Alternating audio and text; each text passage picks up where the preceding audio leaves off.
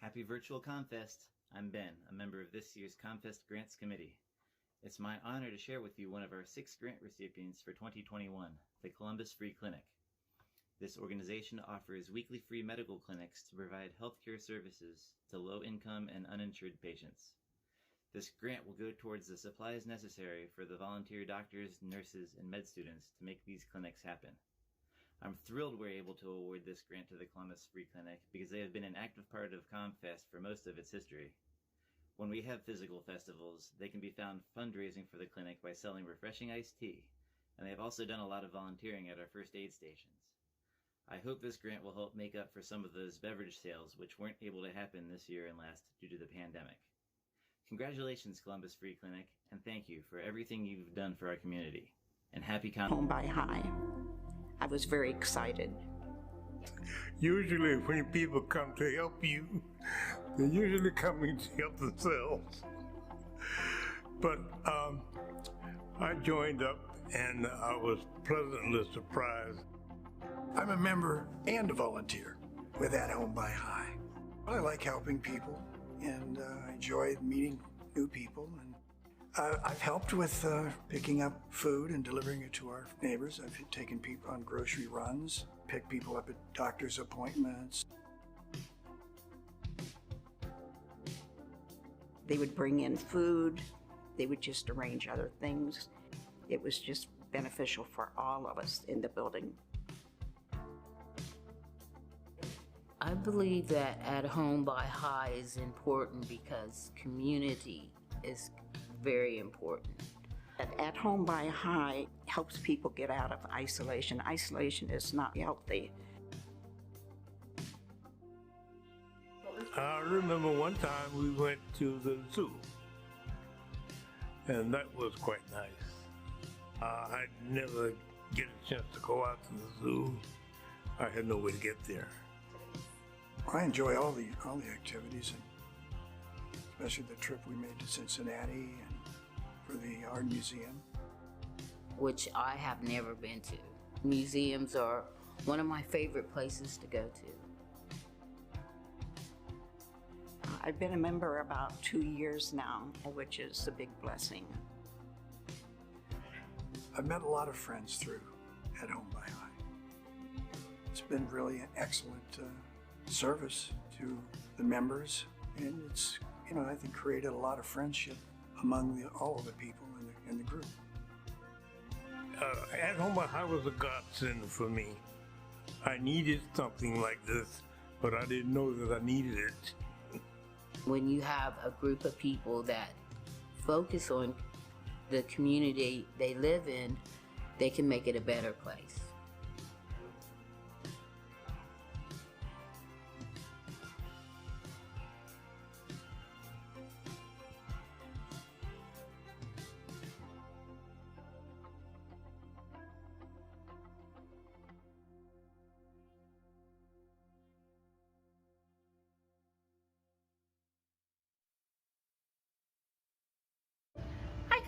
This is Stephanie Baker with the Clintonville Beachville Community Resources Center, and we just wanted to give you a huge thank you for funding our bus pass project.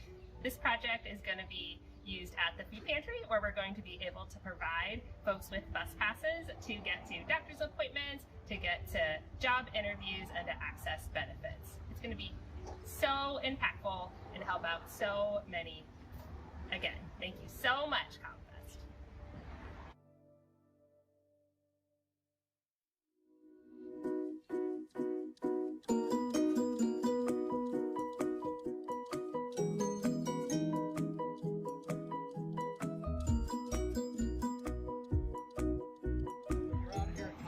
Can you just talk about some of your experiences with Kind Meals or your feelings about it? This is my first time out here, sir, but I think this is joyous.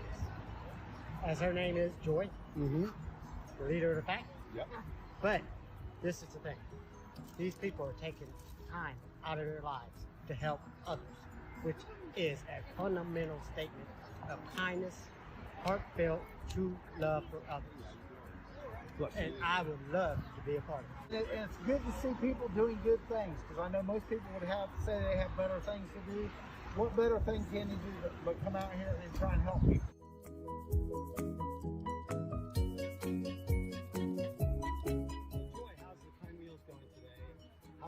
serve? I've lost track. It's been wonderful.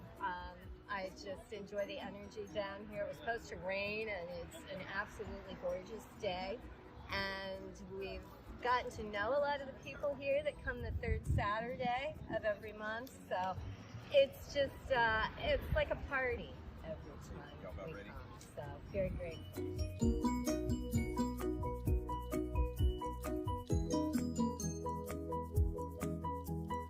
All right, so Lydia, Hi. talk about your experiences here at Kind Meals. It's been really rewarding having this community store. Actually, you know, instead of donating stuff to a good cause like Goodwill, bring it here and it goes directly. You know someone's getting it. You know someone can use it, and it's really a good thing. And getting to know the community, meeting people, hearing their stories. I love it. All right, so Emily Cappuccino, Yeah. can you talk about your experiences with Kind Meals? Sure. Okay. So we are a nonprofit animal clinic and rescue, and we have Kind Meals has graciously allowed us to partner with them to help provide pet supplies to the community, to people who might have barriers to having pets, cats, or dogs. Our mission is to kind of dissolve those barriers in any way we can. And we actually have a clinic at Great Southern Port, which is about 10 minutes south of here, that will be up and running August 2nd. So we'll be providing low-cost vaccinations and other health and wellness services for animals. And you have food, snacks, and yes. toys for pets, for cats and dogs? Yes, so it's every all month, free. Yes, it's all free. Every month we will have a ton of supplies, leashes, poop bags, whatever you want. And then sometimes we'll also be offering nail trims and some grooming services as well. We don't have that this month, but hopefully next month and the month after. Excellent. So Paul, you're down here at Kind Meals today. Tell us about your experience. I just kind of love it because, you know, I don't think too far from here. And one day I was riding my bike and I seen this lovely place set up. So I decided to stop. So I've been here ever since. And just to see the neighborhood people come and enjoying themselves. I love the fellowship with people. I love it because they call me Paul. He love it all.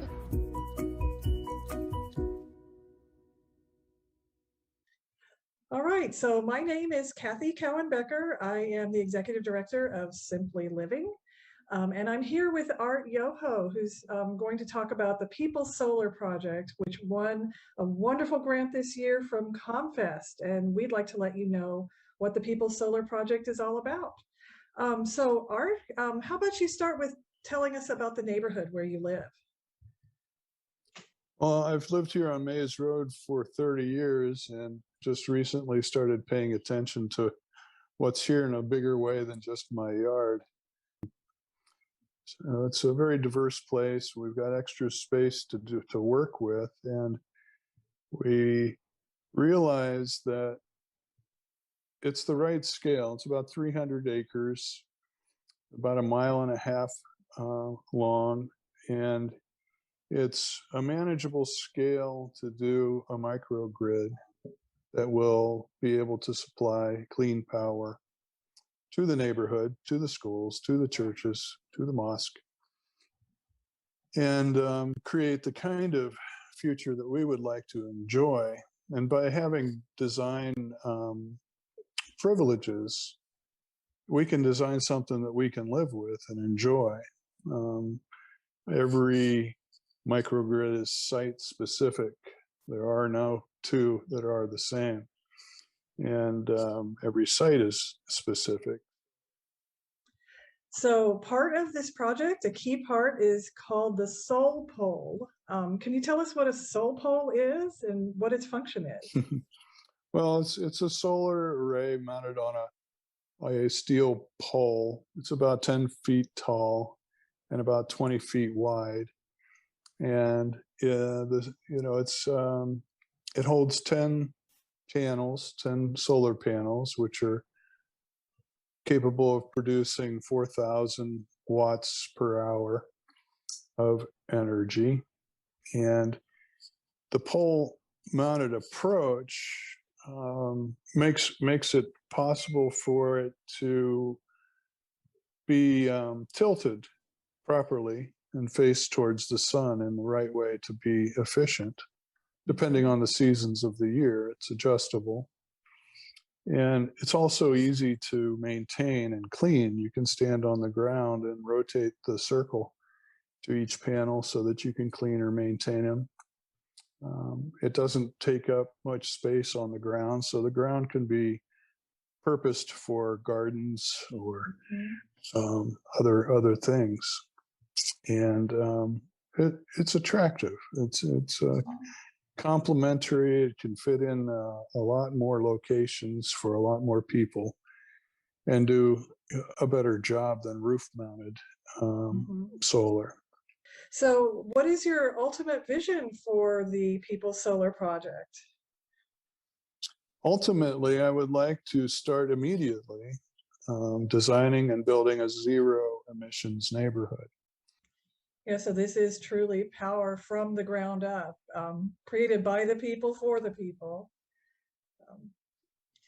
All right, well, thank you so much for this description of the People's Solar Project, and we also truly want to thank ComFest for this wonderful grant that's going to make building the prototype solar pole possible. Peace, everybody. Malik Willoughby and Boubet Institute. I'm standing next to Cornell Willoughby with Willoughby Sauvage. Yeah. Say peace. Peace, good people. Hey, I want to say thank you to ComFest for approving me for the Sunset Yoga Series. So we're going to do a monthly yoga series, which is great mind-body work in the King Lincoln District, where it's very important for regulation practices. So we're going to have yoga as well as some meditation and special guests. We're going to have some folks playing. So we're going to have a band out there. But at the end of the session, at the end of every night on the session, we got Willoughby Sauvage, and they're going to treat us. Absolutely. So I'm steeped in gratitude for being invited back last year. It was a blast. It was beautiful. We did some really great treats. A lot of stuff came out of the garden. I merged it, and we had just a barrage of goodness after these beautiful practices. I'm coming back this year. Everything's going to be a surprise, and I want to make sure that I please people like I pleased people last year. Thanks for having me back. I appreciate it. Absolutely. So it's a blessing to have my brother back. Thanks again to ComFest 2021 grant, as we are a recipient. The Willoughbys are very grateful. Peace.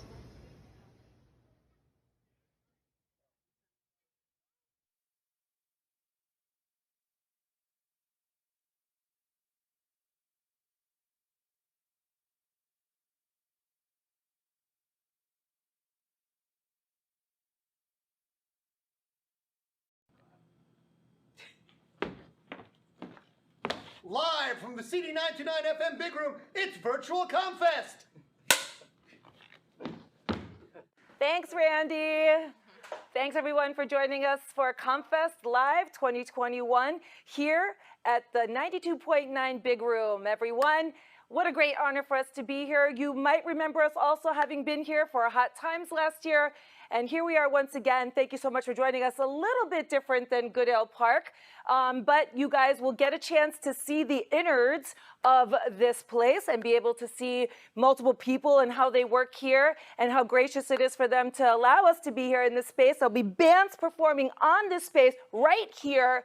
Be sure you don't miss it. June 25th, 26th, and 27th from 2 p.m. to 7 p.m. Today, right here, right now, as I mentioned, we're getting to know the space. You just met Randy Malloy, but also here's the big team members here. And I want to introduce you to Kelsey from Chales, Kelsey from sales, Josh from promotions, and Blake also from sales. We're going to get to know them and get to know a little bit about some upcoming concerts coming to our beautiful city of Columbus, Ohio, and get to know a little bit about, more about this organization that we are partnering with, and also, looking into the future, all the possibilities. We hope that you will join us. You'll send us some feedback. Let us know what you think. Comment on socials, shoot us a message. We'd love to hear from you. But first, I'd love to hear from Kelsey. Kelsey, tell me a little bit about your experiences here at 92.9 and some of the new fun things that are going on. Are people like clamoring to come to you like, oh my God, you guys, we're doing events, put me out there, put me out there. Tell me a little bit about that. Well, I am newer, not totally new, but to 92.9. It's been a wild ride. Kind of started during a pandemic. Why you would get a new job during a pandemic, I'm not sure, but I think I picked a good one. It's for low expectations. Yeah. From down you can only go up. Right. And I'm very glad I did. It's been a lot of fun. Everyone Did you here is work for awesome. 102 or did you just work for 92? It was 102, so also part of that wild ride, going off air and then coming back on, which I'm sure someone's talked about or is going to maybe. Right. But yeah, it's been very interesting. Things are opening back up. So yeah. And Kelsey, you're from Columbus? I am. And you probably have been to ComFest before? Yes. This looks very different than Goodale Park, right? Yeah, I'm excited to see how this is going to work. Okay, so tell me about, we were kind of chatting before. Tell me, do you have a ComFest story you'd like to share, or just something about ComFest that you enjoy? I'm not sure I want to share the crazy stories with Smart. everyone. Smart. I can definitely say I will miss people watching this year. That's always been fun. I mean, you never know what you'll see. That's true. And just all of the crafts. I mean, you can find so many crazy things. So yeah, it will be missed, but it's coming back eventually. Those little bobblehead, those little figurines, maybe I'll bring those so we can have those around. And what's that? You can get them online. Okay, we can get them online. Maybe we'll have a link. We'll put a link to you can purchase my personal collection because I know I've won too many of those. Maybe Kelsey, you want to throw some of yours in there? We'll put donate the proceeds to charity. No, I'm just kidding. That's not gonna happen. But anyway, yes, the crafts are really great. There's so many great local artisans that do go to ComFest, and I'm sure that we'll also try to include some of that here. So yeah, you're right. It is amazing. Thank you so much, Kelsey. And I'm just going to keep going with the vibe. Blake, tell us a little bit about your role here and kind of, your experiences here at 92.9 and how crazy it is out there with sales right now. Well, Rhea, thanks for having us here. It's a pleasure to be here. I'm the newest member of the sales team here at CD92.9. I moved from Philadelphia less than a year ago in the middle of a pandemic, which seems to be a theme. And what better way to get to know a new city than to work with the best local radio station, with probably the world's most connected boss there could be, Randy Malloy. We love ourselves a Randy. I'm looking forward to exploring, the festivals, including the ComFest, and I'm just very glad to be here. So you've never been to an actual ComFest before, just the virtual one? I've never seen the virtual one either. Woo! This is the ComFest Virgin, folks! I'm a virgin, yeah, exactly. What kind of fun are we going to have with him, I wonder? Stay tuned, folks. Stay tuned. The parking lot. Well, right. Dance in the parking lot. Well, welcome. Maybe you can streak for us later. Okay. In the parking lot. Is that allowed to say in 2021, or is that bad? Is that like a He Too movement? Would that be bad for me to say that? It's consensual. Is that okay? Consensual. Thank you so much. Only if you feel like it. Okay. If you feel uncomfortable, please. Totally okay. I'll streak while I'm shopping and while I'm eating and while I'm drinking. Drinking beer. Ooh. Make a day of it. That's awesome. Well, thank you so much. I'm so glad that you're here. Thank you. Josh, wow, you must be blowing up like crazy. I know you and I are going to be at Wonderbus together. That's just the tip of the iceberg. And I know that, even though ComFest is amazing, it goes beyond that. You guys are just going even beyond that. Tell us about some amazing things that you guys are probably going to want to get in on the ground floor. Things are selling out. You're going to want to hear about this, folks. Josh, tell us what's up. Absolutely. So yeah, I mean, promotions over, the year 2020, that was a little difficult and, didn't know what to do with my time. But now all of a sudden, it's the summer of 2021, things are ramping up, it's about to get crazy, and you couldn't set foot outside of your house without something awesome happening. There's always something to do. So once you're done enjoying ComFest here, you can either, like you said, go to a music festival with Wonderbus Music and Arts Festival. Tons of other great shows. We've got Bleachers coming through. We've got Dinosaur Jr. happening at the Athenaeum Theater on September 30th. We have, and you know, it's not just concerts. There will be flea markets that we're doing in July and every other month from there through the rest of the year. It's just going to be sheer madness. I'm going to be pulling my hair out. I don't know what I'm going to do, but for the time being, I'm going to enjoy myself at this virtual ComFest and just kind of, you know, maybe kick my legs up a little bit and enjoy it. Awesome. So Josh, if people wanted to find out about some of your upcoming events, where would they go to check it out?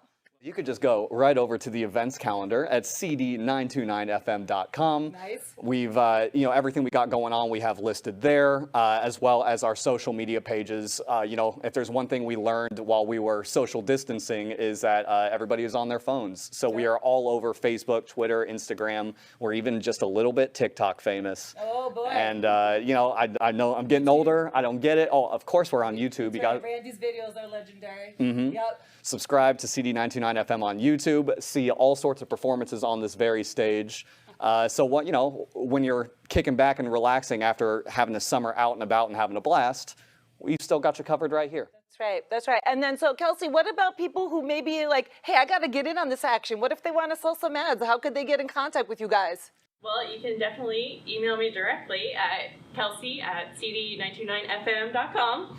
I would be happy to help. Thank you. I would prefer if you contact me at cd92.9fm.com. So I see Kelsey's like, she's like the water carrier around here. She's like, just email me so I can push the button and send it to him. So, and Josh, you know, I forgot to ask you, what was your ComFest memory? Well, off the top of my head, and I'm not going to name names here, but ComFest 2019, we took part in a challenge, a bartending challenge, to see who could serve the most beer. It was fantastic because our opponents never showed up. And we won by default, but you know, volunteering in the beer tents there, so much fun. Obviously, everyone at ComFest has a smile on their face, but when you're hooking them up with the ComFest beer, ooh, couldn't be happier. It is a good time. And folks, remember, ComFest isn't just about a good time, right? Of course, it's about a good time. Of course, it's about the crafts that we talked about. Of course, it's about the bands, but it's also a fundraiser. So your participation in virtual ComFest also ensures that we continue to support those entities who are supporting our community. So please participate, you know, show us some love, you know, participate any way you can, whether it's buying things from merchants, whether it's, you know, buying ads, buying tickets, you know, watching us and showing us some of that love. Remember, it's exponential. We take it, it radiates out. Thank you so much, everybody. And we look forward to having a blast with you, ComFest Live 2021.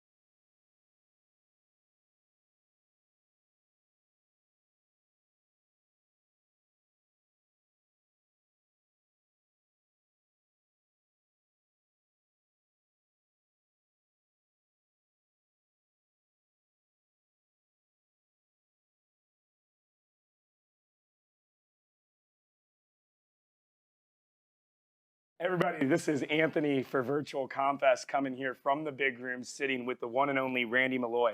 Randy, how are you today? I'm good, Anthony. How are you? Awesome. I have the pleasure of announcing that you are our honored volunteer for the 49th Annual ComFest. Congratulations. Well, awesome. Thank you. Yeah. I was not aware. I was told there was an interview, but I was not told why. Well, that's great. Thank you so much. Thank you. That's awesome. You do a lot for the community. You've kept music going for us here in a time where we've needed music badly. Can you just tell me a little bit about maybe how you first got involved with ComFest? Oh, oof. Well, I moved here in the late 80s and found ComFest and thought it was this amazing thing. and started participating and going to it. And then when I got involved in the radio station in the early 90s, I said, can we be at ComFest? And they were like, sure, but you have to do something. Okay. And I was like, what do you mean you have to do something? Well, you have to be part of ComFest. You can't just take advantage and be, marketing. You have to do something. You have to give back. Okay. That's the ComFest way. I said, oh, sure, I'm cool with volunteering, so what do you do? So, started picking up garbage and then basically said, hey, you guys are using wooden stakes and you're putting them around the stage and they're breaking off the ground, you're leaving stuff. I said, we have metal stakes that we can recycle every single year and we can reuse over and over again. I said, we'll take care of staging, all the fence around the main stage and some of the trees and some of the other areas. Okay. And they were like, great, do it. So that became our call and we came and we started fencing. So we'd come down and set up the night before and we would fence the main Bozo stage at ComFest and the backstage area, and we'd put gates where the volunteers would come in for the stage and maintain all that fence around where the trucks loaded in and just, doing that stuff and picking up and being part of making it happen. Very cool. And it just sort of became our thing. I get a call from Candy and she'd be like, you're gonna come to your stage here? I'm like, yeah, we're set, we'll get the fence. Yeah. And we started to not have to fence around the trees and bushes, which was great. And then just started to do around the main stage and sort of became our thing. And over the years, I had different people come and help me. And in the pouring rain on a late night at 2 o'clock in the morning, waiting for Michael Jordan's sound to come, we're like, where are the speakers? We can't fence a stage without the speakers. And it just became the thing. And it was just sort of part of it. So it sort of became, every time we did ComFest, it's like, all right, we'll do the fence. Awesome. And that way, we never had, it was the same fence every year, right. Metal stakes, so we just pull them out of the ground, didn't damage the park, didn't leave any residual, and the park was left better than we started because we aerated. There you go, right? By putting all those stakes aerated out. Because we aerated the ground. You get a head start on reseeding for next year. Nice, very nice. So you started as the trash man, now you're the fence man. Yeah. Tell me what else you're doing in the community besides ComFest, because ComFest is one weekend a year, but you're out there every single day and night and weekend doing stuff for us. What do you do for us? Well, we do a thing called the Green Team with the radio station. I was a volunteer when I grew up in New Jersey. I volunteered, I drove an ambulance as a volunteer. It was always sort of part of the ethos of you have to give part of yourself to tithe. So they just let anyone drive an ambulance in New Jersey? No, they do it anyway. I went to school for it. Okay. I had to go to college for 2 years. I had to learn to do that stuff. But I did it for free because it was just something you could do as a volunteer emergency squad, like a volunteer fire department. Right. And I was the ambulance guy. Okay. But we do cleanups all the time. I clean up my neighborhood near the university. We do cleanups around the city. We help with things like Habitat for Humanity. It just, you don't have to change the world. You just change the little world you're in. And if everybody just changed that small little part of what they do, well, then it would make a big difference. Sure. So like at ComFest, the last couple of years, Brian Schweikert needed help with pouring beer. So we had the staff do beer pouring. Okay. And we did it. We actually tried to do a competition with the drag queens to do beer pouring. Okay. Who would get the most people to the tents. And it's part of the community means that you are that community and you have to be part of it. Right. You can't just sort of blithely walk through it. You have to enact and do things in it. Sure. To help it be that community. That's literally the story of ComFest. Exactly. You know it is. I mean? And that's why I guess it was an easy fit for me because it had all those sort of good parts that, well, look, it's like camping. The old mantra of camping, make the campsite look better than when you got there. Right. If someone else left trash, you can kind of shake your head and say, you suck. Take only But you pictures, take it leave with only you. footprints. Exactly. And that's kind of, that's the way it should work. Okay. And if more people did that, then we'd have a better place overall. Sure. So I guess that would be the ComFest way. So it was easy to fit in that. That's awesome. You were already ready for it. Ready for it. All right. So what do you get most excited about that you do all year long? You've got a full plate. What's the number one thing that you get excited about that you get to be a part of here? Oh. Well, I love ComFest. I think ComFest is one of those. I have friends that come up from New Orleans. Wow. Annually to come see it and come participate in it. It's nice because it's different. Love the Arts Fest. Love Food Truck Fest. love Jazz and Rib Fest, but ComFest just has a totally different feel because it is volunteer run, because it's definitely less corporate. You know, there's still people spending money and there's still commerce happening, but it just has a very cool vibe. I don't want to say it's a hippie vibe, but it's kind of it's a throwback to a different time where it's definitely more, you know, involved with the community. Sure. Hence why it's community festival. Right? They picked a pretty good name for it. They did. Plus the live music. You get to see a lot of great bands, and the setting's great. I mean, come on, Goodell Park is gorgeous. Yeah. So to be able to see bands with trees and sit in the grass and hang out and have a beer with friends and communicate with people you haven't seen forever. Right. You know, not just the pandemic, but every year it's like, oh, hey, I haven't seen you since last year. And I've got an entire ComFest family. You go down there, I make no plans to see them, but I know I'll run into them when I'm down there. Exactly, because they may be a vendor that you saw that, you know, good old Roger's tie-dyes, and Roger's passed away, unfortunately, but we knew Roger. We used to get all our tie-dyes for the radio station from Roger for decades. Just from the fact that I met him one ComFest, and I was like, can we buy bulk? He's like, sure, man, all cool. He was like, let me know, I'll call you up. And Roger was like this cool dude from Athens that came up every year and tie-dyes. Right. And that's when I saw Roger once a year. Very cool. And Roger got a great contract getting you those tie-dyes every Yes, he single year. did. Yes, he did. Very nice. What else you got going on here in Columbus this year? Well, I mean, it's been a crazy year, you know. Virtual ComFest last year. We started doing, you know, live bands, us virtually in August. Okay. We started with Willie Phoenix on our actual 30th anniversary. And we've been doing bands ever since. And we do sort of like ComFest. There is no genre that we're doing here. It's not just the radio station's bands. We're playing heavy metal. We're doing a huge section with hip hop. And then a lot of local bands that people know and love. Because again, it's about music. I always joke that, you know, the staff here is very eclectic. There's people here that have, you know, marketing degrees, and people here that are salespeople, and there's music people, and there's folks that are, you know, involved in the programming side, and you know, and the administrative side. But the glue that binds us is the music. Okay. And that's because everyone loves music. And it's that passion for live music and the passion for the bands, and that's the binding agent. And that's why we all sort of coalesce and get along so well as the music. Right. So yeah, so live music is such an integral part of us that, you know, for us not to have live music because of, you know, the pandemic the last year has been crazy. So we'll get people back into the big room, which will be great. Yeah, I'm just looking forward to the interaction because I love the creatives. And, you know, and people in bands, the musicians are the creatives, and I love that part. And I've missed that part of the music industry. No, that's awesome. Thank you so much. I really appreciate it. Thank you for having us. We couldn't be doing what we're doing right now without you again graciously allowing us to be in here to do this. Well, I mean, it's an honor for me, actually. You know, I've sort of known everybody and got to know everybody that runs ComFest, and you know, it's amazing that they've sustained 49 years. First of all, which, you know, there's a lot of festivals that can't claim to last 4 years, let alone 49 years. So that's a huge testament to the leadership and all the volunteers that have maintained a quality festival for 49 years. Absolutely amazing.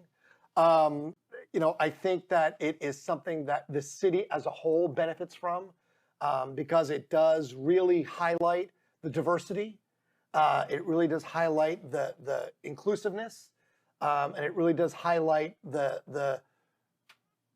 just the overall sense of pride that the community takes in live music, and how well we can get along when we put our minds to it. So that sense of pride in the community. I mean, it's really, yeah. I'm honored genuinely to be chosen.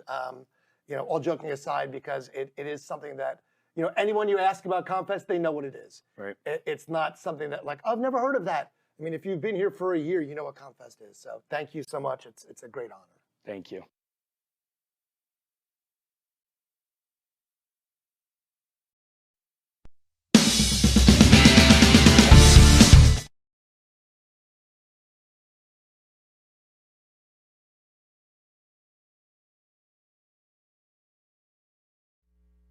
Hey everybody, thank you so much. Welcome to ComFest Live 2021.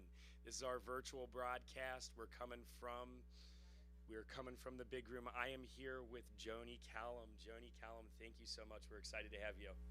Thank you for having me. Awesome. So I've been doing a little research on you. You have been playing music your whole life? Well, kind of. You know, depends on what you call music. Okay. Yes, I've been making noise. You've been making noise your whole life. All right, awesome. And you started teaching music in 1983. Correct. Why did you decide you wanted to start teaching music to people? Well, because I heard from all of my adult friends how horrible their piano teachers were when they were little. And I felt like that was my mission, to be a not horrible piano teacher. Okay. How'd you do? I've taught a lot of kids. Okay. And many of them went on to music careers. All right, well then I think that sounds like you did pretty well. Maybe? Yeah, I think it sounds like you did good. If they went on to musical careers, they probably like their teacher. I think so. So you do a lot of children-focused, children entertainment, and can you maybe tell me why you decided that would be a passion of yours? Well, you know, as passions go, I don't think I decided that it would be a passion. It just happened, right? It was just, you know, bubbling up. But yeah, I mean, I wrote my first kid song when I was pregnant with my first child, and I wrote her a lullaby, and then I wrote a bunch more songs, and then I was thinking about, you know, what did I grow up with? And I loved Pete Seeger and, you know, all the stuff that I grew up with, but there was this one Pete Seeger song that scared me big time. It was about Jesse James. Okay. And I just like was traumatized by that song, and so I was thinking, I want to come up with some music that's not going to scare anybody. Okay. Like, just keep that childhood thing of, you know, life is good for a little while. Okay, awesome. Well, I can't wait to see what kind of non-scary music you have for us today. We're looking forward to it, and I think we will just let you go ahead and get on with it. Cool. All right, thank you so much. All right, thank you. All right. Hello, ComFest. Happy virtual ComFest. Unbelievable that we are here doing virtual ComFest. So I traditionally would start my kids' shows at ComFest with this song. And every year there was this one mom and her kid that came out just to do the first song with me, okay? So I have these great ComFest adults here, and they're gonna be able to do this as well as ComFest kids could. So all you have to do is sing "Oh Yeah," no matter what I sing, all right? You'll get it really fast. There you go, you're ready. So, summer is here, oh yeah. Summer is here, oh yeah. Summer is here, summer is here, summer is here, oh yeah. ComFest is here, oh yeah. ComFest is here, oh yeah. ComFest is here, ComFest is here, ComFest is here, oh yeah. Days are kinda warm, oh yeah. Days are kinda warm, oh yeah. Days are kinda warm, days are kinda warm, days are kinda warm, oh yeah. All right, somebody tell me something you love about the summer. This is a song that you helped me write. Ice cream is cold. I heard that. Okay, but then what was the next one? The pool is open, okay. Ice cream is cold, oh yeah. Ice cream is cold, oh yeah. Ice cream is cold, ice cream is cold, ice cream is cold, oh yeah. And the pool is open, oh yeah. Pool is open, oh yeah. Pool is open, pool is open, pool is open, oh yeah. This is just like ComFest at the park every year that I opened, and I was constantly getting the lighting changed on me. I love it. It's making me feel really at home. Okay. What else does somebody love about the summer? One more. The sun is a-shining, oh yeah. Sun is a-shining, oh yeah. Sun is a-shining, sun is a-shining, sun is a-shining, oh yeah. 'Cause summer is here, oh yeah. Summer is here,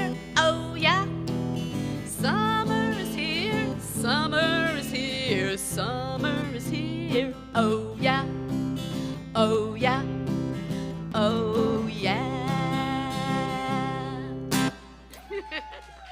All right, we got to get these adults dancing, because, you know, if it was kids out there, they would already be moving around, they wouldn't be embarrassed, they wouldn't be shy, all right? So this is a song for all you shy adults about dancing, okay?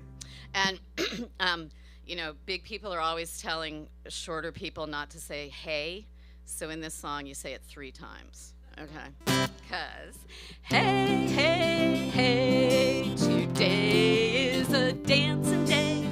Hey, hey, hey, today's a dancing day. Hey, hey, hey, today is a dancing day. Hey, hey, hey, today's a dancing day. Nobody's dancing yet. All right, I hope you guys at home are dancing.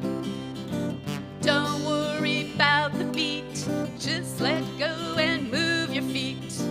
You can't do nothing wrong, 'cause this is a footloose song. And hey, hey, hey, today is a dancing day. Hey, hey, hey, today's a dancing day. Hey, hey, hey, today is a dancing day. Hey, hey, hey, today's a dancing day. Don't worry how you move, everything's a dancing groove. There really are no rules, any way you dance is cool. And hey, hey, hey, today is a dancing day. Hey, hey, hey, today's a dancing day. Hey, hey, hey, today is a dancing day. Hey, hey, hey, today's a dancing day. Try jumping up and down, now try spinning round and round. Try leaping through the air, dance away your worried cares. Oh, hey, hey, hey, today is a dancing day. Hey, hey, hey, today's a dancing day. Hey, hey, hey, today is a dancing day. Hey, hey, hey, today's a dancing day. Don't worry how you dance, just let go and move and prance. Any way you dance is great, today's a day to celebrate. Yeah, hey, hey, hey, today is a dancing day. Hey, hey, hey, today's a dancing day. Hey, hey, hey, today is a dancing day. Hey, hey, hey, today's a dancing day. Yay! So everybody out there in virtual ComFest land, some of them were actually dancing, okay? You couldn't see it, but some of them were. So here's another echo song. One of the things that I like to do more than anything is travel, which of course I have not done much of in the last, I don't know, I've lost count, 20 months? It's been a while. But this is a song that I wrote on a plane going across the ocean before COVID. And I always think of ComFest when I sing this song, because it's all about, you know, making friends and reaching out to people. So in this song, there's a place where it says, reach out your hand, okay? So if you are at home with other people whose germs you are not afraid of, then reach out and hold hands with them, okay? And it's an echo song, so my echoer is here. You guys ready?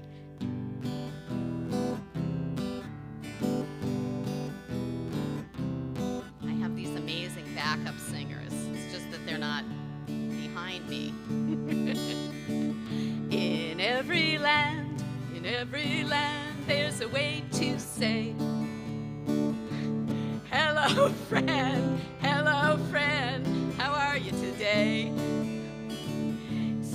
reach out your hand. Now don't be shy. They'll say hello when we say hi. In Greek, we say kalimera. In Japanese, we say konnichiwa.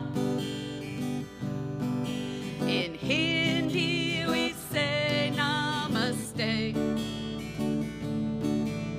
In Arabic, we say marhaba.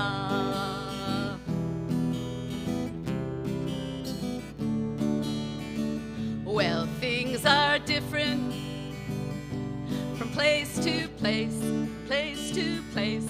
A rainbow of color in the human race. The human race, we're not the same, we're not the same, and that's okay, that's okay. It's probably a reason things are that way, things are that way. In French, we say bonjour, bonjour.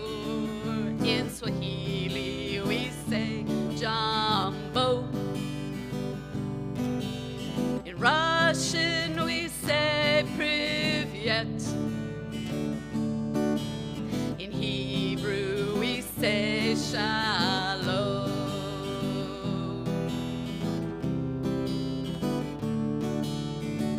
All around this world, we will find, we'll make friends when we're kind. There's lots of ways to get things done.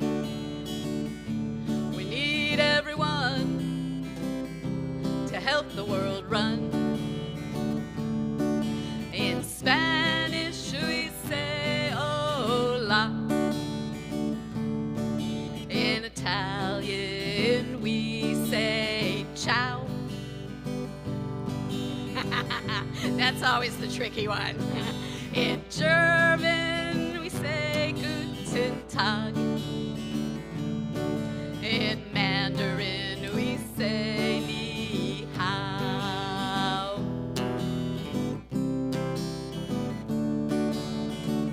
So reach out your hand. Now don't be shy. They'll say hello when we say hi. Oh, they'll say hello when we say hi. Oh, they'll say hello when we say hi. Good echoing. So, everybody knows that we have been living through some really tumultuous and crazy times when there's all kinds of unusual things going on. And there are people that are angry about all kinds of different things. And some people are saying, we're all the same, so we can get along. And other people are saying, no, we're all different, so we can't get along. And I'm saying, we're all different, and we can get along. So that is this song. And now I'll tell you guys how to do the dance, but you don't have to do it. But you guys at home have to do this, okay? All right?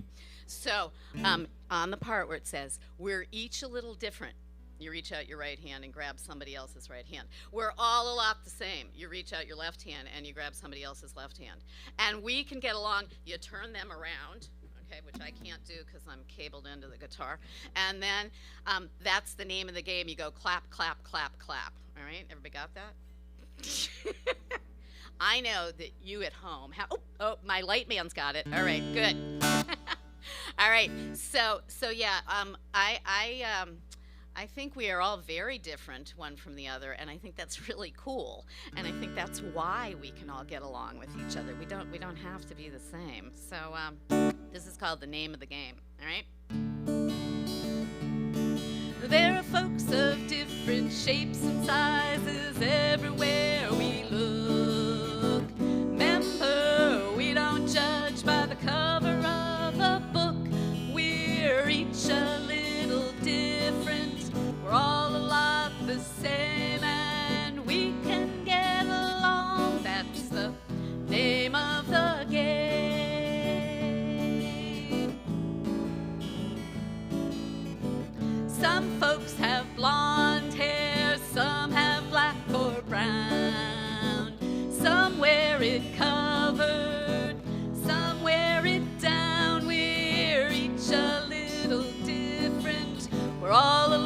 the same, and we can get along. That's the name of the game. I hope everybody at home is dancing. Some folks are kind of small, some are kind of tall, some are kind of big, and some are kind of small. We're each a little different, we're all a lot the same. We can get along, that's the name of the game.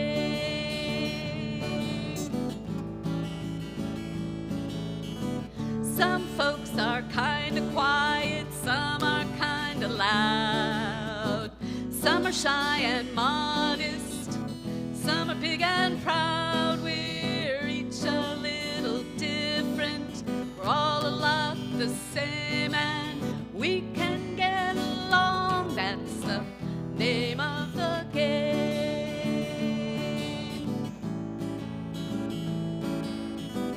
Some folks are kind of slow, some are running fast, some rush to the future, some cling to the past, but we're each a little different, we're all a lot the same, and we can get along, that's the name of the game.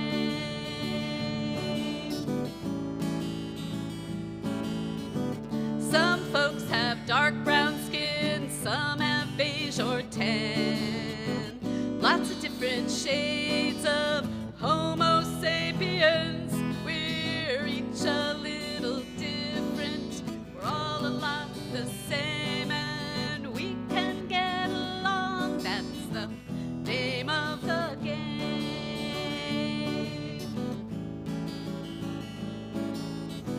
We're all a little different in slightly quirky ways. Every one of us has both good and bad days. Hey, we're each a little different, we're all a lot the same. We can get along, that's the name of the game.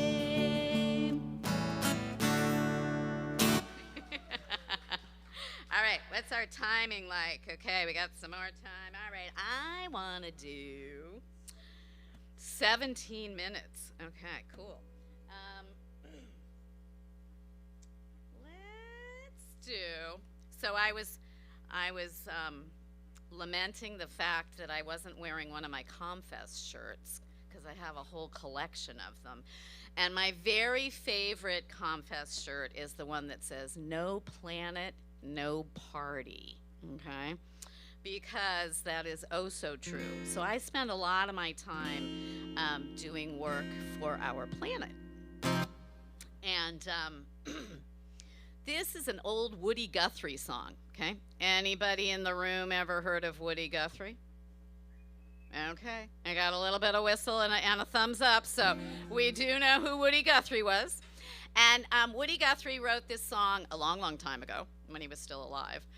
And he wrote it about cleaning up his house and getting his kids to help clean up the house. And cleaning up the house is always a really good thing. And I think once we've cleaned up our own house, then we get busy cleaning up the earth. Okay. So I got some permission from the Woody Guthrie Foundation to rewrite some of this, but it's called "All Work Together with a Wiggle and a Giggle." So anybody, I'm not even gonna ask the people in the room to wiggle and giggle. I just know they, oh, my light man's wiggling and giggling. Yay. Okay. So, but everybody at home, definitely in the privacy of your home, wiggle and giggle away. Okay. It goes like this. Well, my mama told me and my daddy told me too. Lots and lots of things for us to do. We can clean up the earth, right a few wrongs, and if we all work together, then it won't take long. Oh, we'll all work together with a wiggle and a giggle. All work together with a giggle and a grin. Yeah, we'll all work together with a wiggle and a giggle. Oh, we'll all work together with a giggle and a grin. Well, my grandma told me and my grandpa told me too. Lots and lots of things for us to do. We can clean up the rivers, clean up the streams, and if we all work together, then it won't be a dream. Oh, we'll all work together with the wiggle and the giggle. All work together with the giggle and a grin. Yeah, we'll all work together with the wiggle and the giggle. All work together with the giggle and a grin. My auntie told me and my uncle told me too. Lots and lots of things for us to do. We can use things again, so we buy a little less. And if we all work together, then we clean up the mess. All work together with the wiggle and the giggle. Yeah, we'll all work together with the giggle and a grin. We'll all work together with the wiggle and the giggle. Oh, we'll all work together with the giggle and a grin. Sister told me and brother told me too. Lots and lots of things for us to do. We can separate our garbage, compost some stuff, and if we all work together, then it might be enough. We'll all work together with the wiggle and a giggle. Yeah, we'll all work together with the giggle and a grin. We'll all work together with the wiggle and a giggle. Oh, we'll all work together with the giggle and a grin. Well, everybody told me, and I know it too.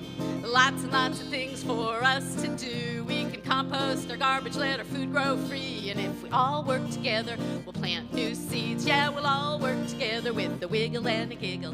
We'll all work together with the giggle and the grin. Oh, we'll all work together with the wiggle and the giggle. We'll all work together with the giggle and a grin. Yay! So, Earth Day is officially April 22nd or the 21st or the 20th? 22nd? No? Oh, oh, okay. All right. Oh, all right. So officially, Earth Day is celebrated one of those days, the 20th, the 21st, or the 22nd in April. But, you know, really, every day is Earth Day. Oh, my echoers are back. My echoers, are you willing to be an echo again? Okay.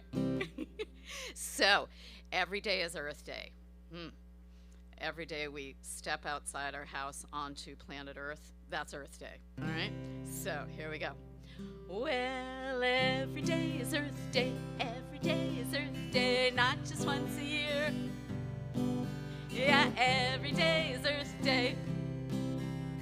So but give the earth a cheer. Well, hooray for the earth. She's so darn smart. She knows how to manage every single part. Hooray for the earth, for the plants and the trees, giving us the air that we need to breathe. 'Cause every day is Earth Day, not just once a year. Yeah, every day is Earth Day, so give the earth a cheer. Well, hooray for the earth, for the oceans and seas, for the mammals and the fish swimming free. Hooray for the earth, for the rivers and streams, giving us the water that we need to drink. 'Cause every day is Earth Day, not just once a year. Yeah, every day is Earth Day, so give the earth a cheer. Well, hooray for the earth, for the wind and the rain, for the clouds that roll, bringing seeds to the plains. Hooray for the earth, for the soil neath our feet, giving us the food that we need to eat. 'Cause every day is Earth Day, not just once a year. Yeah, every day is Earth Day, so give the earth a cheer. 'Cause every day is Earth Day, not just once a year. Yeah, every day is Earth Day, so give the earth a cheer. Oh, give the earth a cheer. Oh, give the earth a cheer. Hooray! All right, well, I think it's time for a puppet show, okay?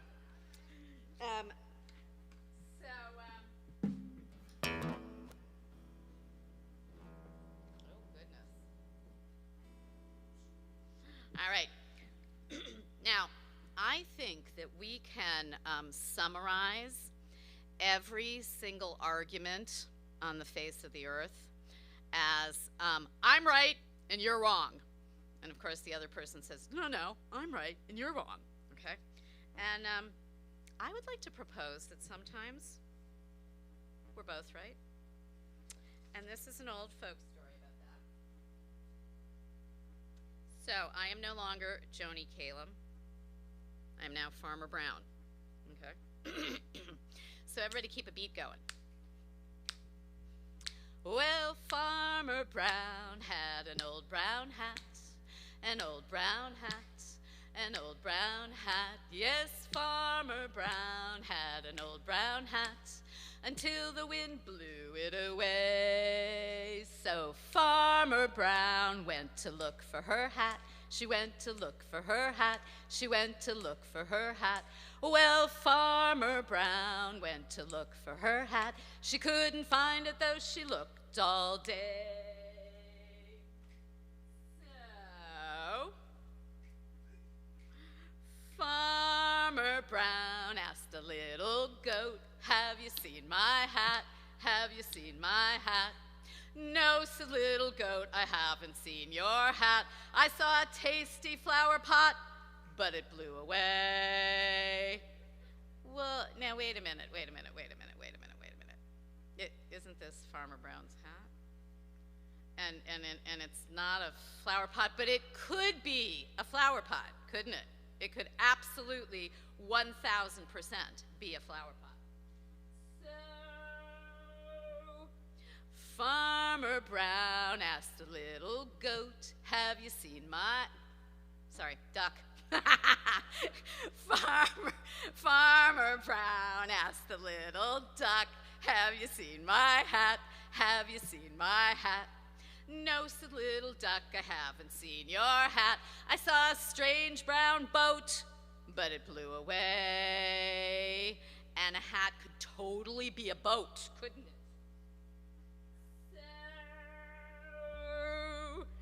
Farmer Brown asked the little fly, have you seen my hat?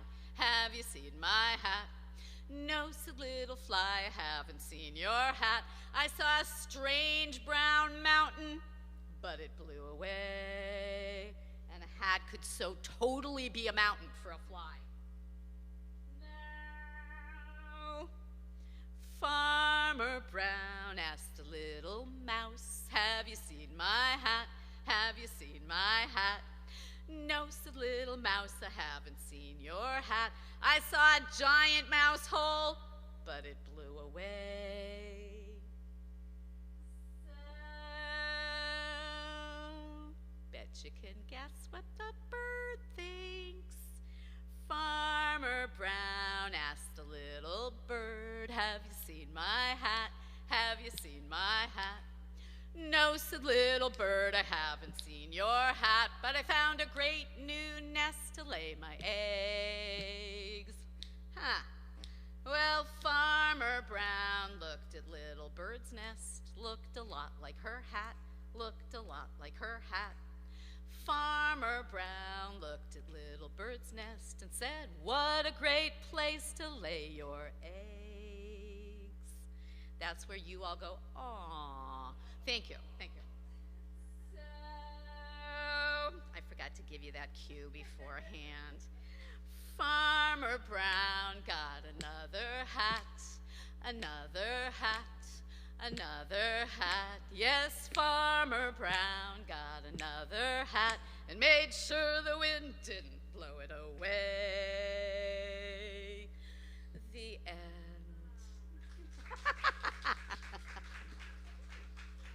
All right, and do we have time? What, I have 6 minutes left? Oh, way cool. All right, we're gonna do 2 more songs.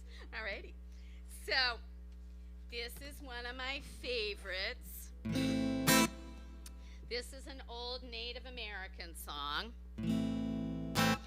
And it's all about taking care of what is around us and in front of us and above us and below us. All right.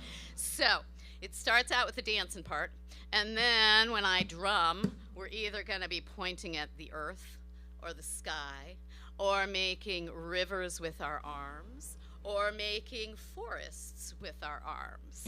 All right?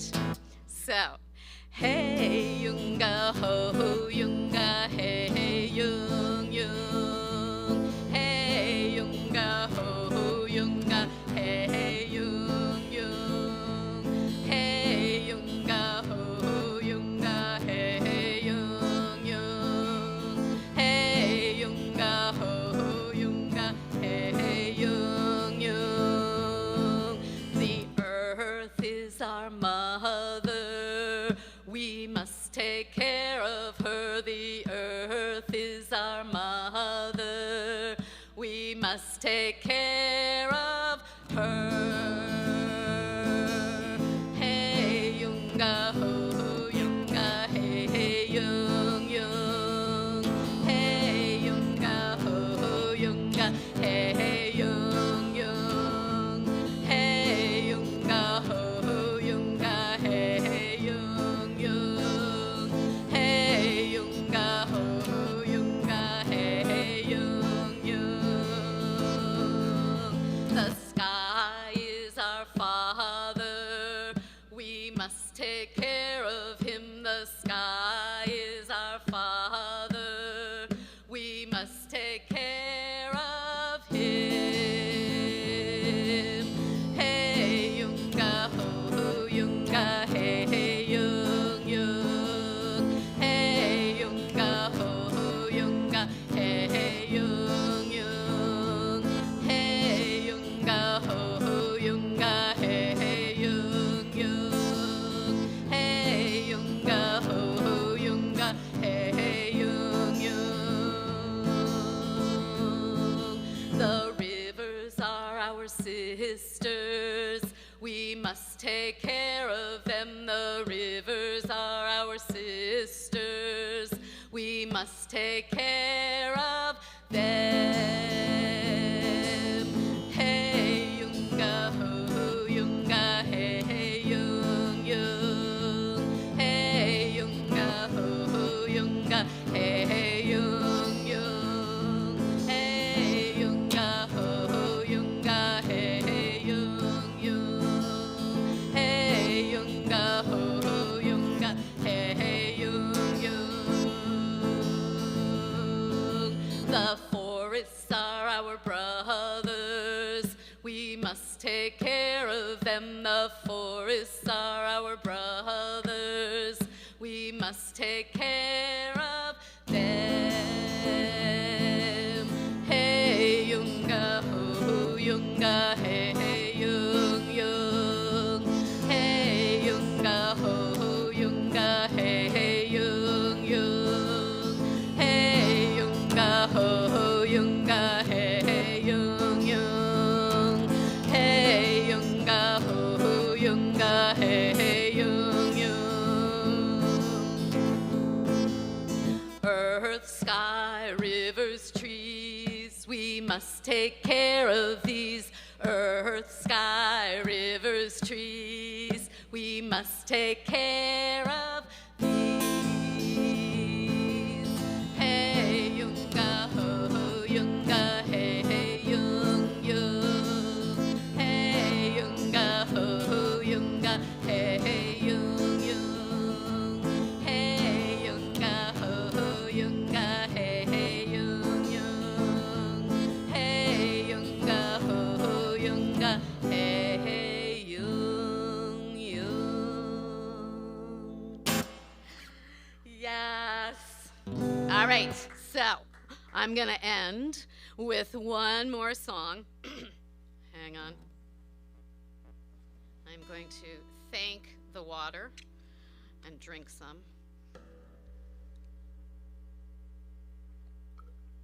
So,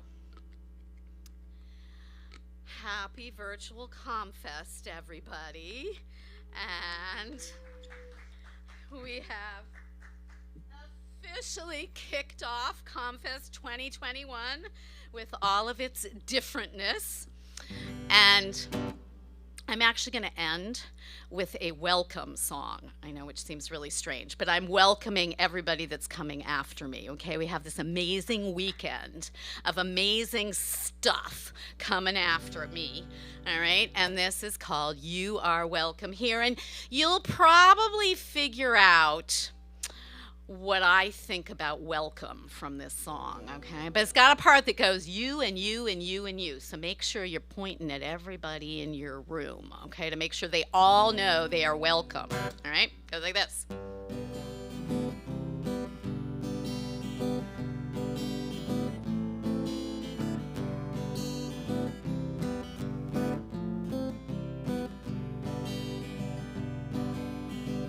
Doesn't matter what color your hair, doesn't matter what clothes you wear, doesn't matter if you got things to share, you are welcome here. Doesn't matter what color your skin, doesn't matter what shape you're in, doesn't matter who's your kin, you are welcome here. You are welcome here. You are welcome here. You and you and you and you. You are welcome here. Yeah, you are welcome here. You are welcome here. You and you and you and you. You are welcome here. Doesn't matter if you think like me. Doesn't matter if we disagree. Doesn't matter if you're they, she, or he. You are welcome here. Doesn't matter if you're happy or sad. Doesn't matter if you sometimes get mad. Doesn't matter what stuff you have. You are welcome here. You are welcome here. You are welcome here. You and you and you and you. You are welcome here. You are welcome here. They're actually doing it. You are welcome here. You and you and you and you. You are welcome here. It always makes my heart happy when adults play, okay? Doesn't matter if you're big or small. Doesn't matter if you're short or tall. Doesn't matter what you're called. You are welcome here. Doesn't matter if you're messy or neat. Doesn't matter where you sleep. Doesn't matter what you like to eat. You are welcome here. You don't have to be like me. You don't have to see what I see. We can talk and work things out, learn what each other's world's about. We don't have to see eye to eye. No one can really deny. We'll treat each other with respect. That's what we can all expect. 'Cause you are welcome here. You are welcome here. You and you and you and you. You are welcome here. You are welcome here. You are welcome here. You and you and you and you. You are welcome here. We're all welcome here. Welcome here.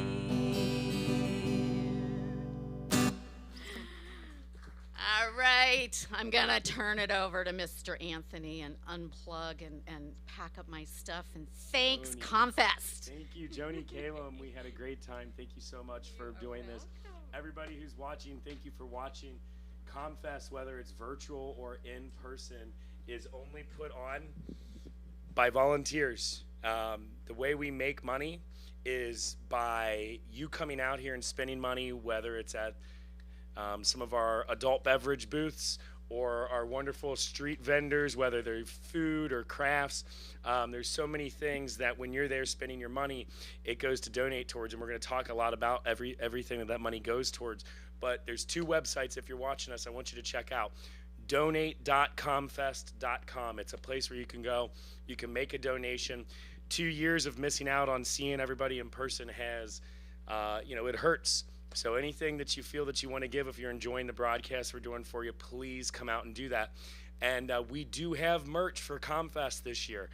You can go to the comfest.com website. If you're watching us, you're already on it. And you can easily take a look at what kind of merch we have there. We've got it from this year. We've got some CDs from past years. We have all kinds of neat things I'm going to show you a little bit later. But go on there now. Please buy some merch. Please donate. We want to see you again in person next year, 2022, for our 50th anniversary. All right. Thank you so much, everybody. All right, now we're gonna take it down to Rhea. She's at our downstairs stage, and she's gonna be talking to one of our honorees. Thank you so much.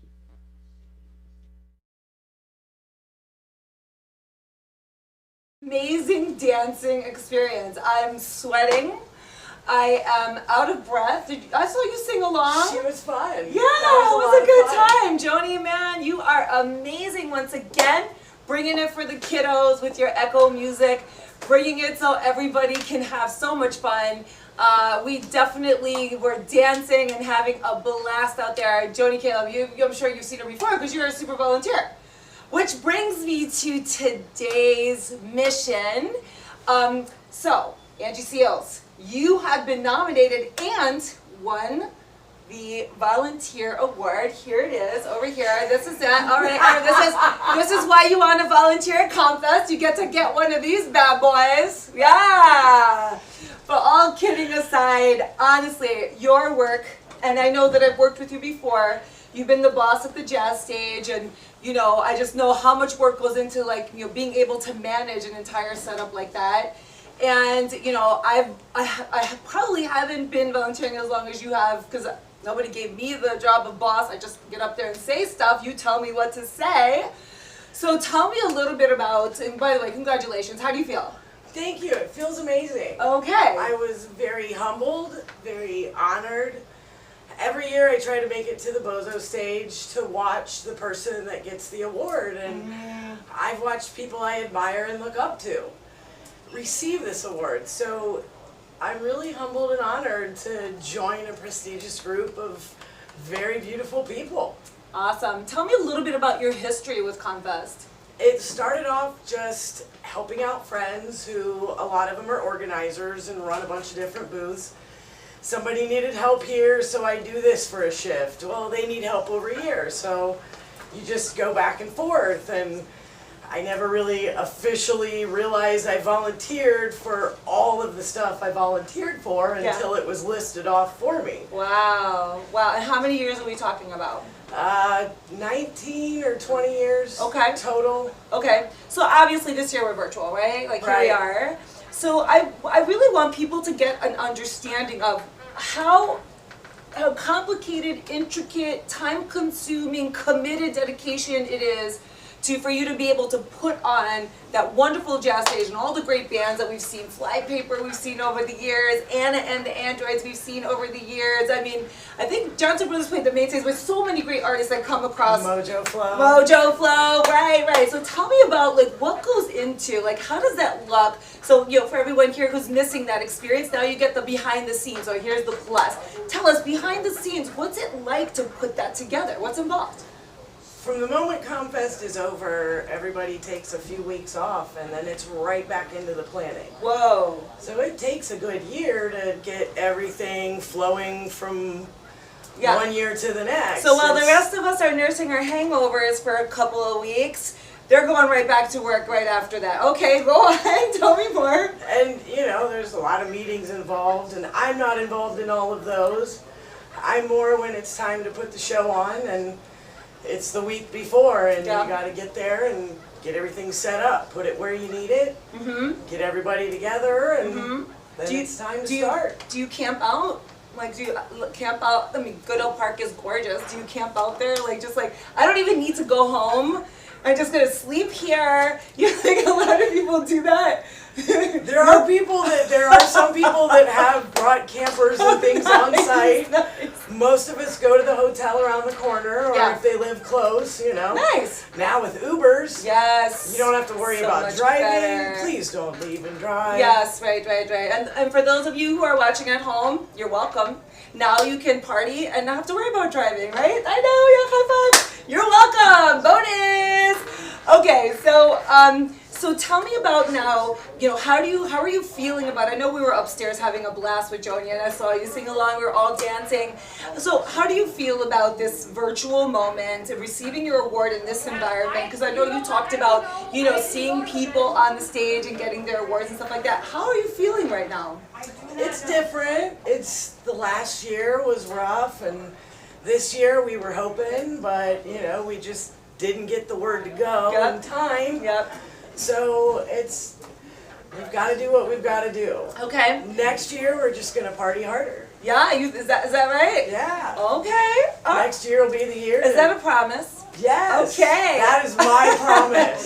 So now that you've had an opportunity to pause for a year, you know, when we reimagine coming back, what do you think are some of the newer elements that you think you might want to bring into maybe?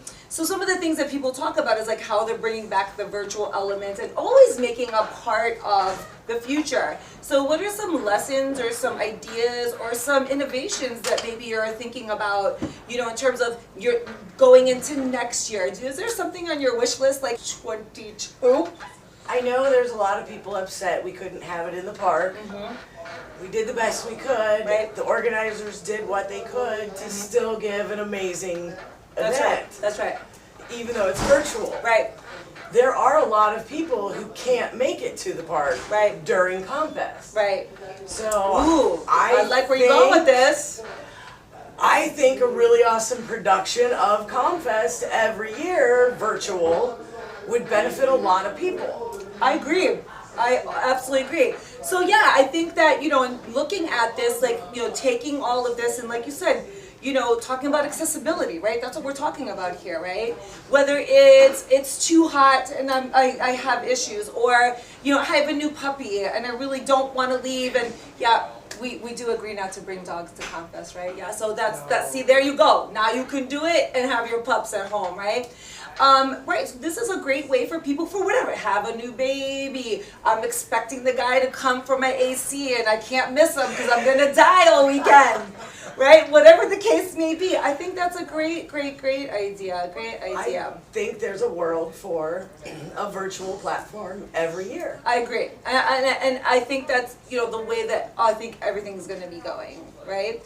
So, of course, I will be remiss, 20 plus years of experience being there, doing all the things that you've done. I'm sure you were asked this question before, so forgive me. What's one of like your favorite memories, perhaps, of your time spending as a volunteer at ComFest? One of my most favorite memories was, everybody knows Dr. Goodale in the park. Mm-hmm. The statue of Dr. Goodale, and he's got a hat and he's got a tie-dye. Uh-huh. One year I got to be the one to put it on him before we opened, and then I was the one who got to take it off of him and put it away that year. So that was really cool because everybody expects Dr. Goodale to be dressed for ComFest. Yeah. So do you get to keep that shirt? No, it goes away in a box. And oh, it's the same one? Yeah. How does it not get like washed out with all the sun and stuff like that? Good tie-dye. That's right, good tie-dye. So we talked about earlier, before we got started too, we talked about how, you know, somebody had nominated you. Tell me about this person. The person that nominated me is my best friend in the world, and she's the one who got me into ComFest in the first place. Oh, cool. Tell me. So she needed help one year at Volunteer Central and said, hey, you'll have fun with this, just come on. Like, all right, let's go. And we got to the park, which I had never been to Goodale Park, did not know this beautiful park existed in the middle of downtown Columbus. Whoa. So I was hooked from the first moment I was there. Yeah, you got the festival bug. I did. Yeah. Do you have a tattoo? No, I don't. I'm one of the few without a Hopewell tattoo. Right, like most people like they'll like get a tattoo from that moment and stuff like that. Maybe now, like maybe that could be the thing. Maybe It's now like, I've got and you a like tattoo. you get the ComFest tattoos like 2021 Volunteer of the Year. Make sure you can like flex it, like get on the stage and do that. So I'm sure you're familiar with kind of like the lineup that we have this year and stuff like that. So you know, for everyone at home who's watching virtually, by the way, thank you so much for joining us. What an amazing transformation that we're having here today. Certainly, even though we're not there geographically, we are bringing all the spirit, and I'm hoping that you guys can feel the vibe, right, all the way through. And you know, we also want you to know about some amazing acts that are coming here. But is there one that you're kind of looking forward to, or not kind of like looking forward to? Not kind of like we were. I'm excited about Willie Phoenix. Woo! Dance to Willie Phoenix. Yes, that's tomorrow night. Closer is tomorrow night, right? Yeah. There's some amazing workshops. Yes, the hippie half hour is coming up today at 4:20. You guessed it. We're going to be talking about, today we're going to be talking about cannabis culture. We're going to be talking about inclusion, and it's Friday, Saturday, and Sunday at 4:20, and it's a hippie half hour, so 30 minutes, so in case you just need to remember, 4:20, half hour, 30 minutes every day. And then, yeah, we've got some healing workshops. I know that there's another workshop coming up here in just a moment, setting up here at the big room main stage. You know what, that's another thing that I kind of wanted to talk about, like, you know, the transformation of like a stage, like turning into all of ComFest stages. So as someone who's like this, who's been the stage boss, how we doing? Going great. Okay, I hope so. Any notes? Any stage notes for us? No? Are you sure? Okay, well, I mean, if the stage boss volunteered, Liz, we're doing a good job, right? Thank you so much. That's amazing. So in thinking about, you know, we talked about like that future and how we want it to look and things of that nature. You know, do you still think that you want to continue to be a part of ComFest? Oh yeah. Are you sure? Because I'm thinking like a Costanza, like you hit your high note, like I'm out. Like, it doesn't get any better than this, you know? I don't know if anyone's familiar with Seinfeld, but anyways, like, you know, he's like he gets to the high note of whenever he's there and he's like he's out, but you're still committed. Oh yeah. That's amazing. I miss them. I miss all of you. I miss the volunteers, the organizers. I miss the participants. When you do it over and over again, you make friends with people that live in the area. That, right. You know, you remember that they got a new dog last year, or they got a new kid last year, or they got married, or you know, you want to see how people are doing. Yeah. Hugs, all the hugs. Right. Well, certainly, I'm sure you guys feel the same way, and we're very grateful that you guys joined us here today. Thank you so much for your service. Thank you. I sincerely appreciate it, and of course, it went to a very worthy individual. And guess what? It's time for one of those workshops that we were talking about. We're getting ready to cut it up to Anthony, who's right above me. I think he might right be here. Anthony, I can feel your vibes. Anthony! So we're getting ready to cut upstairs to a great healing workshop by Mary Jane Borden.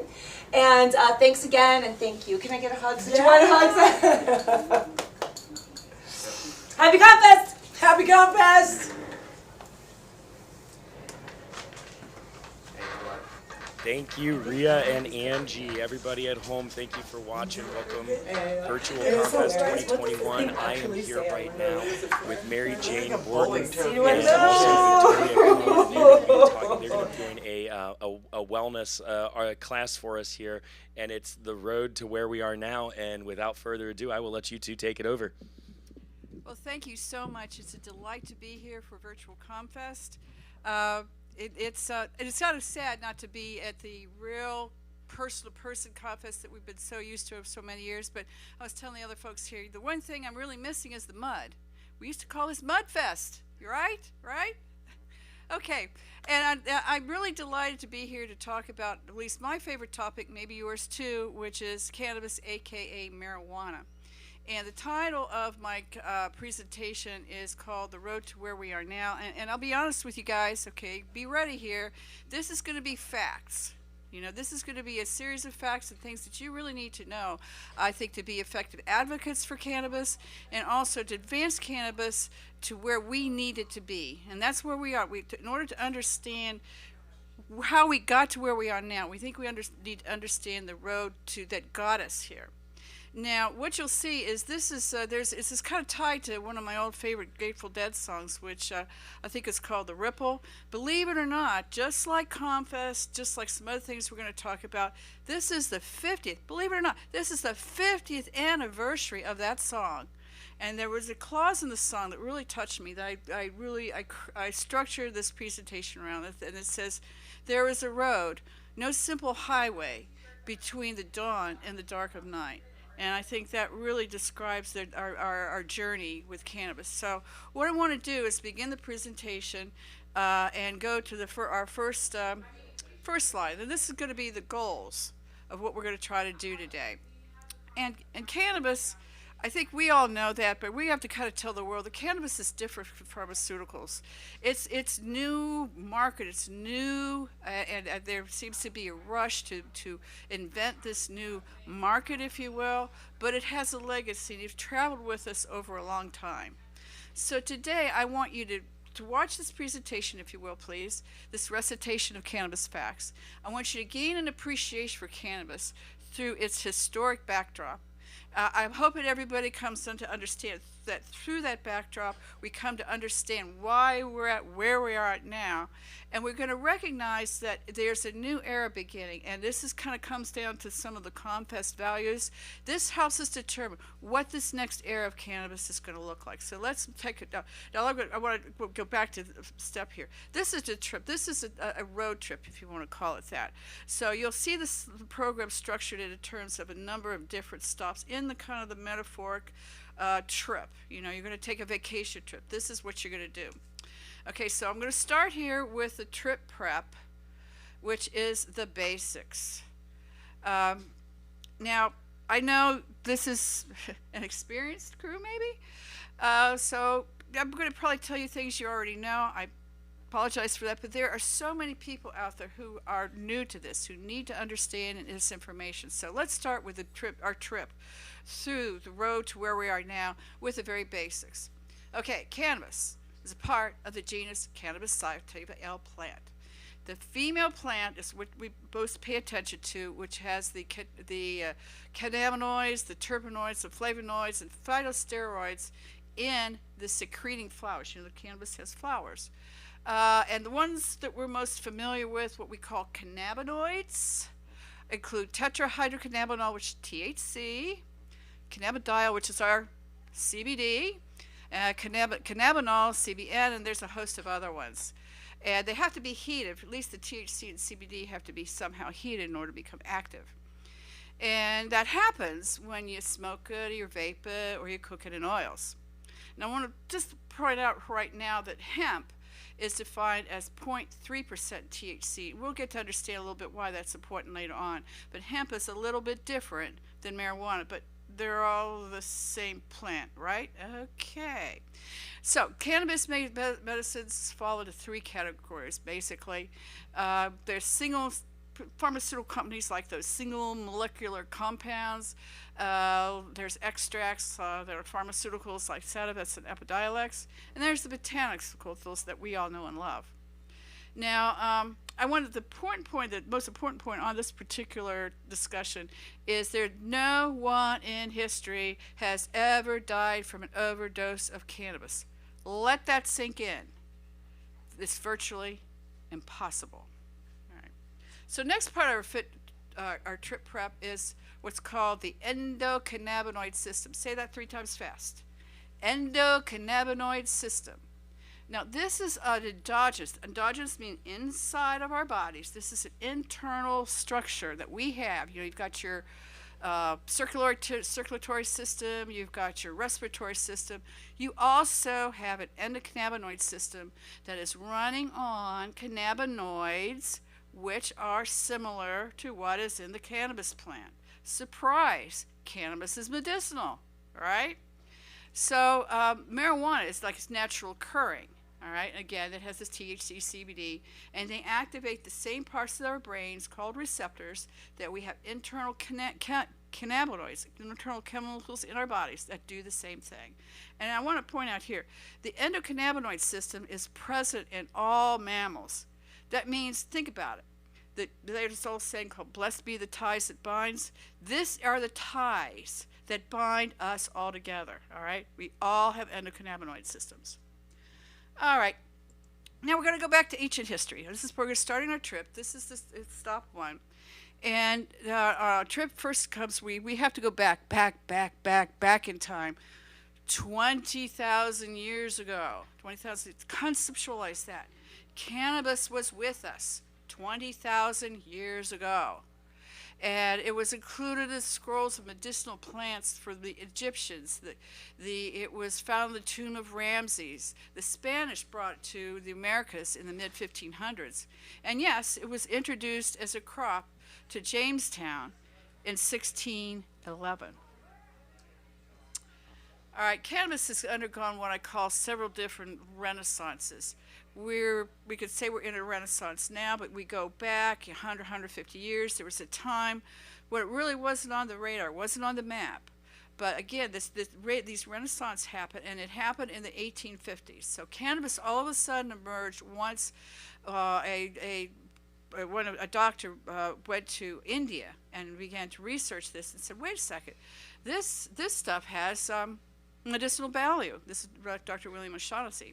And he wrote papers, and I think one of the most interesting papers that was written back in the 1850s, that was the report to the Ohio State Medical Committee on Cannabis Indica, that was written in 1860 at the annual meeting of the Ohio State Medical Society. And the report that they put out extolled the benefits of cannabis in insomnia, convulsions, seizures, and a host of other conditions. So think about 1860 here in Ohio State. This is the Ohio State Medical Committee. We're talking about the medical benefits of cannabis. All right, so then, of course, came along cannabis prohibition. Now, this is a part of the progressive movement in the late 1800s and early 1900s, where they thought, at a time when they thought, well, if we regulate our vices, then they won't be vices anymore. We saw that with alcohol prohibition. The same thing was happening with cannabis, and that happened in 1925 with a treaty with the League of Nations. So then after that, there was just more and more things that were limiting the availability of cannabis. And a lot of these were driven by a guy named Harry Anslinger. And for example, the Marijuana Tax Act, the Single Convention Treaty, those things, even the Controlled Substance Act of 1970, were all driven by Harry Anslinger's. I guess he hated marijuana. Who knows why? And we could go into racism. I've worked with the racism sides of cannabis and produced some tables on that. And it was deeply integrated in with prohibition from the early 1900s onward. The laws that were implemented back then, you would be shocked at the racist intonations in them. So that's part of why we're at where we're at today, is because the racism that was placed into cannabis prohibition beginning in the 1930s. But like I say, cannabis comes and it goes. And now in the late 1980s and 90s, cannabis was experiencing a renaissance. There was a convention investigational drug program that was started in the late 1980s, and it allowed AIDS patients to have access to cannabis. AIDS was a major pandemic back then. So some people were able to be a part of that program and get cannabis for free from the federal government, which they still do today. All right, but this, I think, is one of the most important things I've heard from a federal judge, and it goes all the way back to 1988. DEA Administrative Law Judge Francis Young, in a rescheduling hearing, stated, and I quote him directly on this: "Marijuana, in its natural form, is one of the safest therapeutically active substances known to man." That was 1988. This is 2021. Think about it. All right? So we're going to play Todd here a little bit. I want to point out that the first dispensary was opened in 1996 after the passage of Proposition 215 in 1996. Dr. Raphael Mechoulam and his colleagues discovered the endocannabinoid system and the receptors that run it back in the 1990s. And so, this was going on. There was a lot of obstacles that had to be overcome just to get this far. And I want to talk a little bit about what those obstacles are, because they are really, anything you see on this page is still, even today, is still active, still an obstacle. So first of all, you have the Supremacy Clause of the United States Constitution, which establishes that the feds, well, they're the law of the land, and what they say goes, right? All right. Okay. And that makes cannabis federally legal throughout the United States. Anywhere, I want to point this out to you guys, anywhere you have federal land, you're on federal property, you're under the umbrella of the federal government and federal law, all right? So we'll get to that in a minute, but that's a very important point there. And the other point I think I want to point out is about the research. A lot of people will tell you, well, we can't legalize marijuana because there just isn't any research. Well, folks, there can't be any research. It's not possible because the DEA has scheduled cannabis as a Schedule I substance that has no medical benefits. There's nobody using it medically. So according to the DEA, according to the federal government, it has to be amongst the most harmful substances there are known to man. We know it doesn't belong there, but that's where it is, all right? And so under that light, we're competing then with the federal government and the FDA development, after the clinical trial process. And the FDA doesn't like botanicals, and to get one drug approved, it's $2.6 billion. It takes 12 years, and then you have to have a 20-year exclusive patent. There's just a disconnect completely from what cannabis is and how we use it. So I want to point out too the war on drugs, because this is the 50th anniversary of the war on drugs. In other words, in 1971, Richard Nixon, if you read the sidebar there, read what he says. It was created, the war on drugs was created to harm people of color and so-called hippies, which were people who were my age back then, young people who had kind of a liberal bent to them. All right?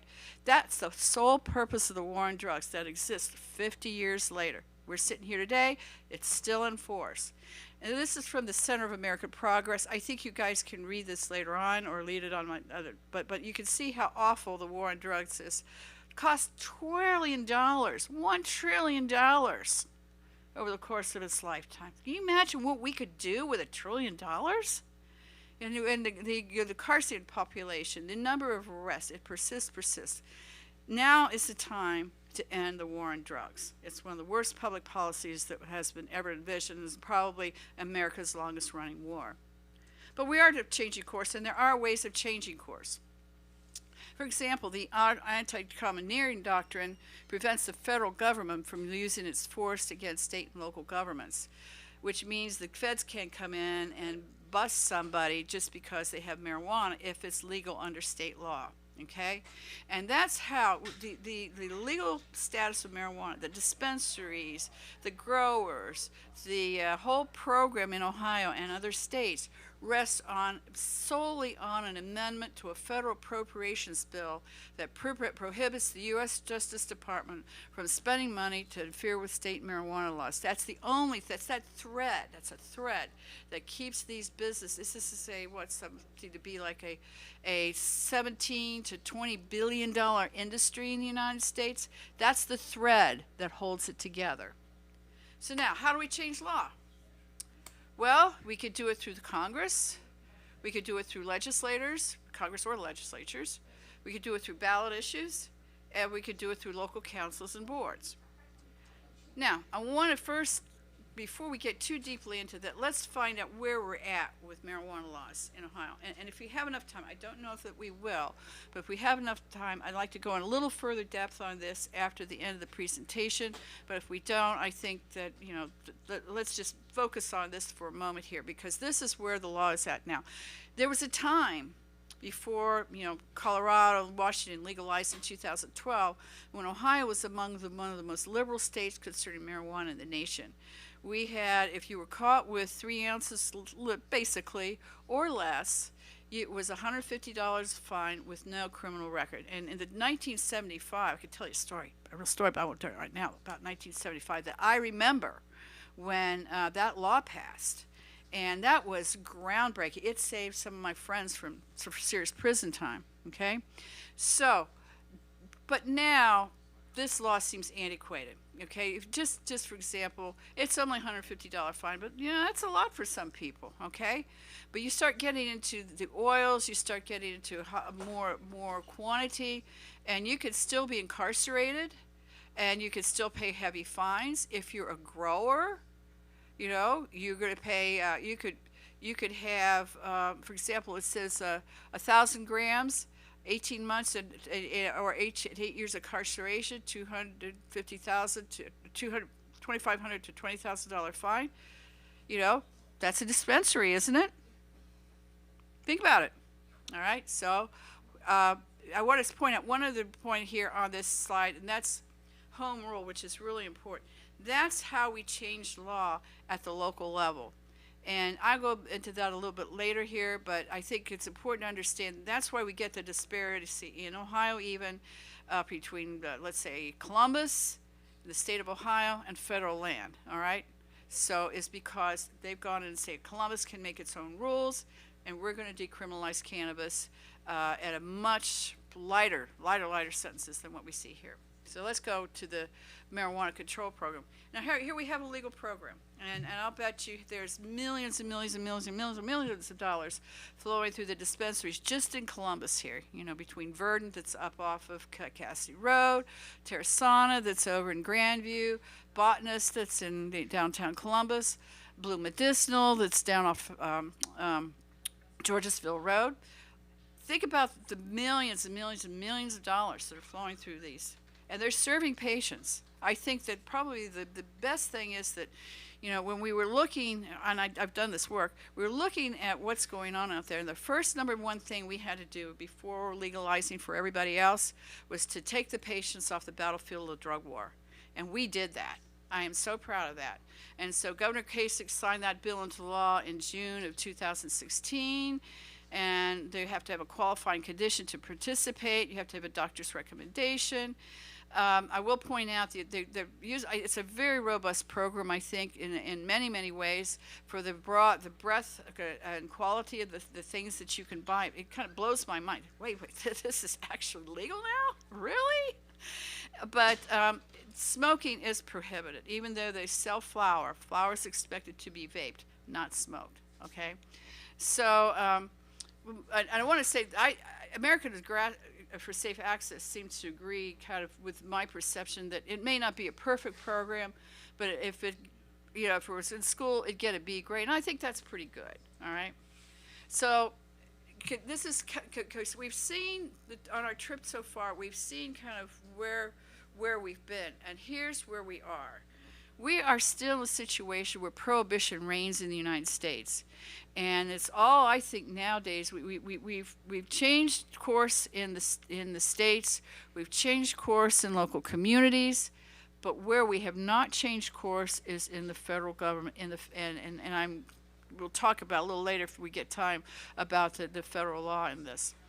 And so because of all these inequities, it's still very, very important to address the federal issue. And so there is, I did an analysis recently of the pending legislation, and here's what we're looking at.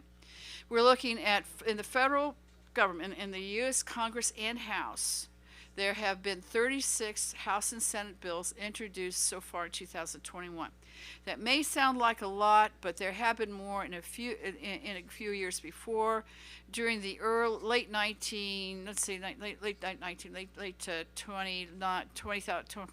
2009 and 2010, there really was hardly anything going on federally. The important thing we want to talk about with respect to legislation is the MORE Act. It's the biggest deal. It's called the Marijuana Opportunity Reinvestment and Expungement Act. And this is the most important part of it, I think, is that it removes cannabis from the Controlled Substances Act. It takes it out from underneath that Schedule 1, the oversight by the DEA, and all those things that have contributed to so much injustice surrounding, where we're at today. And so I think that anyone who is in favor of cannabis needs to contact their senator or their congressman and say, you got to get this thing through Congress, which it was passed by Congress last year, and then get it past the Senate, which will may or may not happen, I don't know. But there are other important bills that we could talk about banking, we could talk about insurance, all these things that businesses and individuals are denied because cannabis is illegal. You can't have a bank account, you can't have insurance, et cetera, et cetera. Try to operate a business without insurance. Are you kidding me? What happens if a tree falls on it? You're liable. There are two viable bills in Ohio. First, HB 60, which is for autism disorder, adds autism disorder to the list of qualifying conditions. That may well pass. I think it's got about 15 co-sponsors. HB 210, which would allow cultivation, possession of marijuana, and like I said, all cultivation I think is most important here because many, many people really feel strongly, and I do too, about the ability to grow a simple plant. Think about this, a simple plant, just a couple of them, please, in my home or in my, backyard. I can't, for the life of me, understand why that has to be this big felony thing. But that's what HB 210 would do. But unfortunately, it has no co-sponsors and it doesn't have any hearing scheduled, so it's kind of sitting out there in dormant land, okay? I want to recognize the individuals, well, I'll just say Northern Appalachia and the Sensible Coalition movement, who I think do absolutely awesome work here. So here's a shout out to these guys because they have decriminalized cannabis possession in, let's get this, 22 Ohio cities. In fact, they were involved in decrim in Ohio in 2018. I mean Columbus in 2018. So they have been hard at work on this since about 2014. And they've got, I think, 5 or 6 more cities that are ready to come online. In other words, they'll have those initiatives on the ballot this fall. And so if you guys are interested in really getting involved in the marijuana reform, it's at this local level. So you want to give these guys a call and collect some signatures for them, okay? Because you're not going to be collecting for a statewide ballot issue this year. It's just not going to happen. COVID did a number on ComFest. Well, COVID did a number on signature gathering. And there's also a much higher count than they used. I think you have to get over 400,000 signatures. It's gone out of our range to be able to gain signature and put initiatives on the ballot, at least on a statewide basis, so as it stands right now. So I wouldn't look forward to that happening anytime soon. But I want to recognize some milestones here, and I think that here we have, as I was saying earlier, the federal government prevents a lot from happening. They think they can, because there's the federal supremacy. Well, 36 states now have medical marijuana laws. We just added Alabama. Alabama, is there a deeper South state than Alabama? If we could do it there, we could do it anywhere. All right, 17 states now have legalized adult use. I had put Connecticut in there because I wasn't sure where they were at, where I believe their governor's going to sign that bill like now. So we can add that to the list of the full legal, if you want to call it that. I like to call them adult use states. So this is moving in the right direction, and I think if this is the road we're heading towards, we should be heading on a good path towards adult use legislation for everyone. And now we're down to only 3 states that don't have some kind of a medical marijuana law. That's Idaho, Kansas, and forgive me if I get the third one. You know what the third one, Victoria? No, off the top of my head. Okay, well there's another one. I'll think of it in a minute. People basically are still using cannabis about the same rate that they are now. No, South Dakota was under passed as a ballot issue. So anyway, yeah. So anyway, there's the medical marijuana control program has 207,000 patients. 207,000 people have signed up for medical marijuana in Ohio. Let that one blow your mind, okay? And so, but unfortunately, even so, 17,000 people were arrested in 2016, I think it was, for possession. Are we kidding me? Blows my mind. Okay, so look, crystal ball into the future. What does the future look like? All right, I think the future looks bright. And I'm just jaded. I have this rosy personality.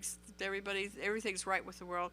But one thing that really struck me when I did this particular slide was that cannabis, and marijuana, in terms of their counts in PubMed.gov, which is basically lists research studies, they had grown by 10,000. Each of those categories, 10,000 since I checked in 2017. Think about it, 10,000. That's how many more research studies there are. For like drugs that are common out there, like Celex or Humira, you always see that on TV. Yeah, they had a handful more. I mean, cannabis research is exploding, and if we could take the handcuffs off that have been put there by the federal government, it's going to lead to great places. And it's showing that people are using this cannabis as a substitute for prescription drugs, and particularly if they suffer from pain, anxiety, and depression. And what they said, the use of pharmaceutical drugs for which marijuana could serve as an alternative fell significantly once the law was implemented. So I imagine the pharmaceutical industry's out there going, they're biting their fingernails, go, what are we going to do? Because we're going to lose all this precious market share.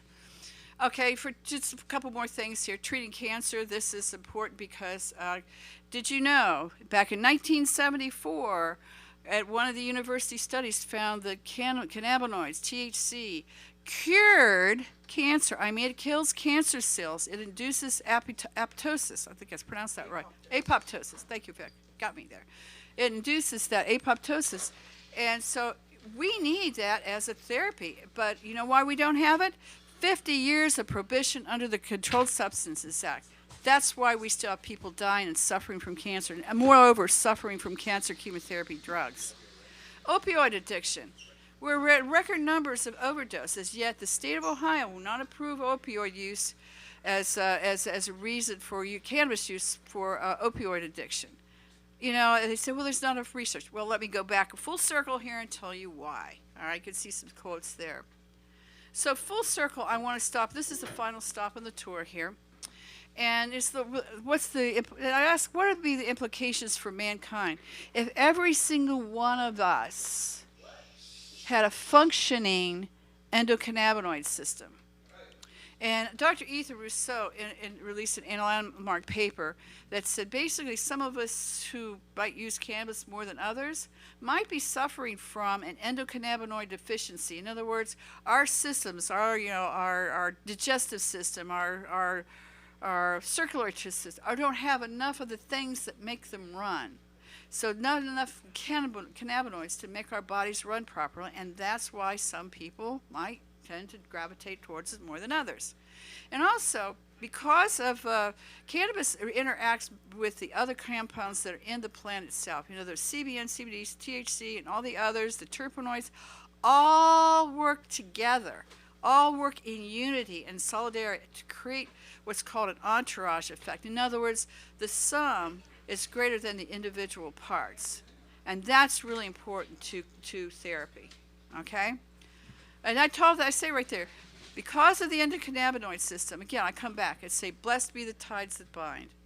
All right, so this is kind of the destination. We want to make sure that you have knowledge about cannabis, that you understand the things that are, and the arguments that are going to get our message off to lawmakers and to the public so that we can get cannabis out of the clutches of the federal government and prohibition. And if this were any other presentation, I'd say, do you have any questions? Anthony has questions for you, actually. I would love it. I would love it. Well- So I'm just going to advance it here. This particular slide here, if you advance one here, Vic, I don't know what you got looking there. This is some testimonials. Vic and I have been doing this for about 10 years now. These are words of actual people who've written us and said, this is what cannabis does for me. Wonderful. It's amazing. That's wonderful. And some of the stuff that you were talking about, just with some of the legal stuff, where you're talking about getting patients off of the battlefield, I think that's pretty powerful.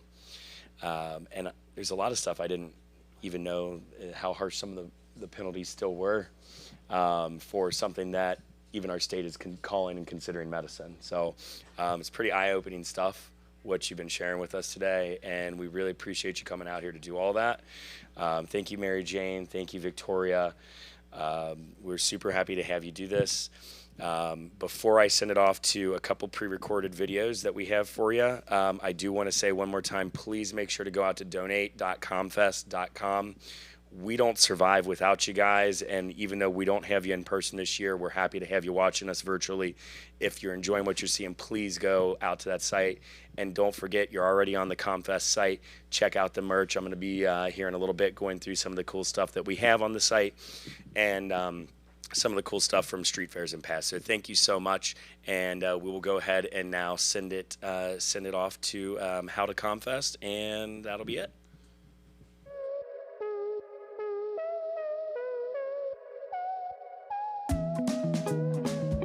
So I'm sure you saw ComFest last year, and it was just virtual ComFest. But this year we have virtual ComFest and ComFest Live. If you want to join ComFest, I'm sure you're thinking, so I just do what exactly? You go to the website, you go to ComFest.com, and you'll see a link that'll take you to YouTube to watch ComFest.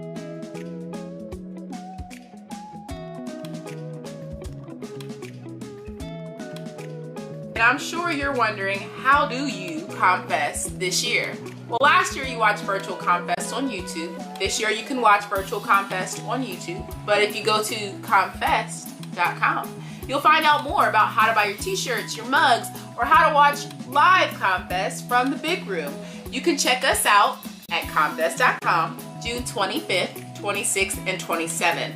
If you check us out there, you'll see how to check up on your favorite artists, how to support your local community, how all of the grants money is spent from ComFest when you guys purchase things like mugs and t-shirts. Learn more at ComFest.com on how you can participate in ComFest this year from your phones, from your laptops, or your local watch parties. And I hope to see you guys again on June 25th, 26th, and 27th at ComFest.com. So you're probably wondering, if you're at home, exactly what you do, right? Because if you're doing ComFest, you should be doing it with your friends, typically at the park. Maybe you want to buy a t-shirt, or maybe you want to grab a mug. And to do all that and watch, you can go to ComFest.com and watch us. We'll have the top link right there to take you to YouTube. But if you want to grab a t-shirt or mug, you might want to go there sooner. Go a little bit early so you can have it delivered the weekend of the party, so you can party with your friends and wear your merch and use your cups. You can go to our watch parties, check out our street fair vendors, see all your favorite musicians, workshop artists, and more at ComFest.com on June 25th, 26th, and 27th.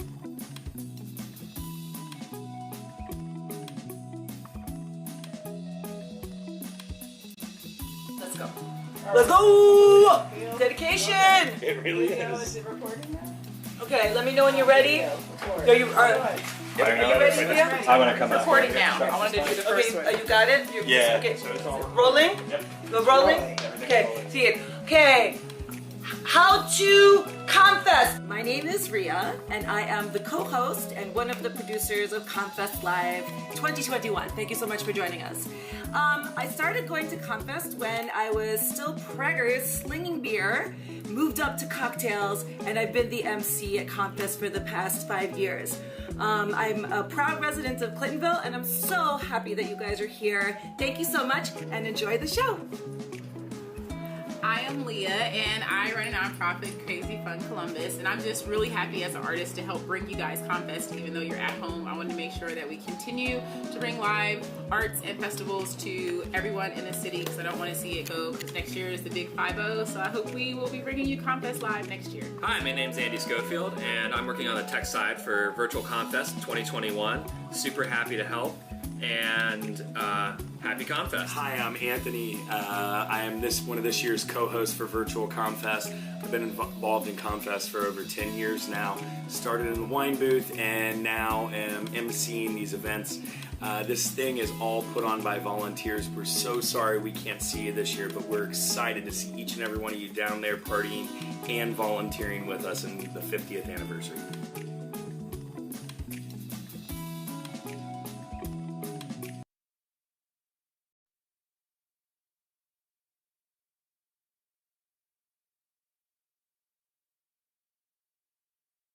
Move it, boy.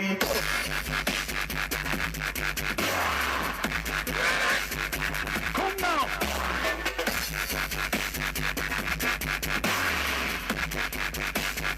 The beat kicks to that, start rocking.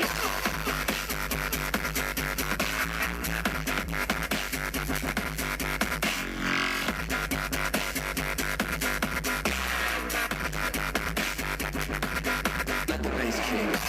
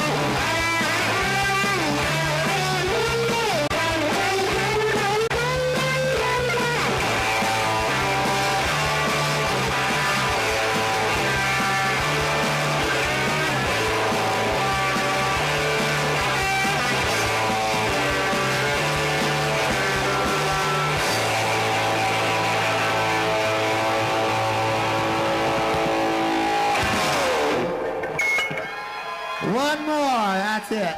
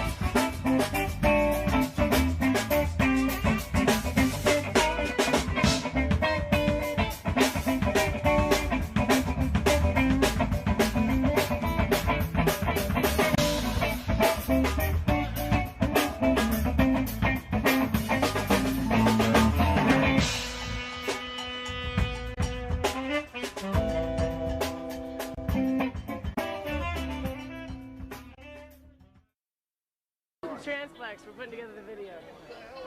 You've been here since 1972? Close. Wow. That's really great. Can we get you to just state your name and what Roger. Roger's tie-dye. Roger's tie-dye. All right. Got it. This is a colorful place, too. Wait a minute, I think Jim might like. You know any jokes? I think we already got it. I'm spontaneous. Okay. Thought I'd ask. 3, 4. Saw your name on the interstate. I was too tired to blame you for smoky moments, sad shrugs, and burning down at the stake. It's how you feel on mid-March mornings, stowing away on your own. Radio calling down some song, and it's better than making it home. And if I tried to make amends, I'd be kicking stones. You're staying safe so far away, and I'm frozen on my toes. Fade away, but I'll forget you not. Fade away, will you forget me?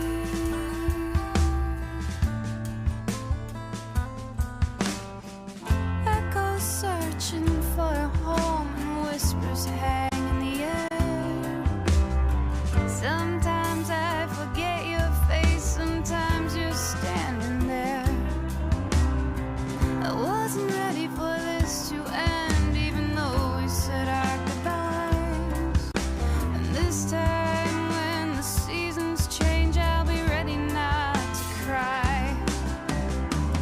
Catching up with killing time, I never thought it could bend to something so much like perfection, and I'm holding it in my hand. I watch it fade away, but I'll forget you not, and you will fade away. Will you forget me? Fade away, but I'll forget you not, and you will fade away. Will you forget me? Will you forget me?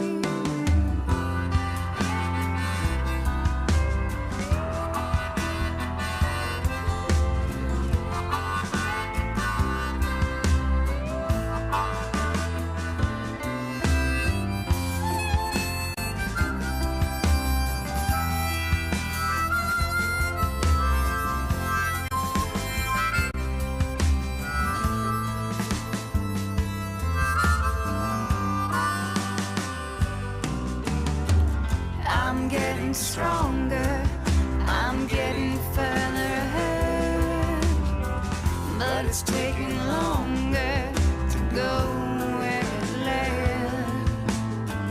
I'm getting stronger, I'm getting further ahead, but it's taking longer to go where it led to go. Fade away, but I'll forget you not, and you will fade away. Will you forget me? Fade away, but I'll forget you not, and you will fade away. Will you forget me? Will you forget me?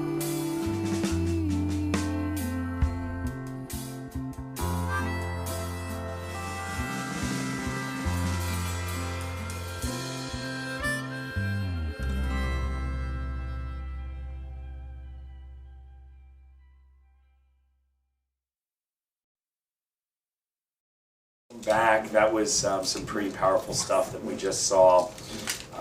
We have a lot of great ComFest volunteers and longtime attendees that we've lost along the way, and it was really nice for us to take that moment.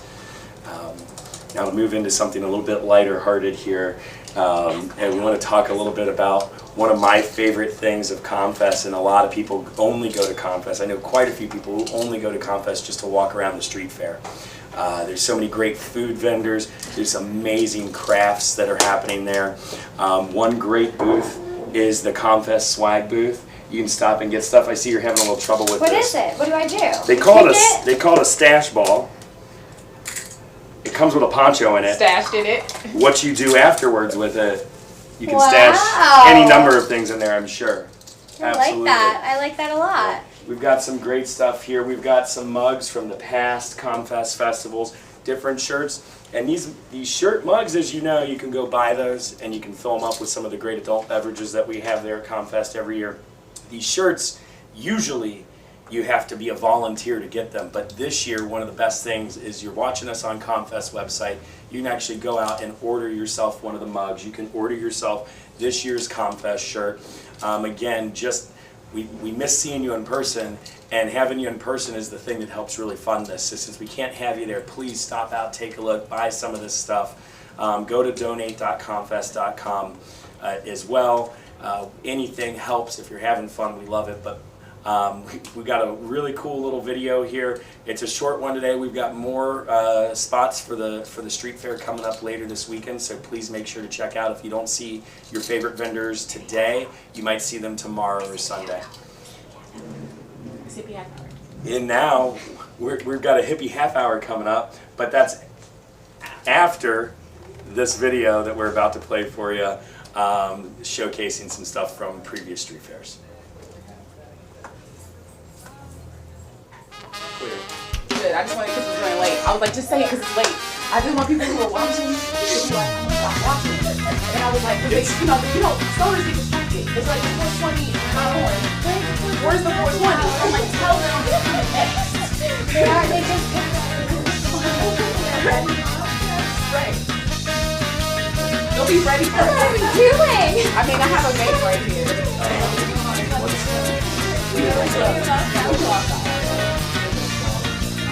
I could have been the president, but instead I had to inhale. I could have hung with the big dogs, then I got on my view and I fell. So what did that way? But instead my leverage fell. Non-partisan Congress, but the hard is That's not even... Let's go!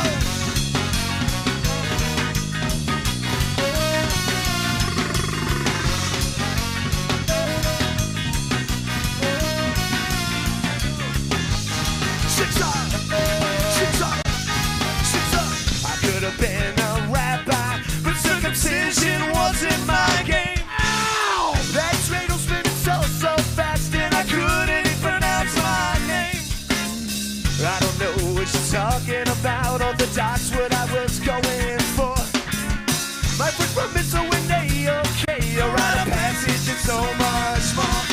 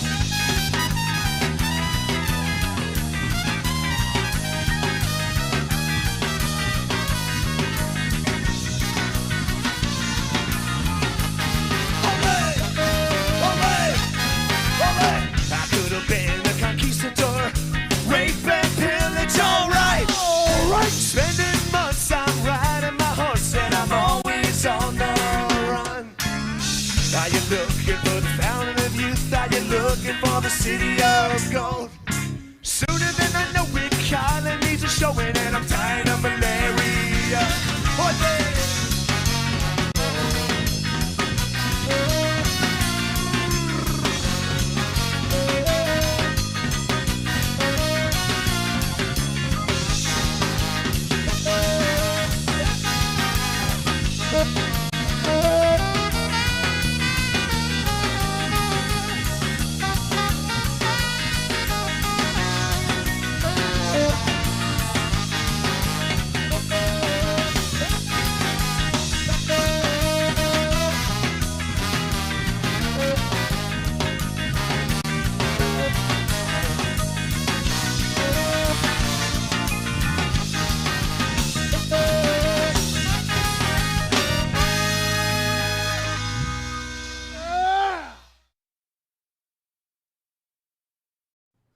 Hi, I am Leah Lambert, and we are going to be joining you live from the Big Room on June 25th, that's Friday, for Hippie Half Hour. And we'll be talking about cannabis in our community and how it has grown in Columbus. I know that sounds so funny, grown in Columbus. It's actually grown in Ohio, right? Ohio. Yes. Grown in Ohio. So today is actually Juneteenth, not June 27th. And we all kind of gathered here from our Juneteenth places to sit and talk about healing and how cannabis is healing our community. And we want to discuss how cannabis can heal you. If you have questions about how to do that legally, I'm sure we all do. Things have changed. We can actually partake in cannabis legally in Ohio now. I do.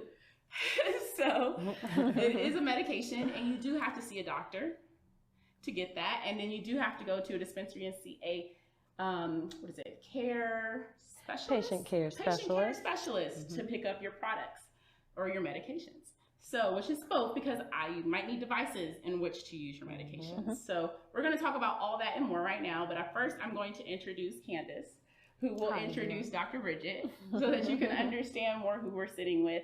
I am just a patient who is bringing these ladies to you to tell you a little more.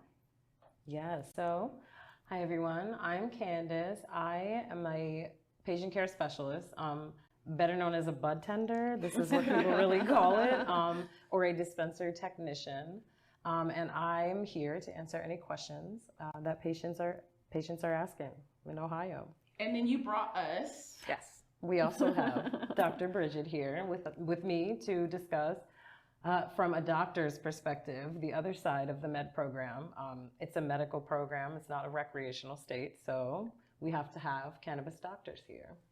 So Dr. Bridget, can you tell us more about what you do? Sure. So my name is Dr. Bridget Williams. I am traditionally a family physician for nearly 20 years, most of the time spent at the Cleveland Clinic. And I grew frustrated probably a little bit too early on with the lack of focus, I believe, on the patient, and my patients were frustrated as well. For every patient and every diagnosis, there's a pill. You don't like a pill, you get another pill, right? Or a side effect. Or a side effect to go along with it, right? And a patient literally about 15 years ago started mentioning cannabis to me. And I'm a Reagan kid. Okay. And so, You're like, Nancy said no. Nancy said no. And, there was the egg frying in the pan. This is your, right. Oh this is your brain. In college, you were like, let me do the egg test. And you were like, Nancy was right. Have all the mercy. but maybe you didn't have the right eggs in the right pan. Exactly. Right? So, so I had a patient bring it up. She, breast cancer survivor, just diagnosed diabetic, extreme stress, family, everything that could go crazy was going crazy. Wow. She mentions cannabis. Like I said, I'm a Reagan kid, so I'm like, well, I don't know about that. But it was a time where I was getting a lot of requests for holistic options. Cinnamon for diabetes and turmeric and all these things. And so I would always look things up and give them my medical opinion because people wanted to feel safe, but they wanted to know opinions, right? Well, I mean, I can't just start taking cinnamon and turmeric and stop taking the pill you told me to take. There tomorrow. It is. But people do. Yes. So it's, it's an opportunity to discuss it. And so when this one patient mentioned cannabis, I was like, oh, okay, I'll look it up, thinking there's nothing there. Wow. Blown away by, this is even 15 years ago, the information and the research and what was going on in other countries. And this was something that was never even brought to my attention. And so I said, okay, there's only so much I could really do at that time, right? But I followed her in her journey. I was researching like crazy. I was helping her with titration and scheduling, and she was losing weight. She was sleeping better. Her blood sugars were getting better. And so I was definitely hooked at that point, right? And so fast forward 15 years, we're in, Ohio creates a program. And I got a job with a card company that said you don't need to know anything, fast money, and I was like, no. Like, get rich quick scheme. Right? You're like, hold Also, on. it's green. It's like, Yeah, something I need a doesn't few feel more right. details, just a couple more. Yeah. who is my boss? Yeah, it did not feel right. So I got got certified as a cannabis educator, as well as being certified to, recommend cannabis. And I also realized what was really important during that period of time was the time I spent getting to know those patients. And so I became a life coach as well, and I opened my own offices. So how do you tell me what products would you try me now? We got Banano. What So else? yeah, for people who aren't trying to vape or they don't want smoke, my first go-to is tincture edibles because it's like the easiest, it's discreet. It doesn't, if you have kids around, you have to obviously put it away, but they're child-proof, the packages. Yeah, they are hard to get open sometimes. They're adult-proof, okay? Because most time I can't get it tell though. people take it out and put it in something else because you can't even get it. I definitely do that. And there's definitely some little sweet old patients that come in and they have been like, how the hell do you open this thing? Yeah. Like, can you, and it's crazy because like, we can't even open them for people. Yeah. They have to just No, we've had suffer people until show they- up at the office. Like, But how? that is the essence of child-proof packaging. It's good for them. It is difficult for adults. And that's the point. But I think it's good because if you have kids in your home, it's proof. If you don't, then you can go ahead and open it, put it in something kids else. can manage. I think it's the adults. I think the kids will open it before we they're will. like, But yeah, right? They're like, here, mom. No, but for real, it's so edibles, and we have like your question before, the like methods that people wouldn't even assume. Like we have infused sodas, so root beers, ginger ales, like Gatorades, water, like the Keef lemonade. It's like the water, the Keef. It's like a hybrid. It's the strawberry lemonade. It's like a water, like a fruit water. Those You are ever my had two those? favorites. But the amazing. water, like there's a CBD water that is just water, and I know that we should I haven't talk tried about that actually, one. CBD, because some people can't always take THC. Right. Agreed. Right. Okay, so there's options outside of THC. Right. Which So is, a lot. multiple strains. Yeah. Well, they're different cannabinoids, right? And so first of all, where can they learn about all of the things? And then can you give us a brief overview Sure. and understanding of it? Maybe? Sure. So first of all, there's CBD that you can buy over the counter that is coming from industrial hemp, right? And then the products that you're getting from a dispensary are coming from cannabis plants. At the end of the day, not a huge difference out of political standards that make a difference, but what you're going to get is anything that's over the counter that is CBD based from industrial hemp will have less than 0.3% THC. Okay, so you'll have a very minimal, if you don't like THC or think you're going to have a reaction and you don't want to be high, quote unquote, per se, that is the product that you're describing. Right. You can get it with less than 0.3% THC or no THC. And now there's THC and THCA. Which is just the acid form that's where you start from and then you activate it. Okay. So there's different versions of this, and we can learn all about this if we go to somewhere for you, I think. Right. So your classes, your clinics. Right. So there's a couple different, I'm doing talks all the time. If you're one of our patients, we Where have... can we find your practice? Okay, so... Because I feel like we could learn more. Yes, absolutely. Yeah, so some people just get their prescriptions from their doctor and do their appointments, but some people really want to learn. Right, and so we have, when you're one of our patients, we do free follow-ups because I want you to do well, right? And so, so we make that a part of what we do. We have education that goes along with that. But let's say you want to be at home. Well, you could do that on Zoom as well. But I'm a part of Cannabis Hub, which is an online education platform, which has little short bite-sized videos, so you're not sitting for hours. So TikTok for stoners. A little bit. But yeah. And then that's powered by the Cleveland School of Cannabis, which is also, how I know Candace. Right, and that's what I was going to say, because Candace, you're actually outside of your job. You're very active. So, where would we learn more? Because I know that's one of the things we talked about. I was like, hey, this RSO thing, I'm so confused. Right. There's this little lady from the Philippines doing a YouTube video, and it's like the only thing I can find on RSO that's on YouTube. I'm like, please explain. That's weird. Oh my God. So patients, definitely with deep pains and cancer patients of different kinds come in, and we have RSO in syringes, or you can get it in capsules. But so the syringes now, I have patients who have even seizures. They use it in their gums like a tincture. They just put it in the back and rub it in to make sure like you're rubbing it all in. And but you got they into say this that's 'cause it working. was your passion. Yes. That's what you see. Like, every time you talk about patients, you just said like my elderly patients. I love my them. Patients. You keep talking about your patients love like them. you're the doctor over I know. there. Like I just love that they come in So, and know like, what so brought people you can to request me. Like people come in and request what brought you if they to all this? It had to be brought. something. Oh, that's a long one.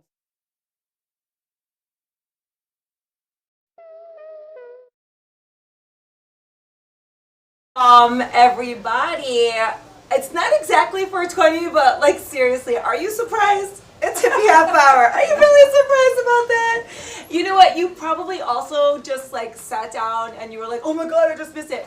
No, you're right on time, baby. That's why we're here. Thank you so much for joining us here at ComFest Live 2021. This is our hippie half hour, and we are going to talk about some very important topics that matter to any human, regardless of whether they identify as a hippie or not. Of course, we use this a tongue-in-cheek and jest. So, what I want to do first here to do is to help us understand that this is going to be a conversation on cannabis. And when we say a conversation on cannabis, it could be so many different things. How it impacts you personally, in terms of one of the things that we were talking about earlier with Mary Jane Borden, who was earlier doing a workshop here. We were talking about the legalities of that first round that happened here in Ohio and why it didn't end up passing in terms of recreational. We were just talking about those things. That's part of it. We can talk about, like we're going to talk about here, with what it's like to have a livelihood around that and some of the joys and the challenges.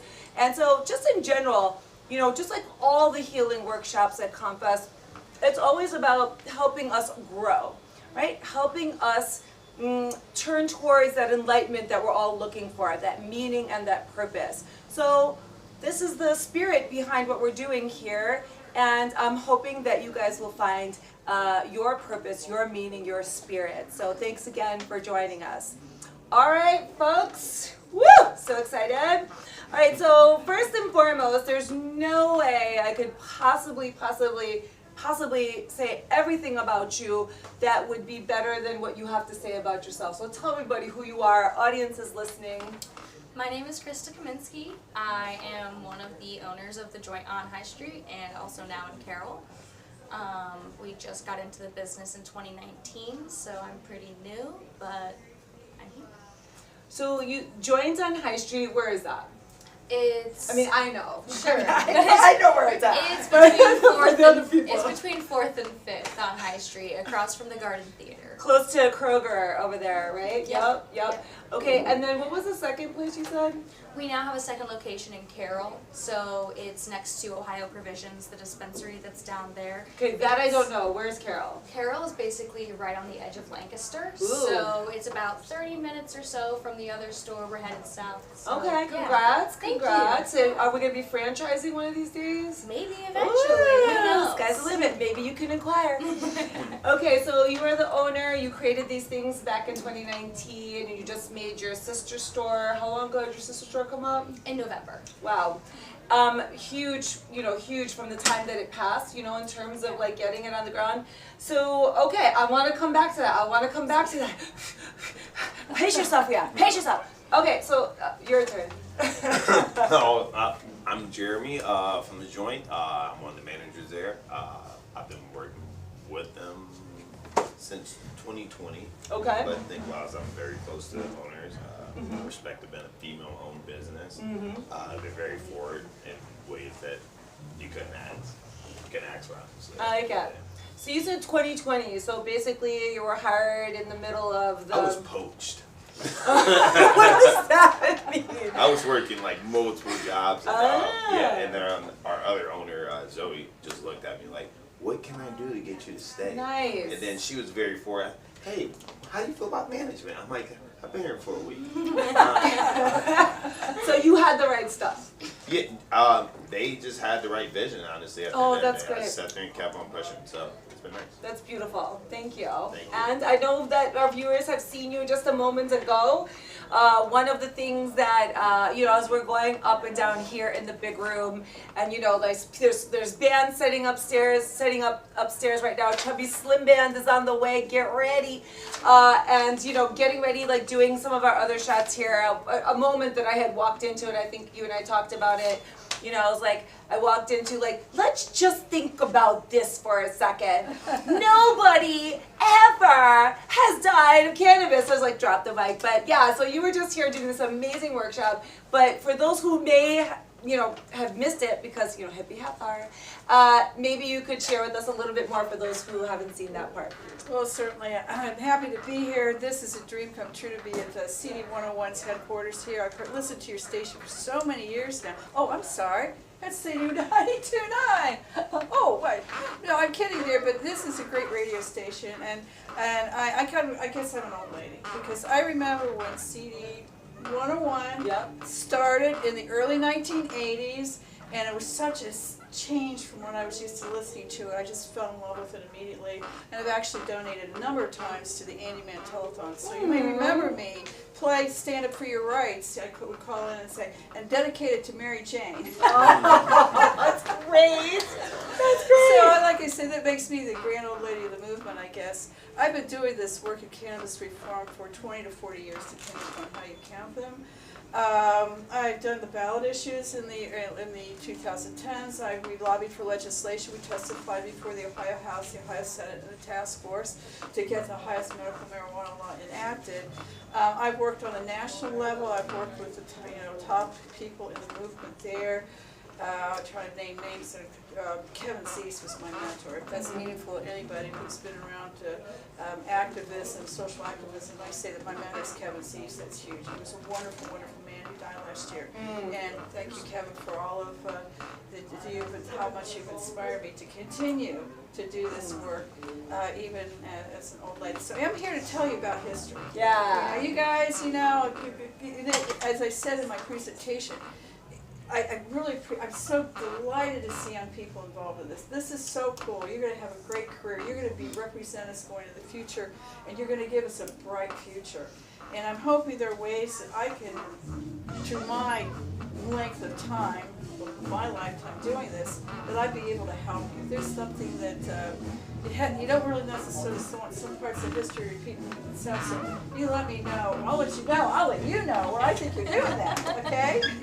Guys, this is such a ComFest moment right now. This is exactly what ComFest is all about. When people get together and they start having conversations and that growth from that, I literally have chills. Oh my God. Okay, we're on to business. All right, so where do you think Columbus stands in terms of progress on, cannabis and the cannabis culture? We'll start with you, and then everybody else gets a chance to be first. So we're going to start with you. Be as unpolitically correct as possible, because it's definitely where I'm at in life. But I think I haven't sat there and seen, in a sense of where, me growing up in general, if I seen someone on the corner sitting there smoking a joint, which you should not be doing, due to medical reasons or whatnot, instantly, you'll be running if you see a cop or whatnot, or cops would do all the extra. And I haven't seen, it been that smooth of a situation. I lived in Florida for a little bit, and where it's you're not about to just freely do whatever you want. I'm not in a disrespectful sense or anything like that. If I was to be on the corner and have something in my hand, they're not about to look, we actually have better things to do. So Columbus is where I said that, saying that, hey, maybe not everybody's all bad, and maybe things can change a little bit for the better. But is there stuff that's still going on? Yeah, but that's on an underlying mind, parts that maybe I don't understand, or maybe I'm not seeing. So I can't speak for all of Columbus, but the parts that I've been in, I'm noticing the change. I see something for the better. It's easy to see the positive parts if you can't ignore all the negative. But think about it, you have to recognize that and sit there and see, hey, has it gotten better? I haven't been slapped with a billy club or something random. So I'll say, they're on the up and up for sure. It's interesting, that's this concept of selective attention. Yes. Right? So sometimes it's important to look at those things and to address them, but it's also important to also see the things that are going in the right direction. Exactly. Absolutely. That's amazing. Okay, same question. Where do you think Columbus is going in terms of, the cannabis culture? Where I think it's going? I think we're headed in a good direction. I think that medical was a really good breakthrough for Ohio, but at the same time, working with people on an individual level, like as in customer service, I don't feel like the individual person has actually benefited enough from what has happened, I guess. Okay. Like, medical is not really opened up to enough people. Okay. Can you elaborate on that? Yeah, absolutely. I think there are a lot of people that I see in my shop all the time that I think should have every right to be doing whatever they please with their cannabis, but at the same time, it's they can't check a box. Yeah, they can't check a box, Yep. and so there's just no getting around it. They're going to be doing something illegal, and possibly reap the consequences of that. Right. So there's still a lot of room. Right, and I know you and I talked about this ahead of time, and that is an absolute truth. So thank you for sharing that. So as a self-proclaimed, been around for a while, seen it all, etc., what's your vision? Well, that's the nice thing, or the bad thing, really, about being at this as long as I have, because I remember when it was so illegal. And I want to remind everyone that everything you're doing is illegal. Under federal law. Yes. And the federal law, it would have, something like the first time you're arrested for cannabis under federal law, it's like $1,000 fine and there's prison time. Second time, it's like $250, something like that. I can't get that number right for some reason. I don't know why that is. It's What's the number? What's the number? Right? All right. So anyway, what I'm trying to make is that we're still, federal law still prevails. We're sitting right here, federal law is still part of this.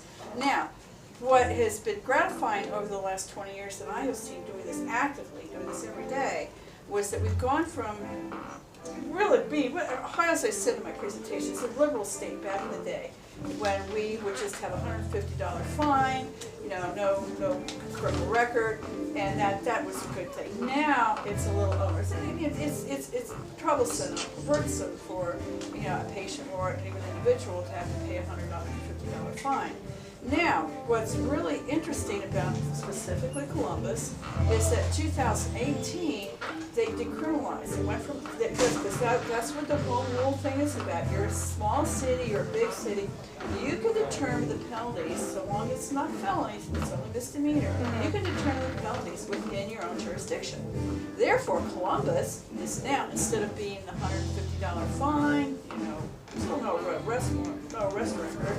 Now, if you're caught with, let's say, 100 grams of what's basically 3 ounces, 3 ounces, it's a $10 fine. $10? $10 fine. Wow. If you're caught with 6 ounces, what is it? A $20 fine. That is progress. Don't you think? Now that's progress. Yeah. Now, I don't think there should be a fine. I think that it should be, unless you're trucking it off your property. I think isn't that just a token thing? Like, okay, pay $10, pay $20. We don't say you get off scot-free. For the people who might be like, oh no, scot-free, it's just. But if you got a beer, and remember, it was Prohibition when beer was very illegal. But if you have a beer, you don't get a $10 fine. You can't drink a beer in the streets though. No, I'm not but saying. But now you can though. So they just changed it. The restaurants maybe can you're now give us right. booze. Yes, Yeah, you're that right on changed that. too. Okay, analogy works. All right. Okay, so we talked a little bit too about how ComFest is all about, gathering people together and just that moment that came about, like you guys, like the future, like you were talking about, how can I help you and all that stuff. One of the things that we also talked about was that idea of enlightenment. So this notion is, people have this notion when we talk to each other, they're just exchanging ideas. It's more than that. When people talk and exchange ideas, new ideas come from that. So in terms of having a conversation with our audience and how you would like to enlighten them, maybe you could tell me, when it comes to enlightening others on cannabis culture, what would you like people to know? Not everybody's just trying to get high. You gotta medicate. And it's proven time and time again to be something that can actually help. And I don't see people stopping other things like this that maybe could be legalized. So I mean, for fuck's sake, mushrooms just being legal in like California. Like, can we just accept it at least as a medical, like altogether, and just move on? Because not everyone's just trying to get high. Like, people need it to be better. And just for everyone who's listening, she said for fart's sake, just so you know, Yes, that's what, farts. because that's what she said. But you're right. So, you know, it's just, you know, we see it time and time again, like all these pharmaceuticals, all this other stuff, and like this is the one. And is that how you decided, I mean, to just like go ahead and open your own store? And because the joint is pretty successful. Yeah, and I will say the joint actually existed for 20 years before we got into it. We bought it as a business, so it was already existing. Oh. But we've made small but really impactful changes to it, and I mean, just being female owned has totally changed the vibe as soon as you walk in. So, like, I don't know, I just think we're doing good so far. You know? Yeah. So, but before they weren't able to actually sell cannabis, right? Right. So then so how did that happen? Like, you just inherited this great thing with all the stuff, and that's amazing. Tell me. Well, the previous owner, he had some other things going on business-wise. He was opening up different types of businesses, and like this just wasn't one of the things that he was really interested in. And he saw two women that really were interested in it, and so it came time for him to want to let go, and he decided to ask us first, and we happily accepted. So, Dude, that's dream come true. hot. Like, Dream just come true. stepping Yep. into that power vacuum. That's amazing. Absolutely. So let's just quick little divert. Yeah. Enlightenment in terms of just like charging forward with this opportunity. Yeah. I know it's a little bit off topic, but I think it's important. What do you think about that? Like, telling women, men, kittens, whoever, you know, about stepping into that moment. What do you think about that? I think don't decline offers just because you're scared. Like, I have never been so scared in my life. I've never done anything like this. I didn't graduate college. I went for 3 years and like decided to work at a smoke shop, and then was given that opportunity. And like, not everyone's going to get that exact opportunity, but I just think like crazy things are thrown at people all the time, and they don't do it because they're too hesitant. And I just think, especially when it comes to things like this, especially with how cannabis is going and moving forward, do it. Just jump in, just do it. Worst thing that can happen is you fail. And I mean, I'm 26. If I fail now, I've still got forever. So it's fine. Congrats. Yeah, it's gonna be okay. But if I did, it would be okay. That's awesome. Yeah. That's awesome. Yeah. Did you want to also piggyback on the enlightenment around this topic? Man, honestly, realistically, the most things I can do for you right now with enlightenment is how you can consume your medicine. Honestly, that's why I want to hear more about that. It's like, you don't always, like she said, not everyone's trying to get high. It's like, that's an ability that we have at the store, because we're not a cannabis store.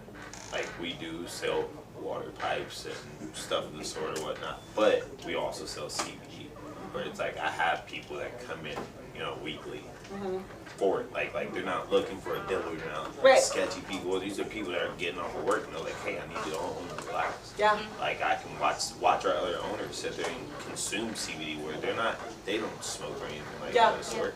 But the thing about show consuming, hey, I do feel better. You know, like I actively watching it happen. You know, and like I literally see it every day. I see people that are, hey, I can't really smoke or do that anymore because it makes me feel this, but we don't need THC or whatnot to sit there and do it. Hey, try the CBD. We have it in a cigar form for you. You know, take that. There's no tobacco whatsoever involved in that. People that don't want to smoke cigarettes. CBD, but like they're like literally like, or we have people. It's so funny because people think like, oh, well, I can't get high. So what's the point of there? You can medicate, man. You can go home and like grab you some CBD and sit there and smoke. Yeah, go to sleep. Get some sleep. Something that matters, man. It just matters to be relaxed. Or if you have like little sudden pains or whatnot, like I'm not going to sit there and say it fixes everything, but There are Right. so many things that they pump into you. And I'll never sit there and speak on it because I've sit there and watched, you know, certain medicines that aren't cannabis, whatnot, whatsoever. And those things kill people. That, you know, like, and I say that, like, because I've dealt with the situation. Yep. But come into the joint, man. You know, like, it's a magical experience. Like, you don't understand anything. I want to sit there and let you touch these things. Talk to them like that. That's what it's about. Sitting and be able to show you how you can educate. Like, you need to know these things. Like, hey, you need to vape your marijuana because that's what they sit there and say. Hey, we have hundreds of ways for you to sit there and do that. It's like we're people that actually try these things. We take it above and beyond. Like, you know, we really try to like keep real cannabis. The thing, it's great. It's cheap too. It's not bad. You know, like, but yeah, generally that's what I can do. I feel like honestly. 100% clear as to why you're approached. 100%. Right? 100%. 100%. My partner likes to say he could sell shoes to a person with no feet. But you know what? He would try that experience just like you're doing. That's amazing. Okay, so wait, where is the joint again? Like address, phone number, website. 1186 North High Street. We're across from the Garden Theater and Brewdog Tap Room. 614-298-1394. Right next to Tac Lux. Great Oh, place. Tac Lux, beautiful, Black beautiful owned, place. family owned. Okay. Yes. Vintage clothing shop just popped up. It's fantastic. Okay, awesome. Okay, so Mary Jane, of course, you know, you just recently got done with the workshop with Enlightenment. Maybe something that you didn't say there that after speaking here is something else you want to share that maybe came up. Like we talked about ideas. Well, first of all, I want to say here's another reason it's so gratifying to have the historical perspective on this, because over the 20 years when I started doing this, 40 years ago, 20 years ago, whatever, how you count it, a CBD shop. Yeah. You know, yeah. You smoking there? And it's marijuana? That's what? great. That's great. So it's a great moment for you. The great other thing is this young woman here, 26? Yes. Are you kidding me? 26? Come on. You started then too. Yeah. So I'm just so saying it's so wonderful. Right. It's not only wonderful to see cannabis being sold and used, and medicinally particularly, like we're talking here, but to see young women take over and be the leaders in doing this. So from alpha to omega, or omega to alpha, we did it. Thank you everyone so much for joining us for Friday's installment of Hippie Half Hour. We'll be back here tomorrow with just as fascinating information, conversations, and whatnot. Join us, and I'm about to kick it off to the Chubby Slim Band up there. Little known fact, I found them in a basement speakeasy, and I may or may not have been using an office chair to go back and forth all over the basement floor. Happy ComFest! Thanks, you guys. Thank you. Thank you so much. Real quick, remember,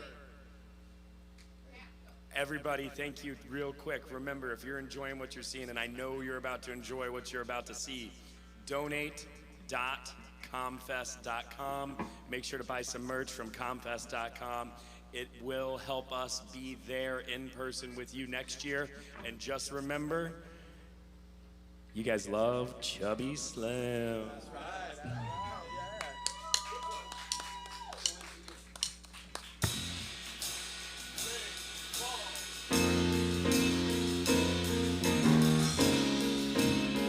How y'all doing?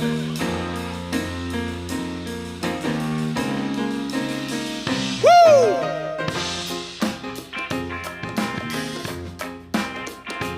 When you walked into the room, there was voodoo in the vibes. I was captured by your style, but I could not get you right. Now I stand here helplessly, hoping you get into me. I am so into you, I can't think of nothing else. I am so into you, baby, I can't think of nothing else. Thinking how it's gonna be whenever I get you next to me. Gonna be good, don't you know? Head to toe. Gonna love you all over, over and over. Me into you, you into me, me into you. I'm so into you. Things you do. Listen, baby, you're driving me crazy.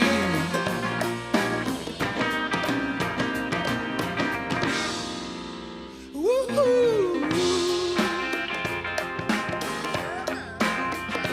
When you walk into the room, there was voodoo in the vibe.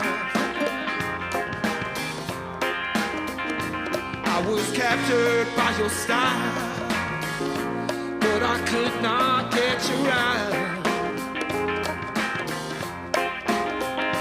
Come on, baby, I'm so into you. Things you do. Listen, baby, you're driving me crazy.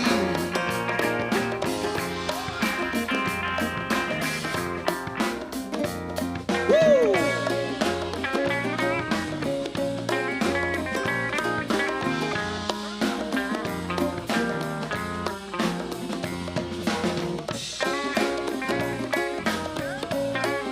I'm so into you. Brett Tucker, y'all. I'm so into you. Things you do. Listen, baby, you're driving me crazy.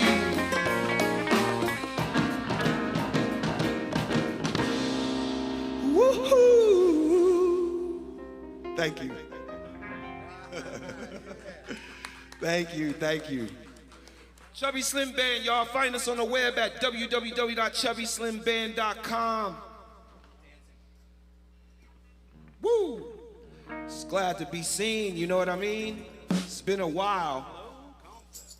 Hello.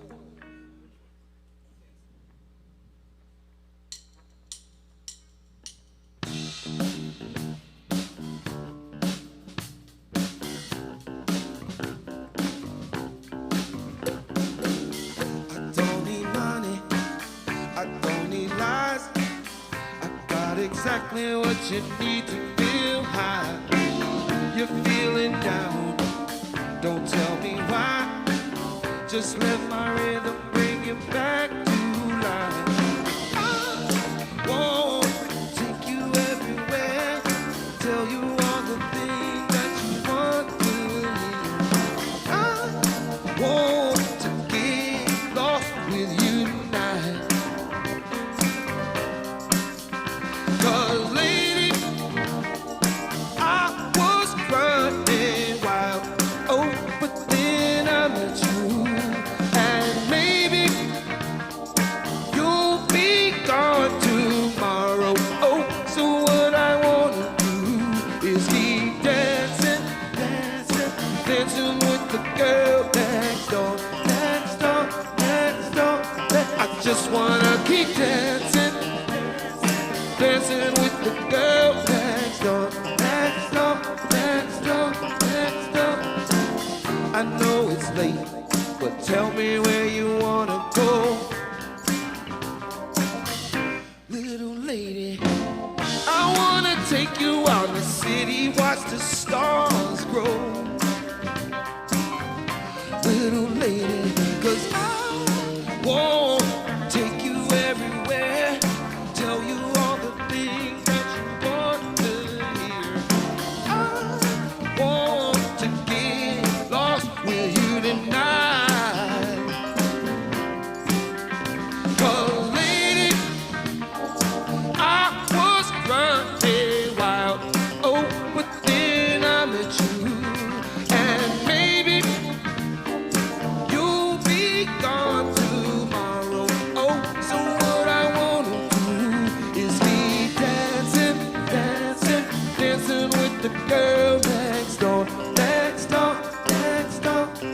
just wanna keep dancing, dancing, dancing with the girl next door, next door, next door, next door. We got a sweet light, spotlight shining down on us. We got a sweet light, spotlight shining down on us. We got a sweet light, spotlight shining down on us. We got a sweet light, spotlight shining down on us.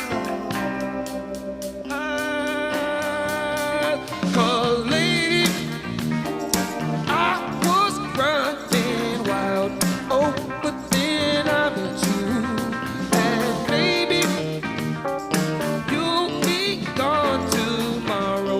Oh, so what I wanna do is keep dancing, dancing, dancing with the girl next door, next door, next door. I just wanna keep dancing, dancing with the girl next door. I just wanna keep dancing, dancing with the girl next door, next door, next door, next door.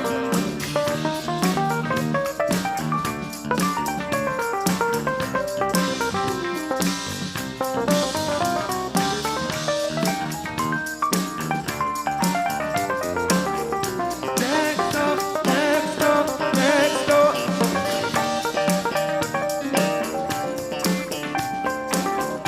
Next door, next door, next door.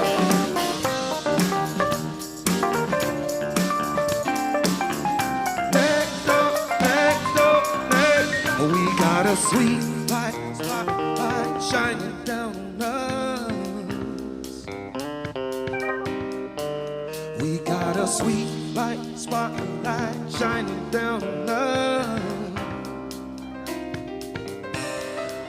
We got a sweet light, spotlight shining down on us. We got a sweet light, spotlight shining down on us. Thank you. Thank you. Thank you very much.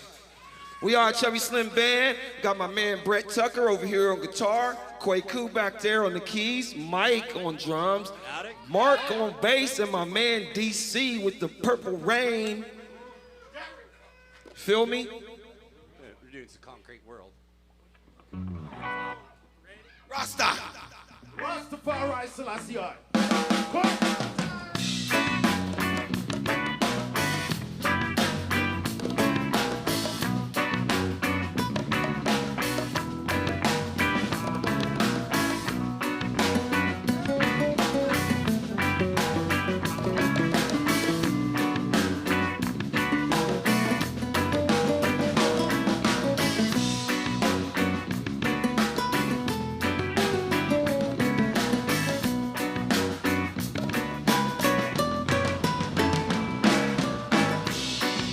This world is crazy.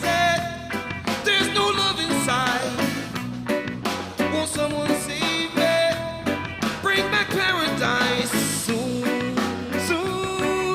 The hate, the lust, the grudge, you to think I got tune makes me lose my mind. Concrete world, concrete boys and girls, concrete world. Everywhere that we turn, it's concrete, concrete, concrete, concrete, concrete, concrete. What happened to the roots and the culture? We disagree, just a vulture. We make it move like a vulture. We put the faith in all the concrete sculpture. Yes, the concrete mass, concrete world with the concrete heart. You don't see your mother in a year and a half. You're more concerned with the man in the class. Don't take God out of class. Boss gone wrong, women gone to Mars. You ain't gonna put baby in a man ass. Don't make concrete cover up the green grass. Well, concrete boys and girls,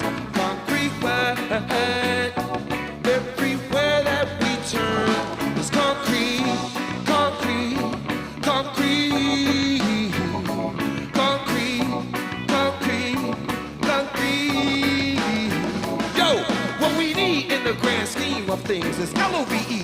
Nothing compares when love is shared.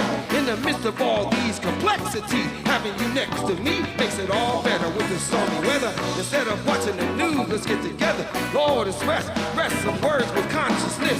Despite the trials of life, never forget, a child of God is blessed beyond the flesh. Yo, we continue to see on TV, got us deep rooted into it with soul music not included. Fear all up in our ears makes it seem like we're going through it, even if we're feeling good like we should. I wish I never met a negative vibe. Put a tear right here in my baby girl's eyes, watching the sky cry while the clouds are forming. Batakwa!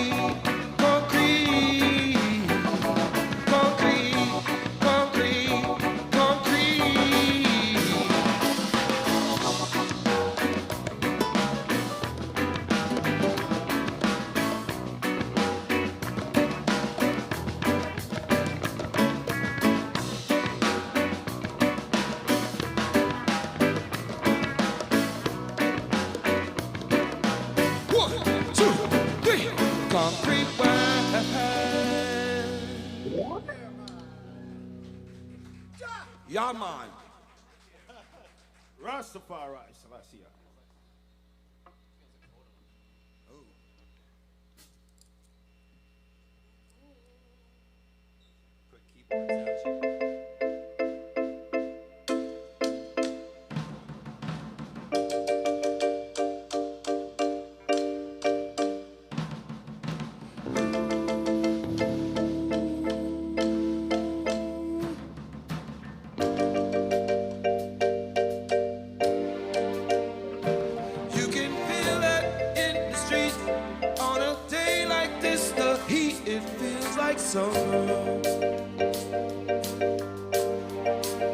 I feel like summer.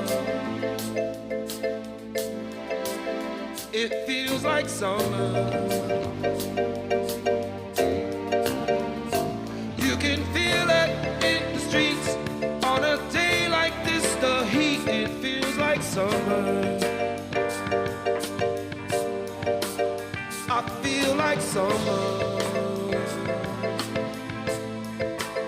It feels like summer.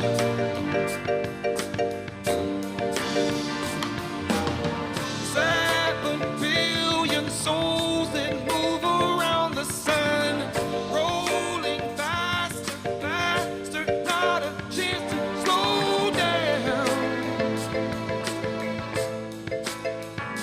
Slow down.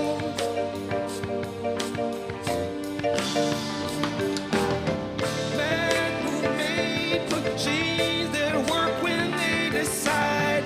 Parents try to tell the children, please slow down.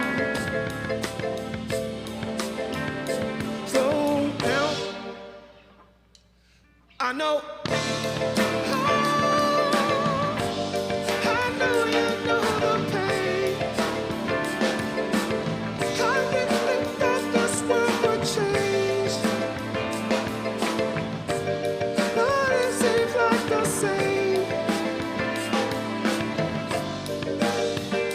I know.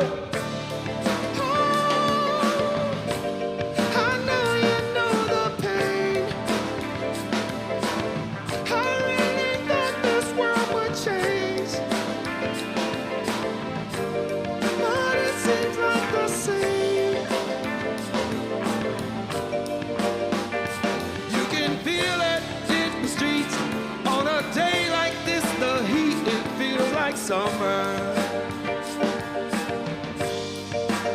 I feel like summer. It feels like summer.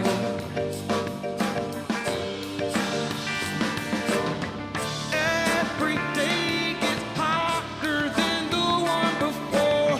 Running out of water, it's about to go down.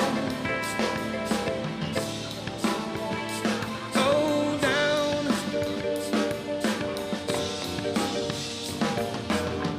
Air that kills the bees that we depend upon. Birds were made for singing, waking up to no sound. No sound. I know.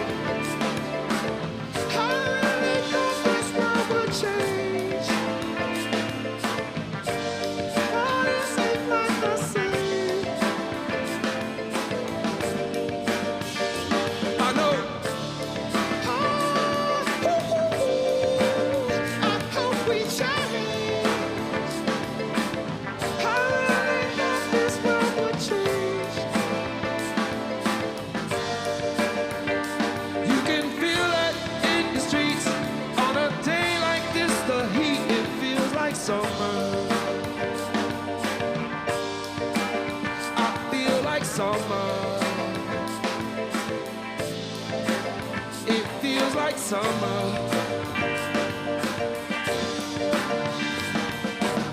7 billion souls that move around the sun, rolling faster, faster, not a chance to slow down. Slow down. I know.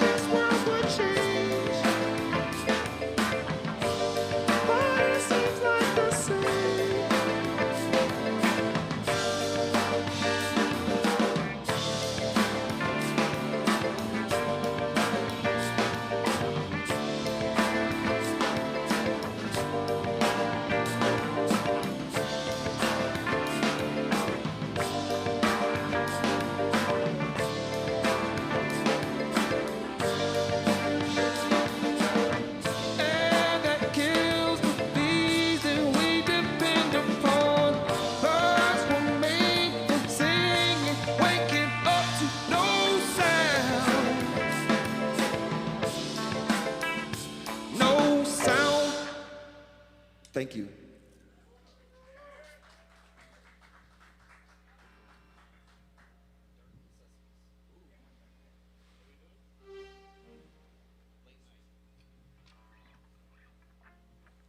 Thank you. Thank you very much.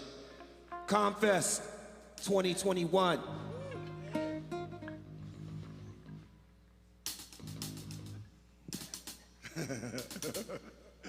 I think we're ready for this.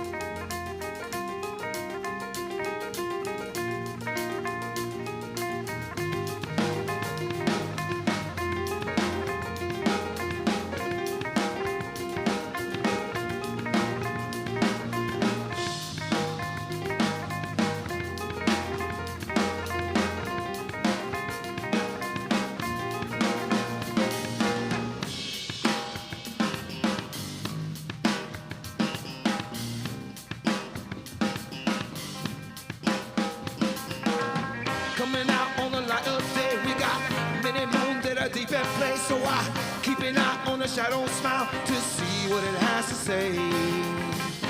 You and I both know everything must go away. What can I say? Spinning off headers on my heart. It's like a bit of light and a touch of darkness. Like a sneak attack from the zodiac, but I see a fire spark. Take the breeze and go, blow by blow and go away. What can I say? Yeah! You don't know my mind, you don't know my kind. Dark necessities are part of my design. Tell the world that I'm falling from the sky. Dark necessities are part of my design.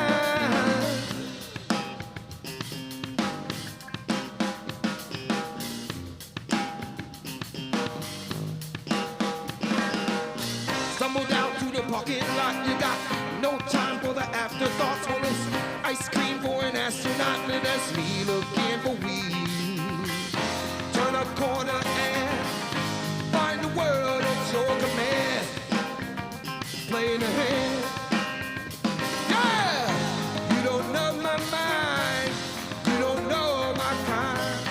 Dark necessities are part of my design. Tell the world that I'm falling from the sky. Dark necessities are part of my design.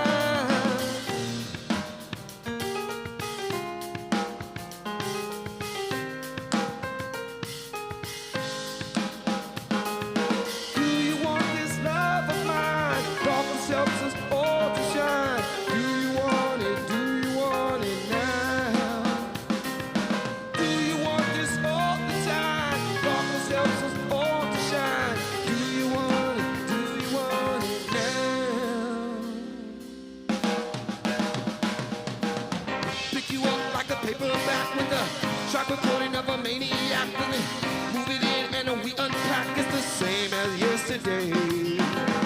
Any way we roll, everything must go away. What can I say? Yeah! You don't know my mind, you don't know my kind. Dark necessities are part of my design. Tell the world that I'm falling from the sky. Dark necessities are part of my design.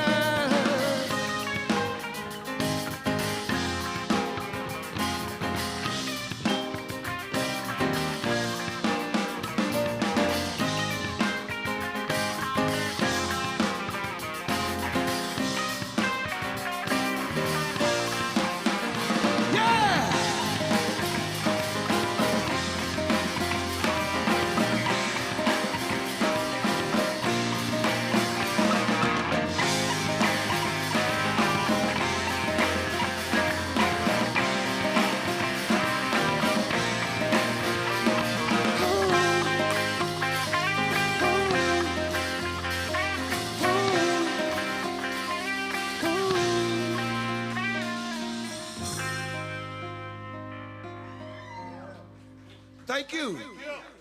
Thank you. Who's that? Oh, hi, Mom. Who's that? My bodyguard out there? Check. 1, 2.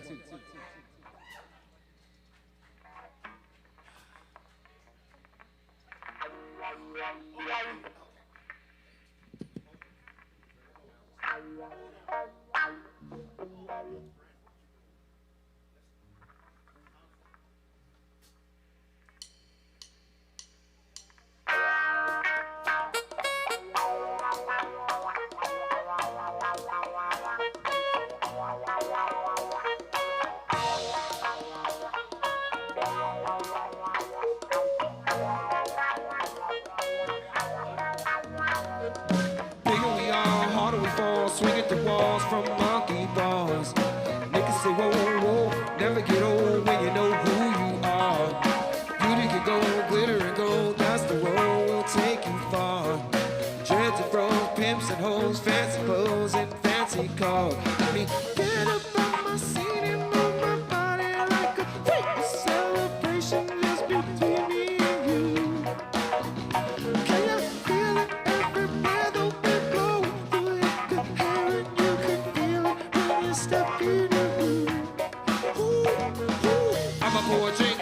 might drive.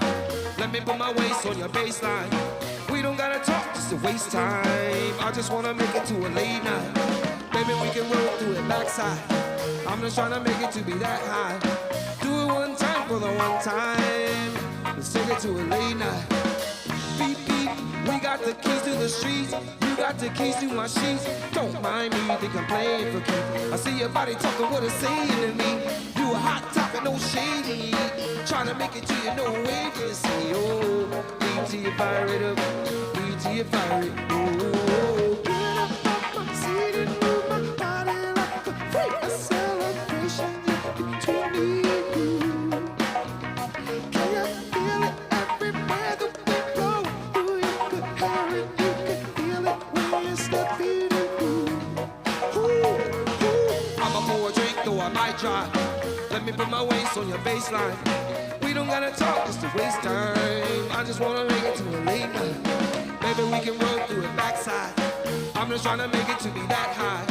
Do it one time for the one time. Let's take it to a late night. Chubby Slim, y'all. Rolexes and diamonds. Where my gangsters at? Where my dimes at?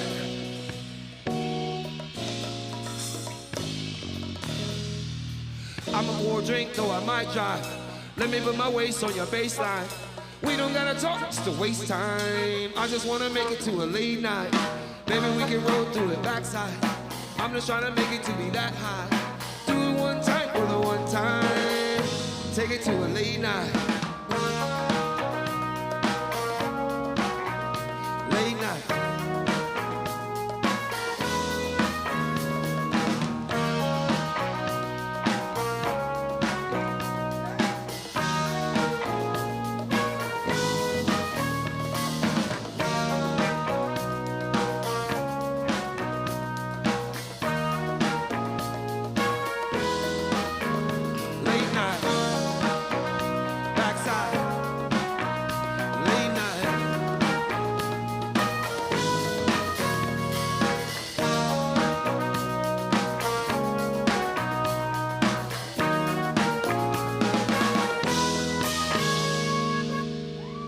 Thank you.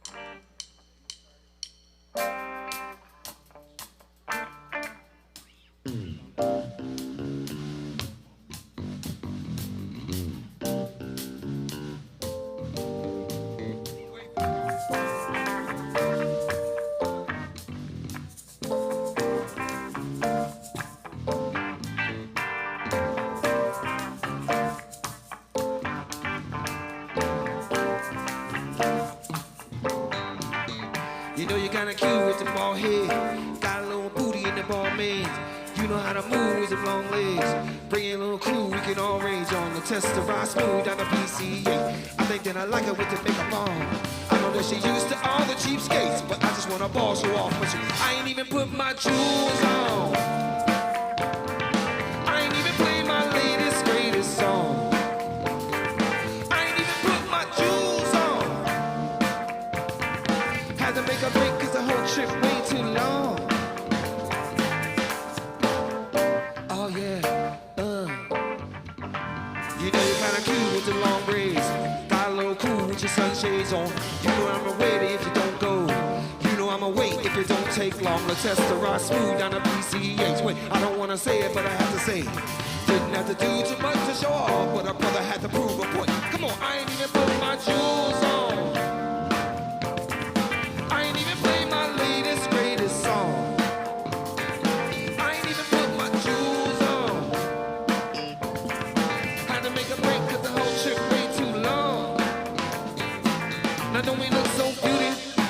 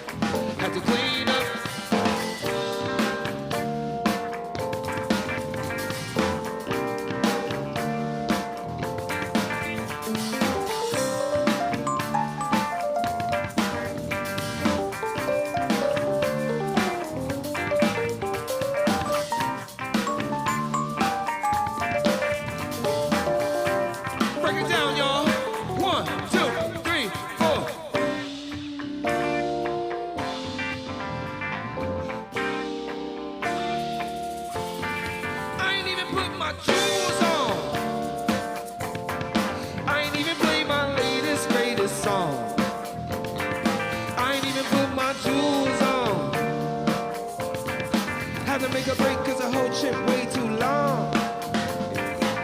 Don't we look so beautiful? Beautiful. Don't we look so beautiful? Had to clean up. Don't we look so beautiful? Beautiful. Don't we look so beautiful? Had to clean up. Don't we look so beautiful? Beautiful. Don't we look so beautiful? Had to clean up, clean up.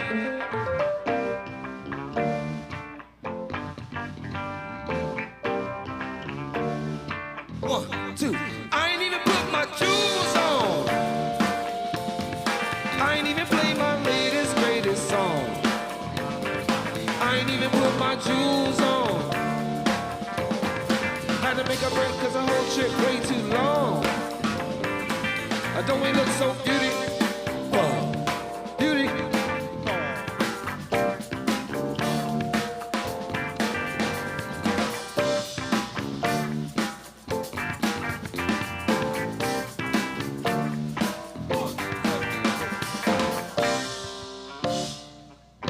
Thank you.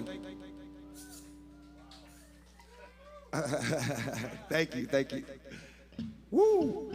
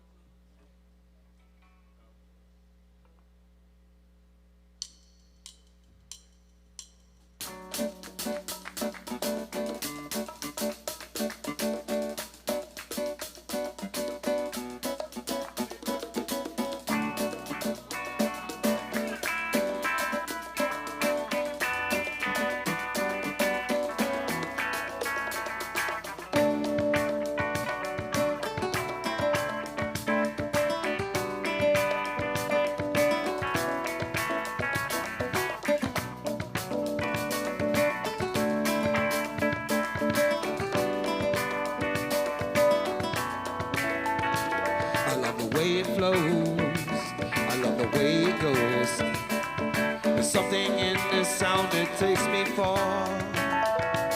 It's like a special song that move my mood along. And what I cannot sing, you'll hear through brass guitar.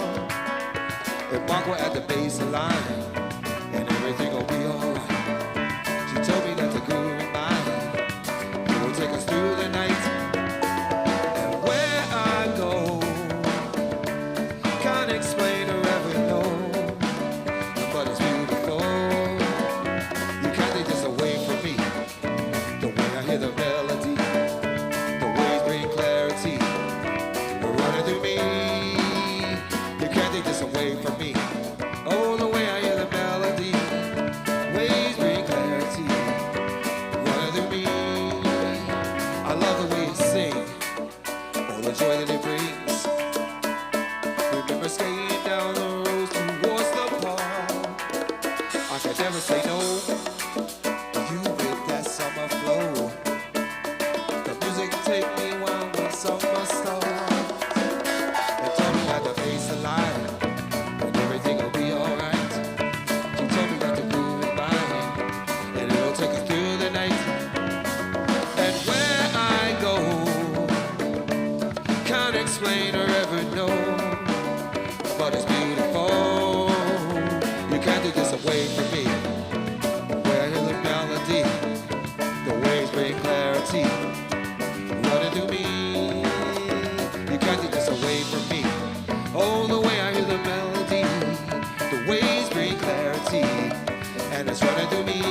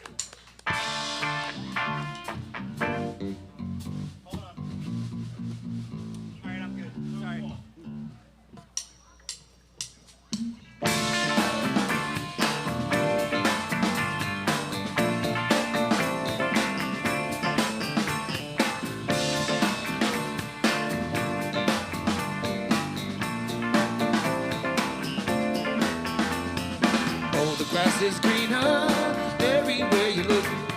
So many girls out there I could write a book. That one's ass is leaner, this one's like Serena, but I think your silhouette is meaner. And even though you got small breasts, but to me you look the best. I confess, I wanna go home and get you undressed. You see, your problems of self-esteem could be self-fulfilling prophecy. So all would be your best policy is to talk to me, talk to me.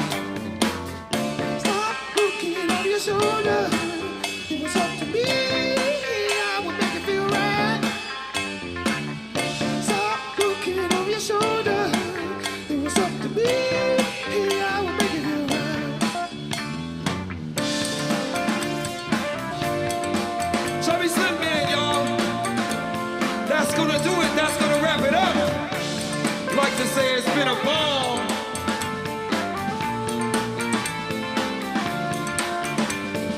Oh, the grass is greener everywhere you look. So many people stare, they got you scared of the girls out there. Now this one's Coca bottle size and that one's more than bottle sign. Know you heard this 100 times. Be what matters and what's inside. And a little backside too. Is that bad? Is that taboo? Can I get a bird's eye view? You see, your problems of self-esteem could be self-fulfilling prophecy. So all would be your best policy is to talk to me, talk to me. Stop looking over your shoulder. It was up to me, I would make it feel right. Stop looking over your shoulder. It was up to me, I would make it feel right.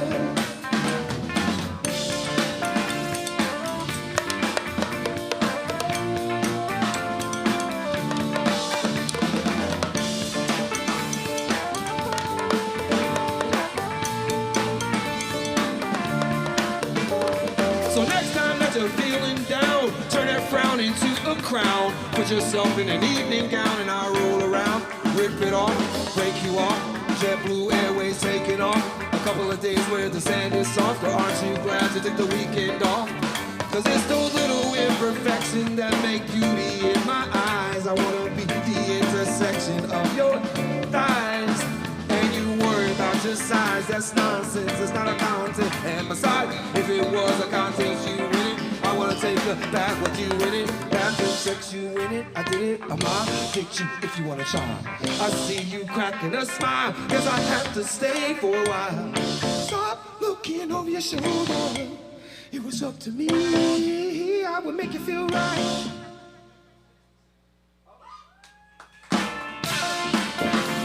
Chubby Slim, y'all. Thank you for having us. Woo! That's gonna do it. That's gonna wrap it up.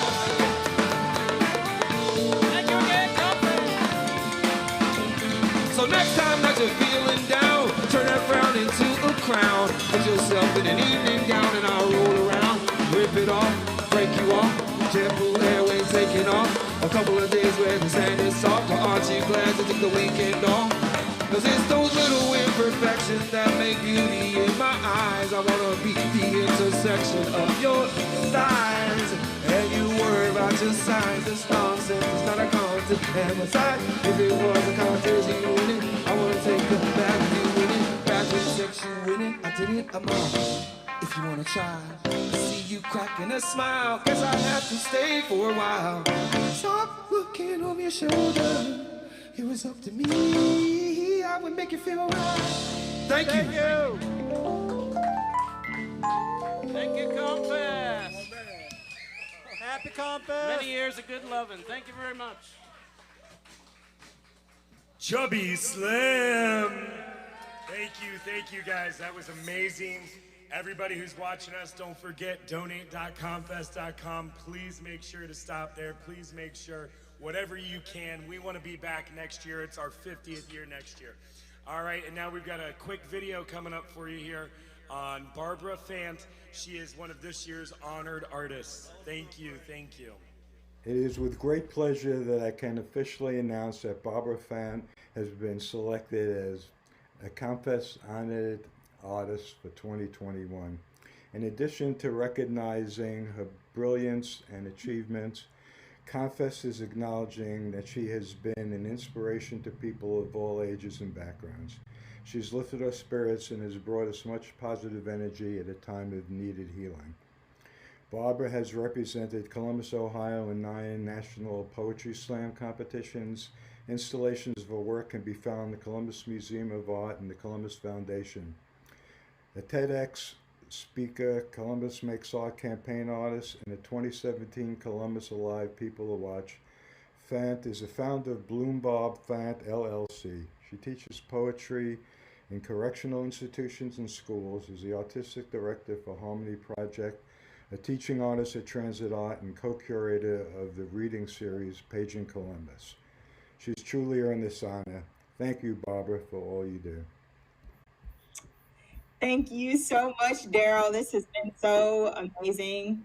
I'm so honored to receive this award. I've been a part of this community for many, many years, since I was a teenager. So it's been an honor to be able to grow in this community, be nurtured by this community, and then be able to feed back into this community and sow seeds. So I wouldn't be where I am without my family, without God, and definitely without Ised, who is one of the greatest mentors that I've ever had, and who brought me on stage with him for the very first time at a ComFest, and told me that I should just get up there and do a poem, and I did. And ever since that year, I've been coming back every year since.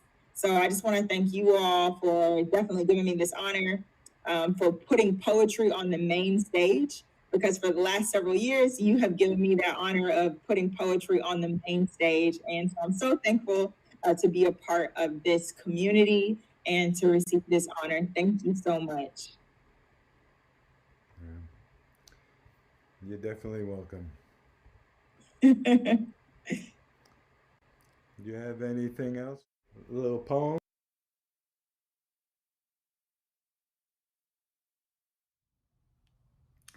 Again, just thank you all so much for such an incredible honor. I really believe in the power of art, the power of poetry.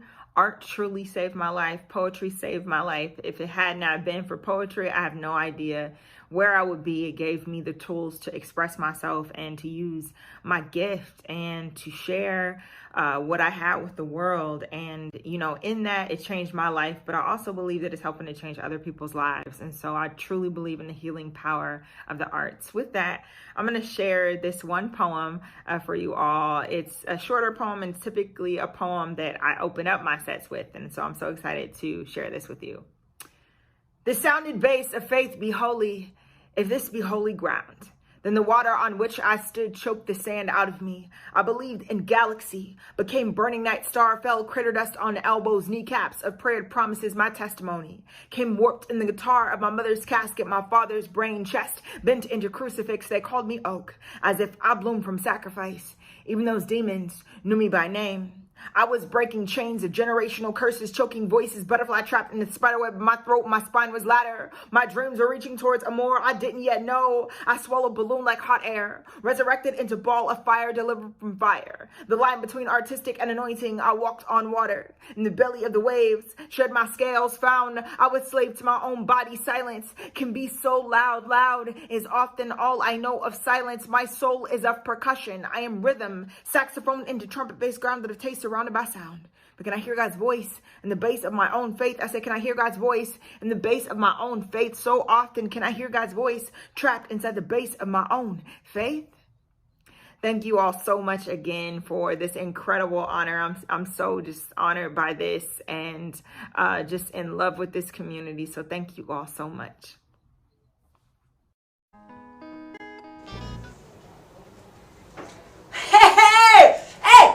Get back in line. Come on, I need your chips.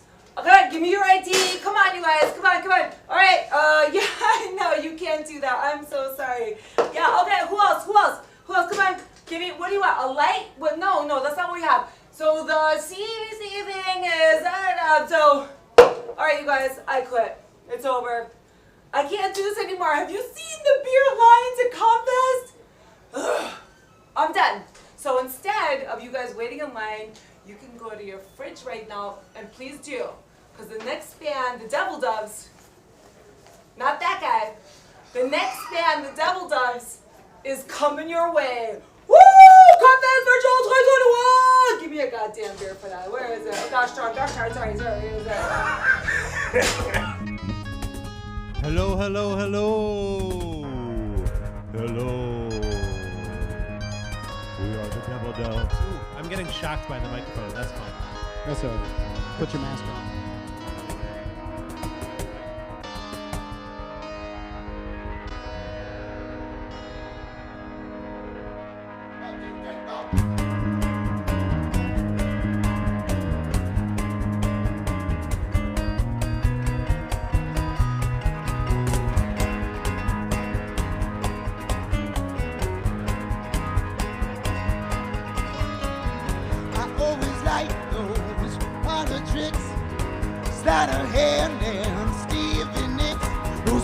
Witchy women wearing bright white lipstick.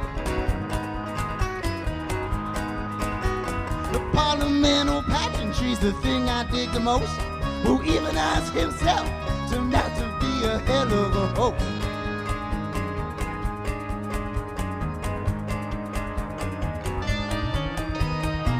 I always liked this part of town.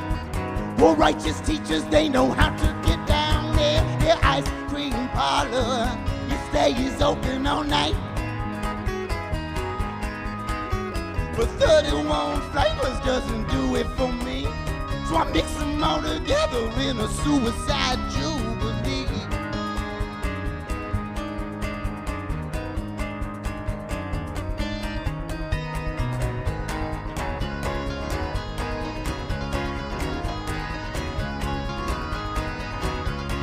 Take my hand and tell me your tall tale.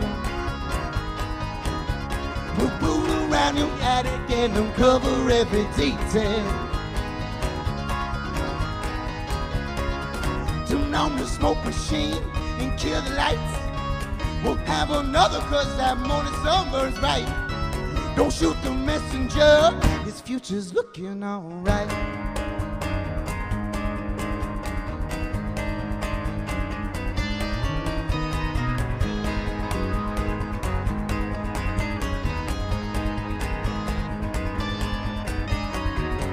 Always like those murder songs, goggling with babble in a seance, sing along. Know those fellas down by the river, they're up to no good.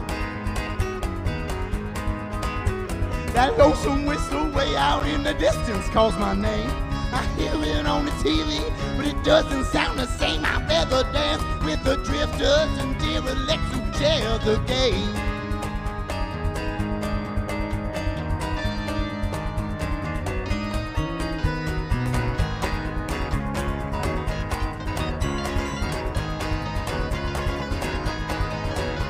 You take my hand and tell me your tall tale. We'll boot around your attic and uncover every detail. Turn out the smoke machine and kill the lights. We'll have another, cause that morning sun burns bright. Don't shoot the messenger, his future's looking alright.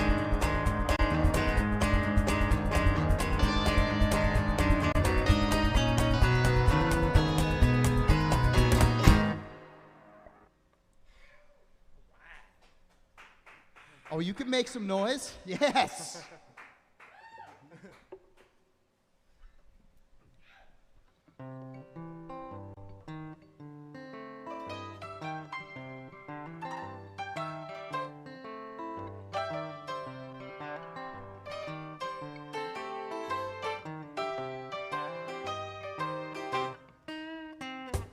Don't tell me that things are gonna get better.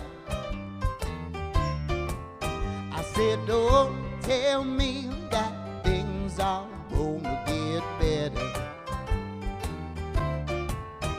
You don't tell me that things will be okay, 'cause I know better than that.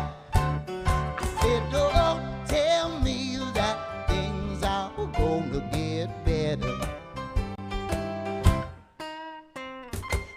mortgage is late, the truck's not running right. I got a toothache and my daughter snuck out last night. Well, I told the bank the song was in G, but they're no better than to listen to me. Well, don't tell me that things are gonna get better. I know the true hero, he goes on with the business of living in the face of this meaninglessness. I thought that line was mine, but I lifted it from Leonard Cohen. Oh, shit.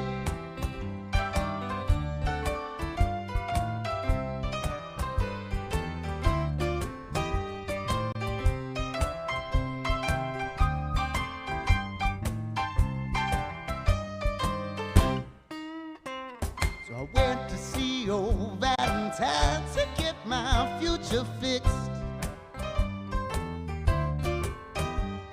But Jupiter was out of line, so she told me to split.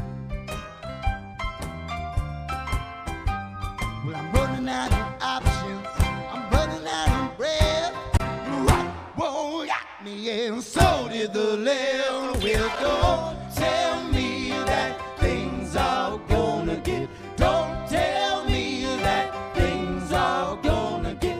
Don't tell me that things are gonna get better.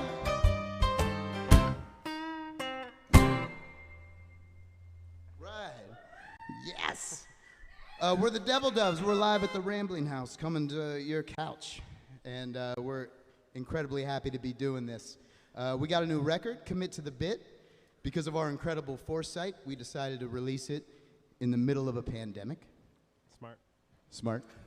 So if you're interested, hey, let us know. Just shoot old Junior a message. We got a handful more to sell. That's right. Handful. Hey, We got let's shirts, big we got thanks bunch to of stuff. Alex running the sound. Yeah. Dan Mitchell running the cameras. Paige Vandiver, moral support. This one's off the aforementioned new album. Girl with No Face. Yeah. 1, 2, 1, 2, 3, go.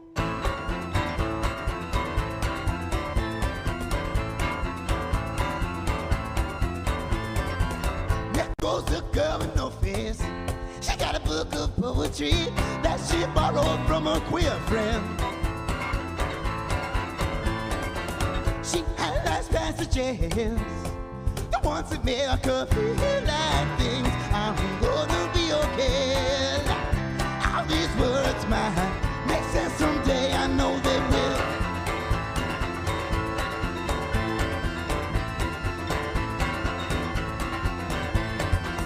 There goes the boy with no face, a part of the infantry, reluctantly he sticks to script. He collects images, the ones that make him feel like things are gonna be okay. Maybe life ain't as hard as they say, like someday all this gray will fade away. I know it will. I know it will. I know it will. I know it will.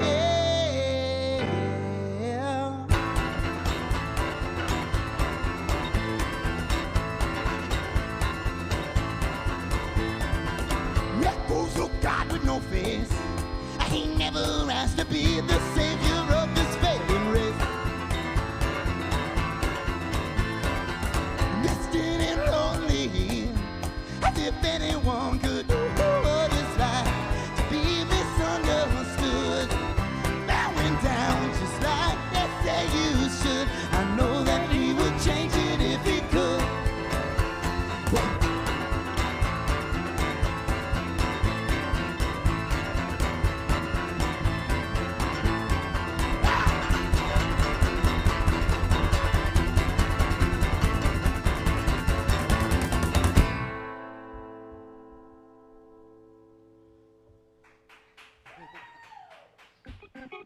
you so much. Feels weird not to get all up in your face while we're rocking out at the end. Everybody's making sacrifices, right? Don't be a dick. Wear a mask. Are we allowed to say dick? It's a private stream. I think we say what we want. You can't say goddamn on the air. Devil ain't the devil. Yeah, true story. 1, 2, 3, 4.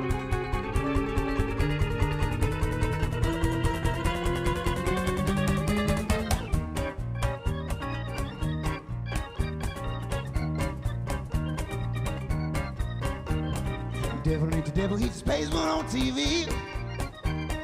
Devil ain't the devil, he just plays one on TV. That don't mean he ain't coming after you and me. I got the shake so bad I can barely hold my drink. I got the shake so bad I can barely hold my drink. Well, someone called the captain cause the ship's about to sink. Well, the handle today keeps the pain away, but it really doesn't leave me with a lot to say. I'm passing, but I'm not really here. Running from my anxiety and fear.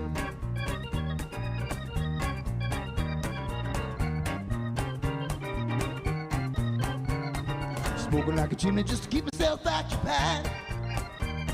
Smoking like a chimney just to keep myself occupied. But that don't fill the hole deep down inside. Trying to stay clean, trying to keep the shit together one day at a time, but it seems like forever. One's too many and a thousand ain't enough. Facing this reality is goddamn tough. Excite me, cause I can't save myself. Burning right through my physical and mental health.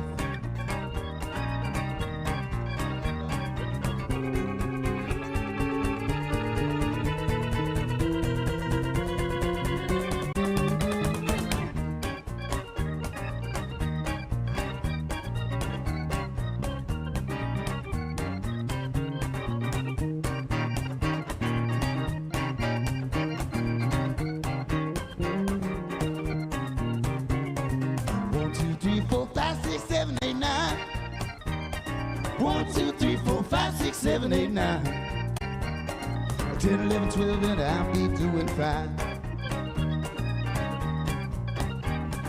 Trying to work hard, trying to stay busy, taking my meds so I don't get dizzy. Coffee in a meeting, trying to get the beast fed. I'm smiling, but my face is blood and red. Please sight me, cause I can't save myself. Burning right through my relationships and wealth.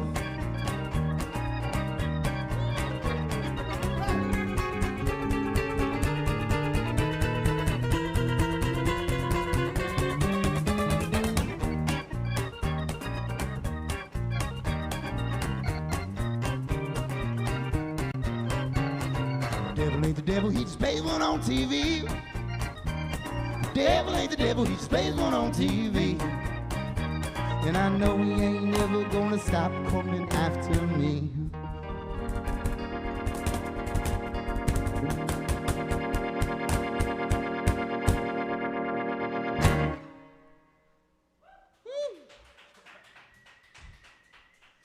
I know these lights make us look good, but this flower is starting to wilt. Ladies and gentlemen, this broadcast is brought to you by Harvest Gold, made with CBD and real ginger. Harvest Gold. Get yourself some. Well, I don't know if anybody's aware right now, but we're in the middle of some craziness, and this song is a reflection on that.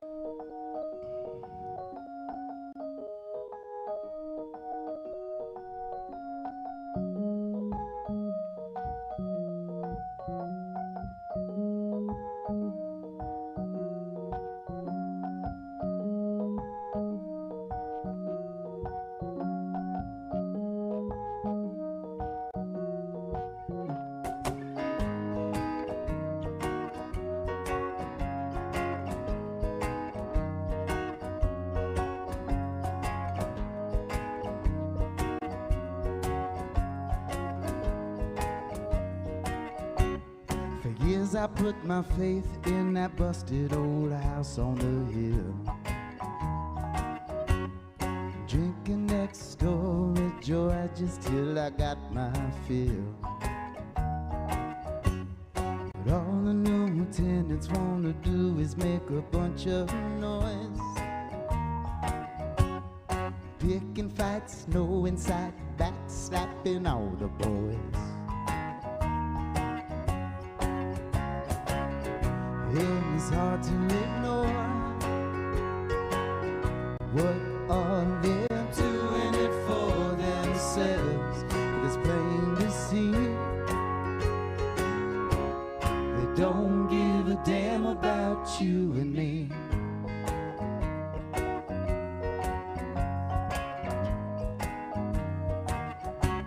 They paid for it in outright cash because they come from money. Stepping on the backs of the broken, saying, hey, ain't it funny? The folks that helped them all move in are still waiting to get paid. Like cheating off the dumbest kid in class, yet expecting a good grade. They're gonna take the whole thing now, bring in the big boys and burn down this whole town. But it's plain to see they don't give a damn about you and me.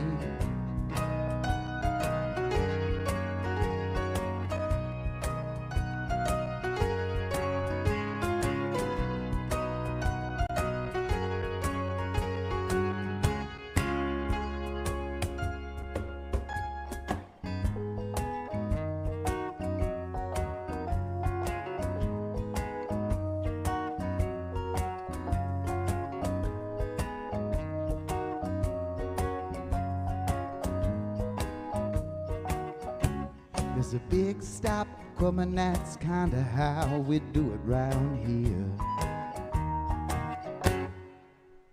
You can only bully someone so long with arrogance and fear. The people are gathering and they've got something to say. This is our town, and you're not gonna take it away. And it's hard to ignore what are they doing it for themselves. But it's plain to see they don't give a damn about you and me. And it's hard to ignore what are they doing it for themselves. But it's plain to see they don't give a damn about you and me. Thanks, guys. Thanks, everybody.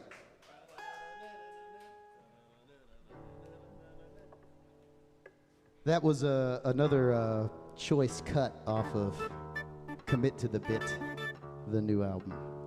That was the one song that got lots of individual buys on our Bandcamp, which was really awesome.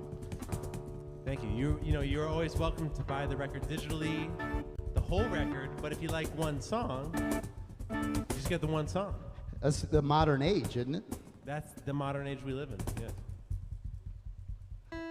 This, however, is a brand new one. This one is called Mortal Man.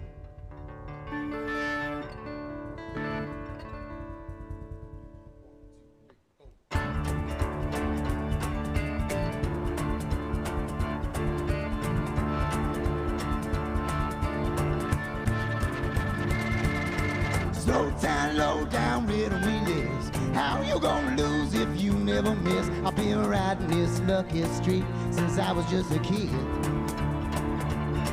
I ain't worried about consequence, you know I never did.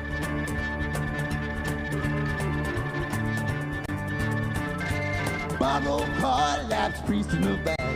$100 bills in a big fat stack. Got lipstick on my belt and a toothy grin. 90 miles an hour with a belly full of rock gut gin.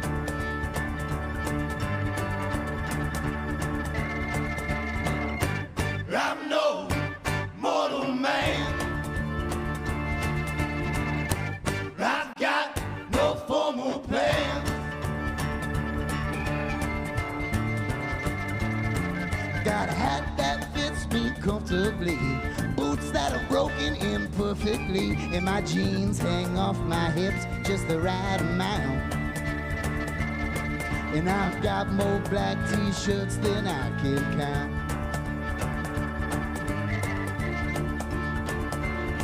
I never had a bad trip, never overdosed, never had my heart broke, though I have come close. But that's the price you pay for always being in love. Well, sometimes a devil, and sometimes a dove. I'm no mortal man. I've got no formal plan.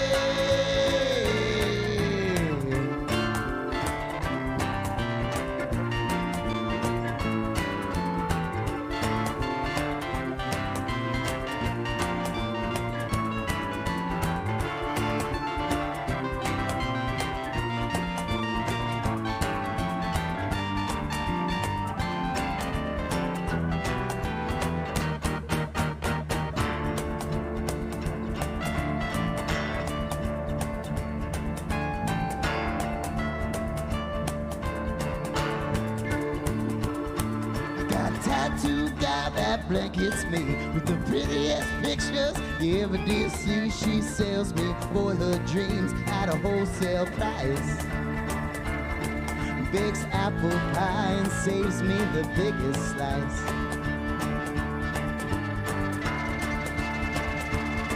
Well, it might not last and that's okay. Why worry about tomorrow when you got today? My brain stem's fully charged, it's a buzzing and a humming. This town ain't gonna see me coming. I'm no mortal man. I've got no formal plan.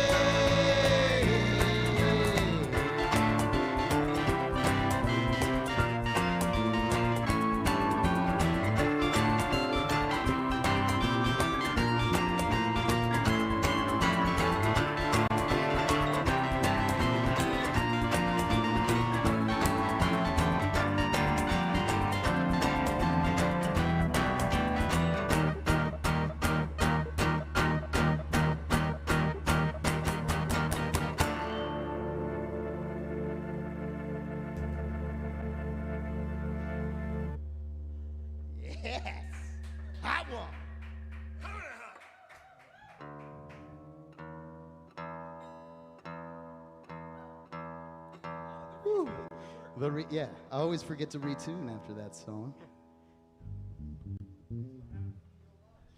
Hey, I hear you. We're sprinkling in some brand new material for you, ladies and gentlemen. Hope you enjoy it. Yeah. That song and this next one. What's the next one? This next one is called 17 Streets, so it's kind of about, knowing when to give up on something. Or knowing when not to. Like Gerald Ford.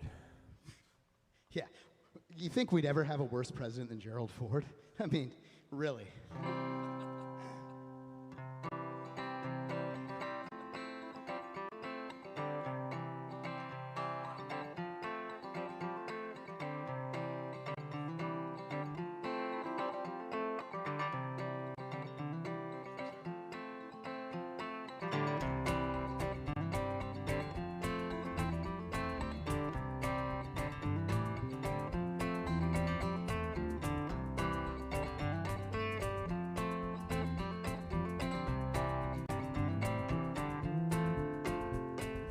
You won't say and I can't guess. How do we clean up this mess?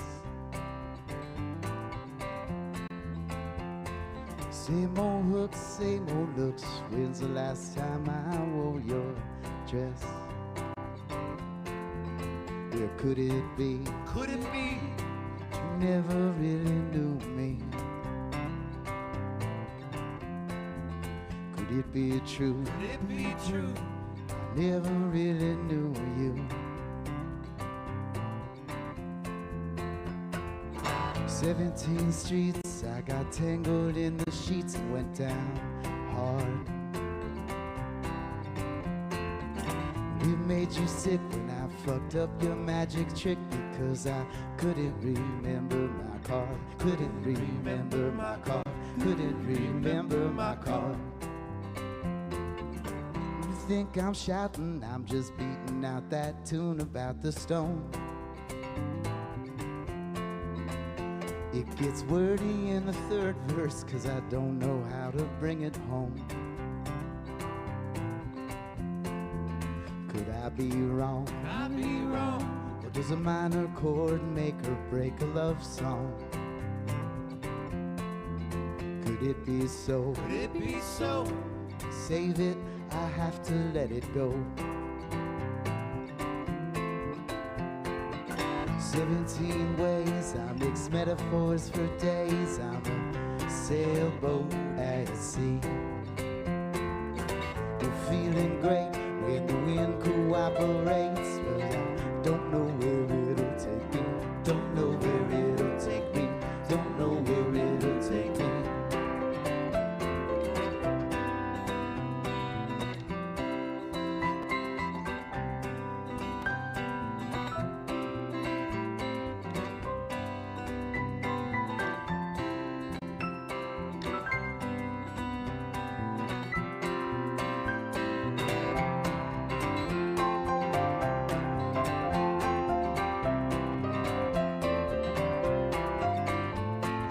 Focused, but I'm jittery. I'm drinking coffee till I go to bed. Obsessing over every word and how it could have been better said. Could I be right? Could I be right? See if I can get some sleep tonight. Could I be right? Could I be right? See if I can get some sleep tonight. 17 lines, they get scrambled in my mind, so I ooh and I 7/10 split, but I haven't spit the bit, so I sing la la la la la la la la la la la la la la la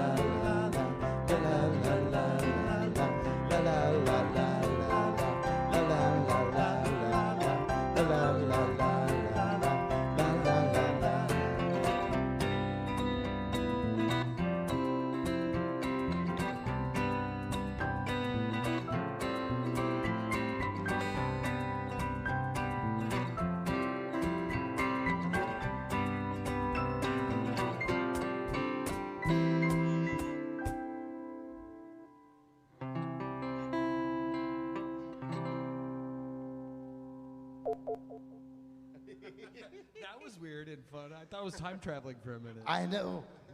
Maybe we did. I was like, is that just me or did that just really? I've been watching a lot of Quantum Leap lately. That freaked me out. Caressing it.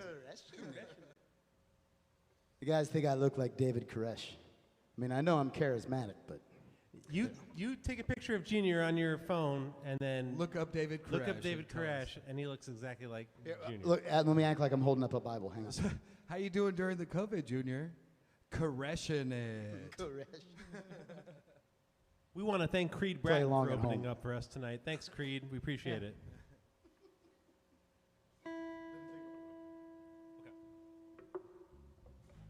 Hey, we have a music video for this. If you haven't seen our music video, our friend Paige is in it. She plays my wife. And actually, some of it, if you have seen it, and some of this looks familiar, it's because we shot the surgery scene. The surgery scene. Here. Right here on the stage. Right here on this stage. Does that make you nervous being back after all that? After I was Sorry to interrupt the Devil Doves pre-recorded programming. I hope you were all enjoying it. Thank you so much, Devil Doves. We really appreciate it. One last time, probably not the last time for all of ComFest, maybe not even tonight, but donate.comfest.com. Please go there if you're enjoying what we're giving to you. We do this all to volunteer to give it to you. We need your support, and since we can't be there, you can't be there with us today. Anything you can do to help us out would be great. And don't forget, you're watching us on ComFest website. Go to the merch section. buy some merch. That supports us. It helps us come back next year for our 50th anniversary. So now, without any further ado, our last live act of the evening, the Bloodthirsty Virgin.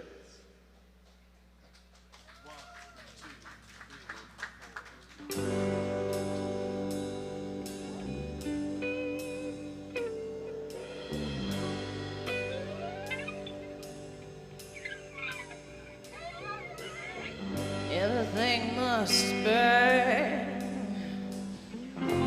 and it's so sad. Everything must hurt. It's the truth of what you mean to me. It hurts because my love won't let you be. Everything must scar, sweetheart. Everything must break. It breaks because I'm broken too. I take you there, my love. It's what I do. Oh, baby, please. I love you on your knees. Hold me close. There's nothing left to do. Oh, oh, sweetheart, we'll never ever part. This might hurt a little, but it should. Everything must scar, sweetheart. Everything must break. It breaks because I'm broken too. I take you there, my love. It's what I do.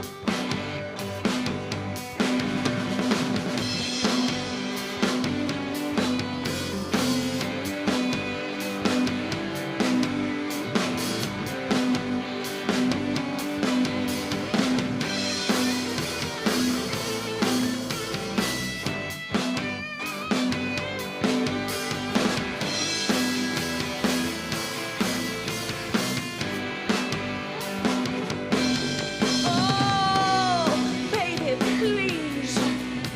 I love you on your knees. Hold me close. There's nothing left to do. Oh, sweetheart, we'll never ever part.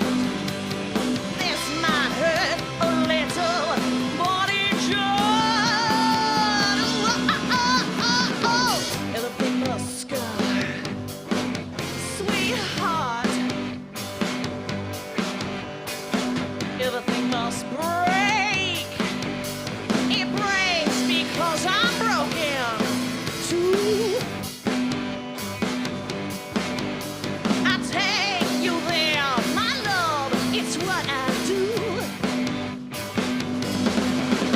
I take you there, my love. It's what I do.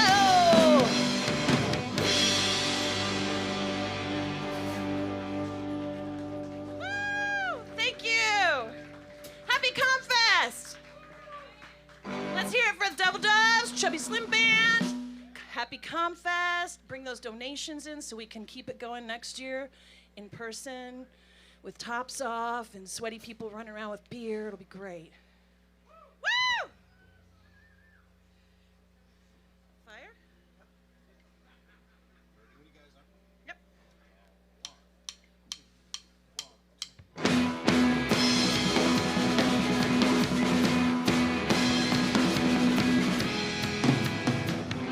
You said you would marry me with the eyes of a child. I begged you to carry me for a little while.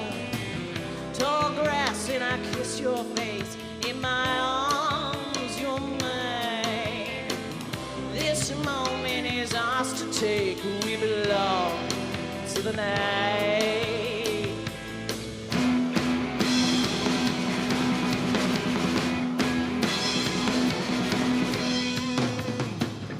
You say you're a broken thing. In your eyes there's a wild. One kiss and there's no mistake. Feel our breath inside. I know there is no escape. I am yours, you are mine. This moment is ours to take. Let the stars burn bright.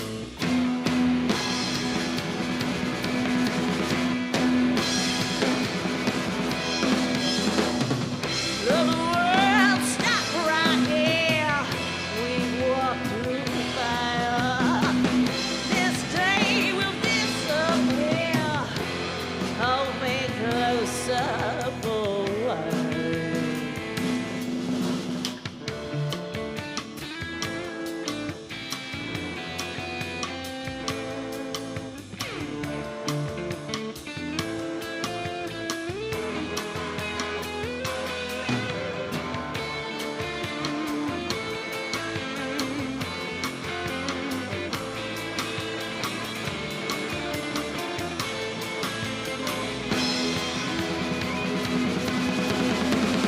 Let the world stop right here. We've walked through fire. This day will disappear. Hold me closer for a while. Hold me closer for a while. Hold me closer.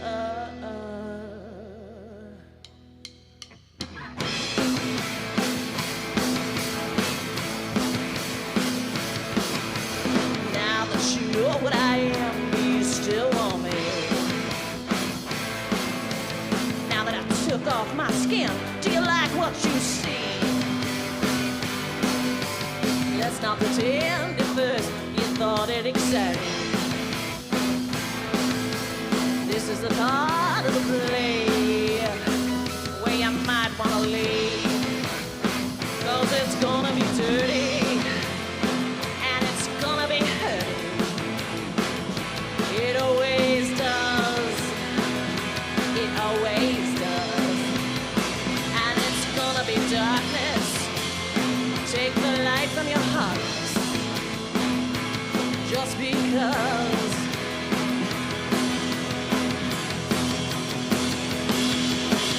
Love get me down.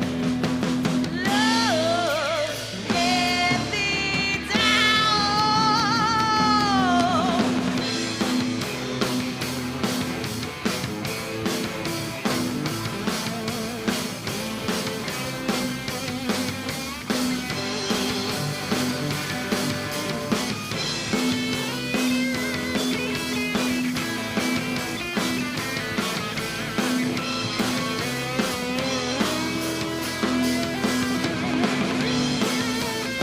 Cause it's gonna be thrilling.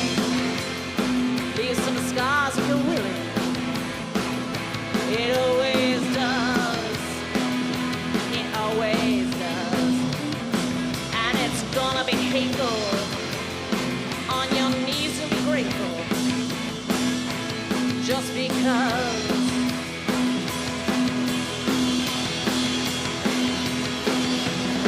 And when you hold me close, can you feel tomorrow? I know it hurts to breathe when you're next to me. Everything beautiful must have some sorrow. Everything beautiful must die to be free. 'Cause it's gonna be killing.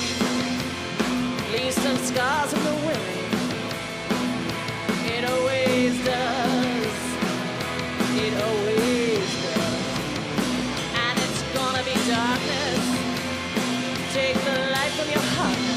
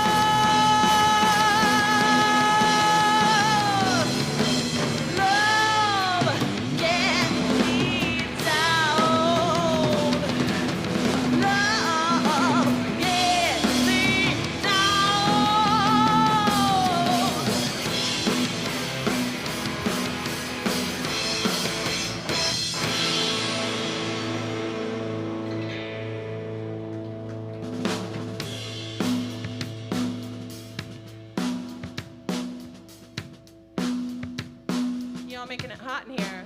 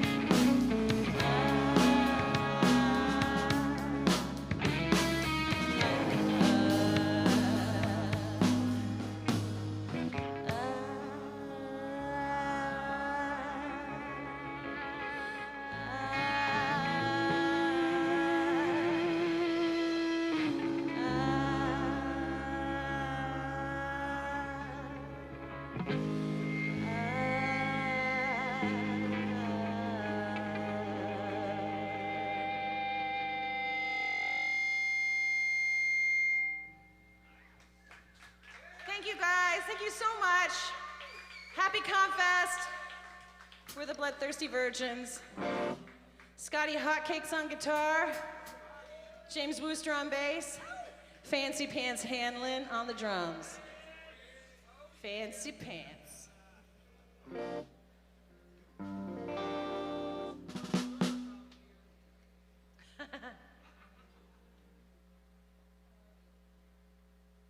How we doing on time, guys? We've got a few more.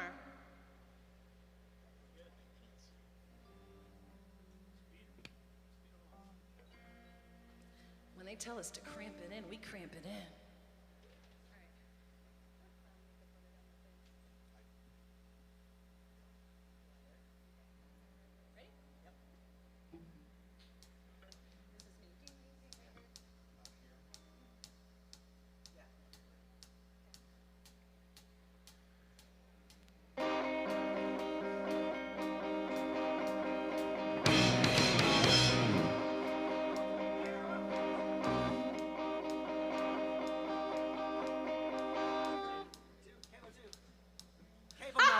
Cable malfunction. ComFest.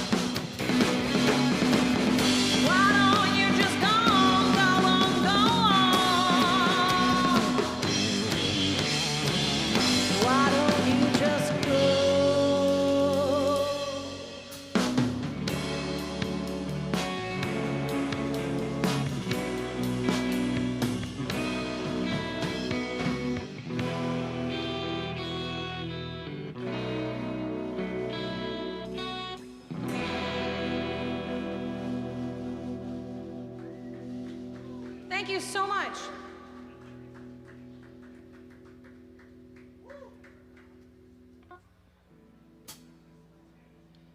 Thank you so much, guys, for tuning in to this virtual ComFest. Pretty freaking cool for you guys to put this together in such an amazing way.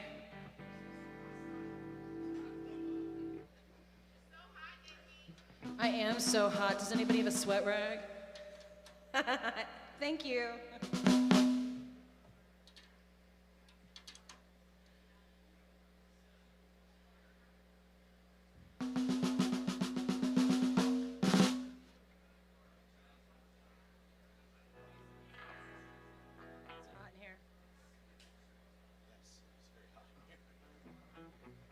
I need some incidental music.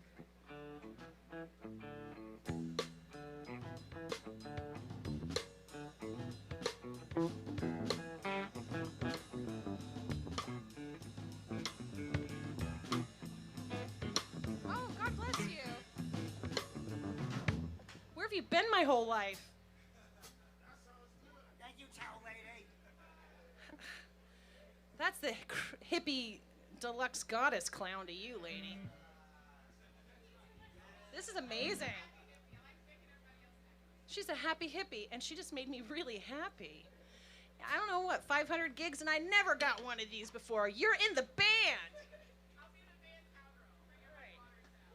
Right on. All right, in the end.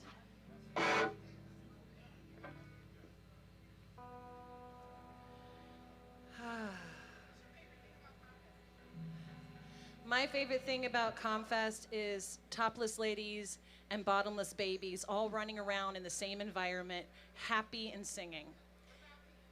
What about Keith? What's your happiest thing about ComFest, Keith?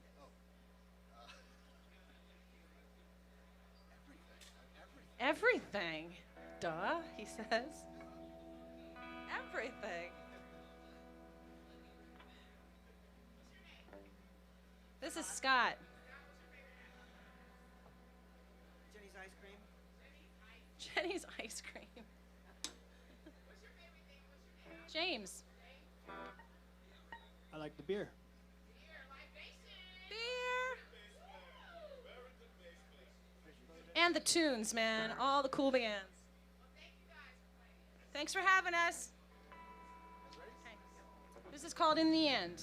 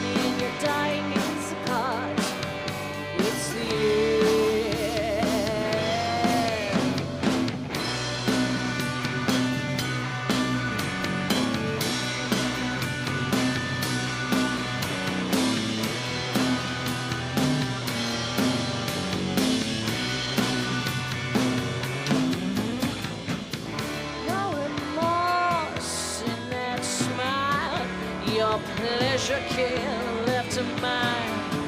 It's true, I'm gonna get to you. Something here on the scene as you harden your hands for me. In a love's kiss, there's a bite for you. Should know everything.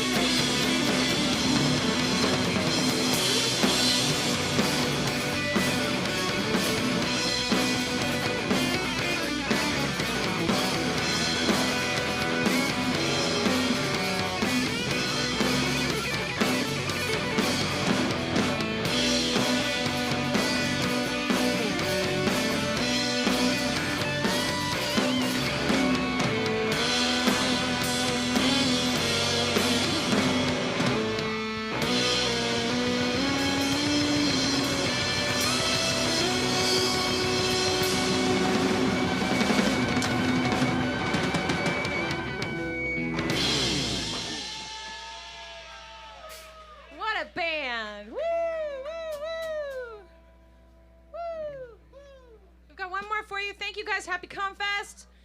Be safe out there. Watch out for each other. If you see trash, pick it up. Buy lots of beer. Come and volunteer. Volunteer, volunteer. Next year. And this year, if you're enjoying what you're watching, please donate. Please donate to the cause. They usually run this entire show for you for free based on beer sales. So they really need a little hand this year. They give a lot of money out to people for good causes. Let's help ComFest out.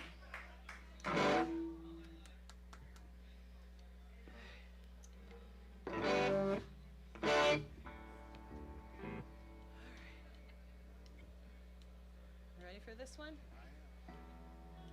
This is a sing-along, guys. The few of you that are in this bar, I expect to hear singing. Nice and loud, please.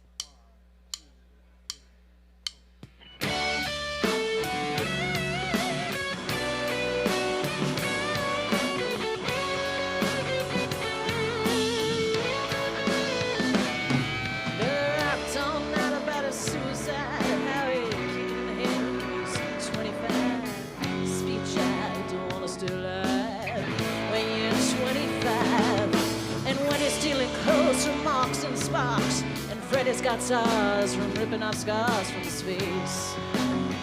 Funky little boys. Television man is crazy, said we're juvenile delinquent wrecks. Oh man, I need TV when I got T-Rex. Oh brother, you guess I'm a fool dad. All the young dudes carry the news.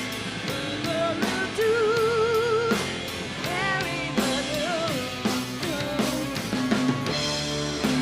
All the young dudes carry the news. Little dudes carry the news. Now Lucy looks sweet 'cause he dresses like a teen, but he can kick like a mule. He's a real mean queen, but he can love. Oh yeah, he can love.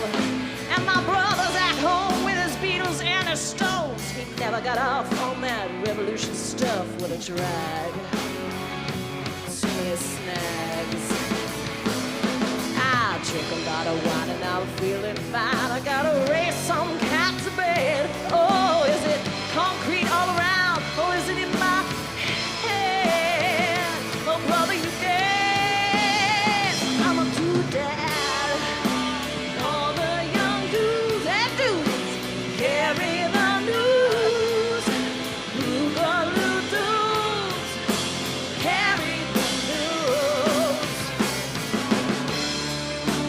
All the young dudes carry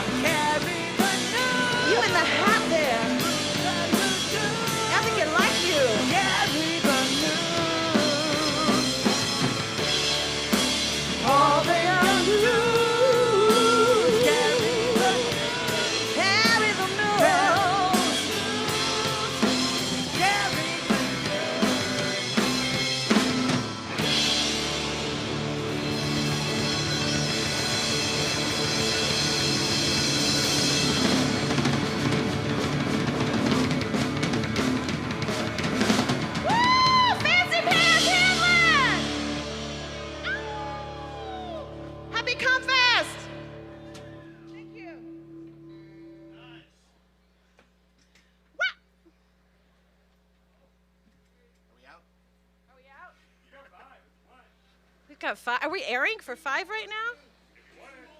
Oh my God. I think we're good.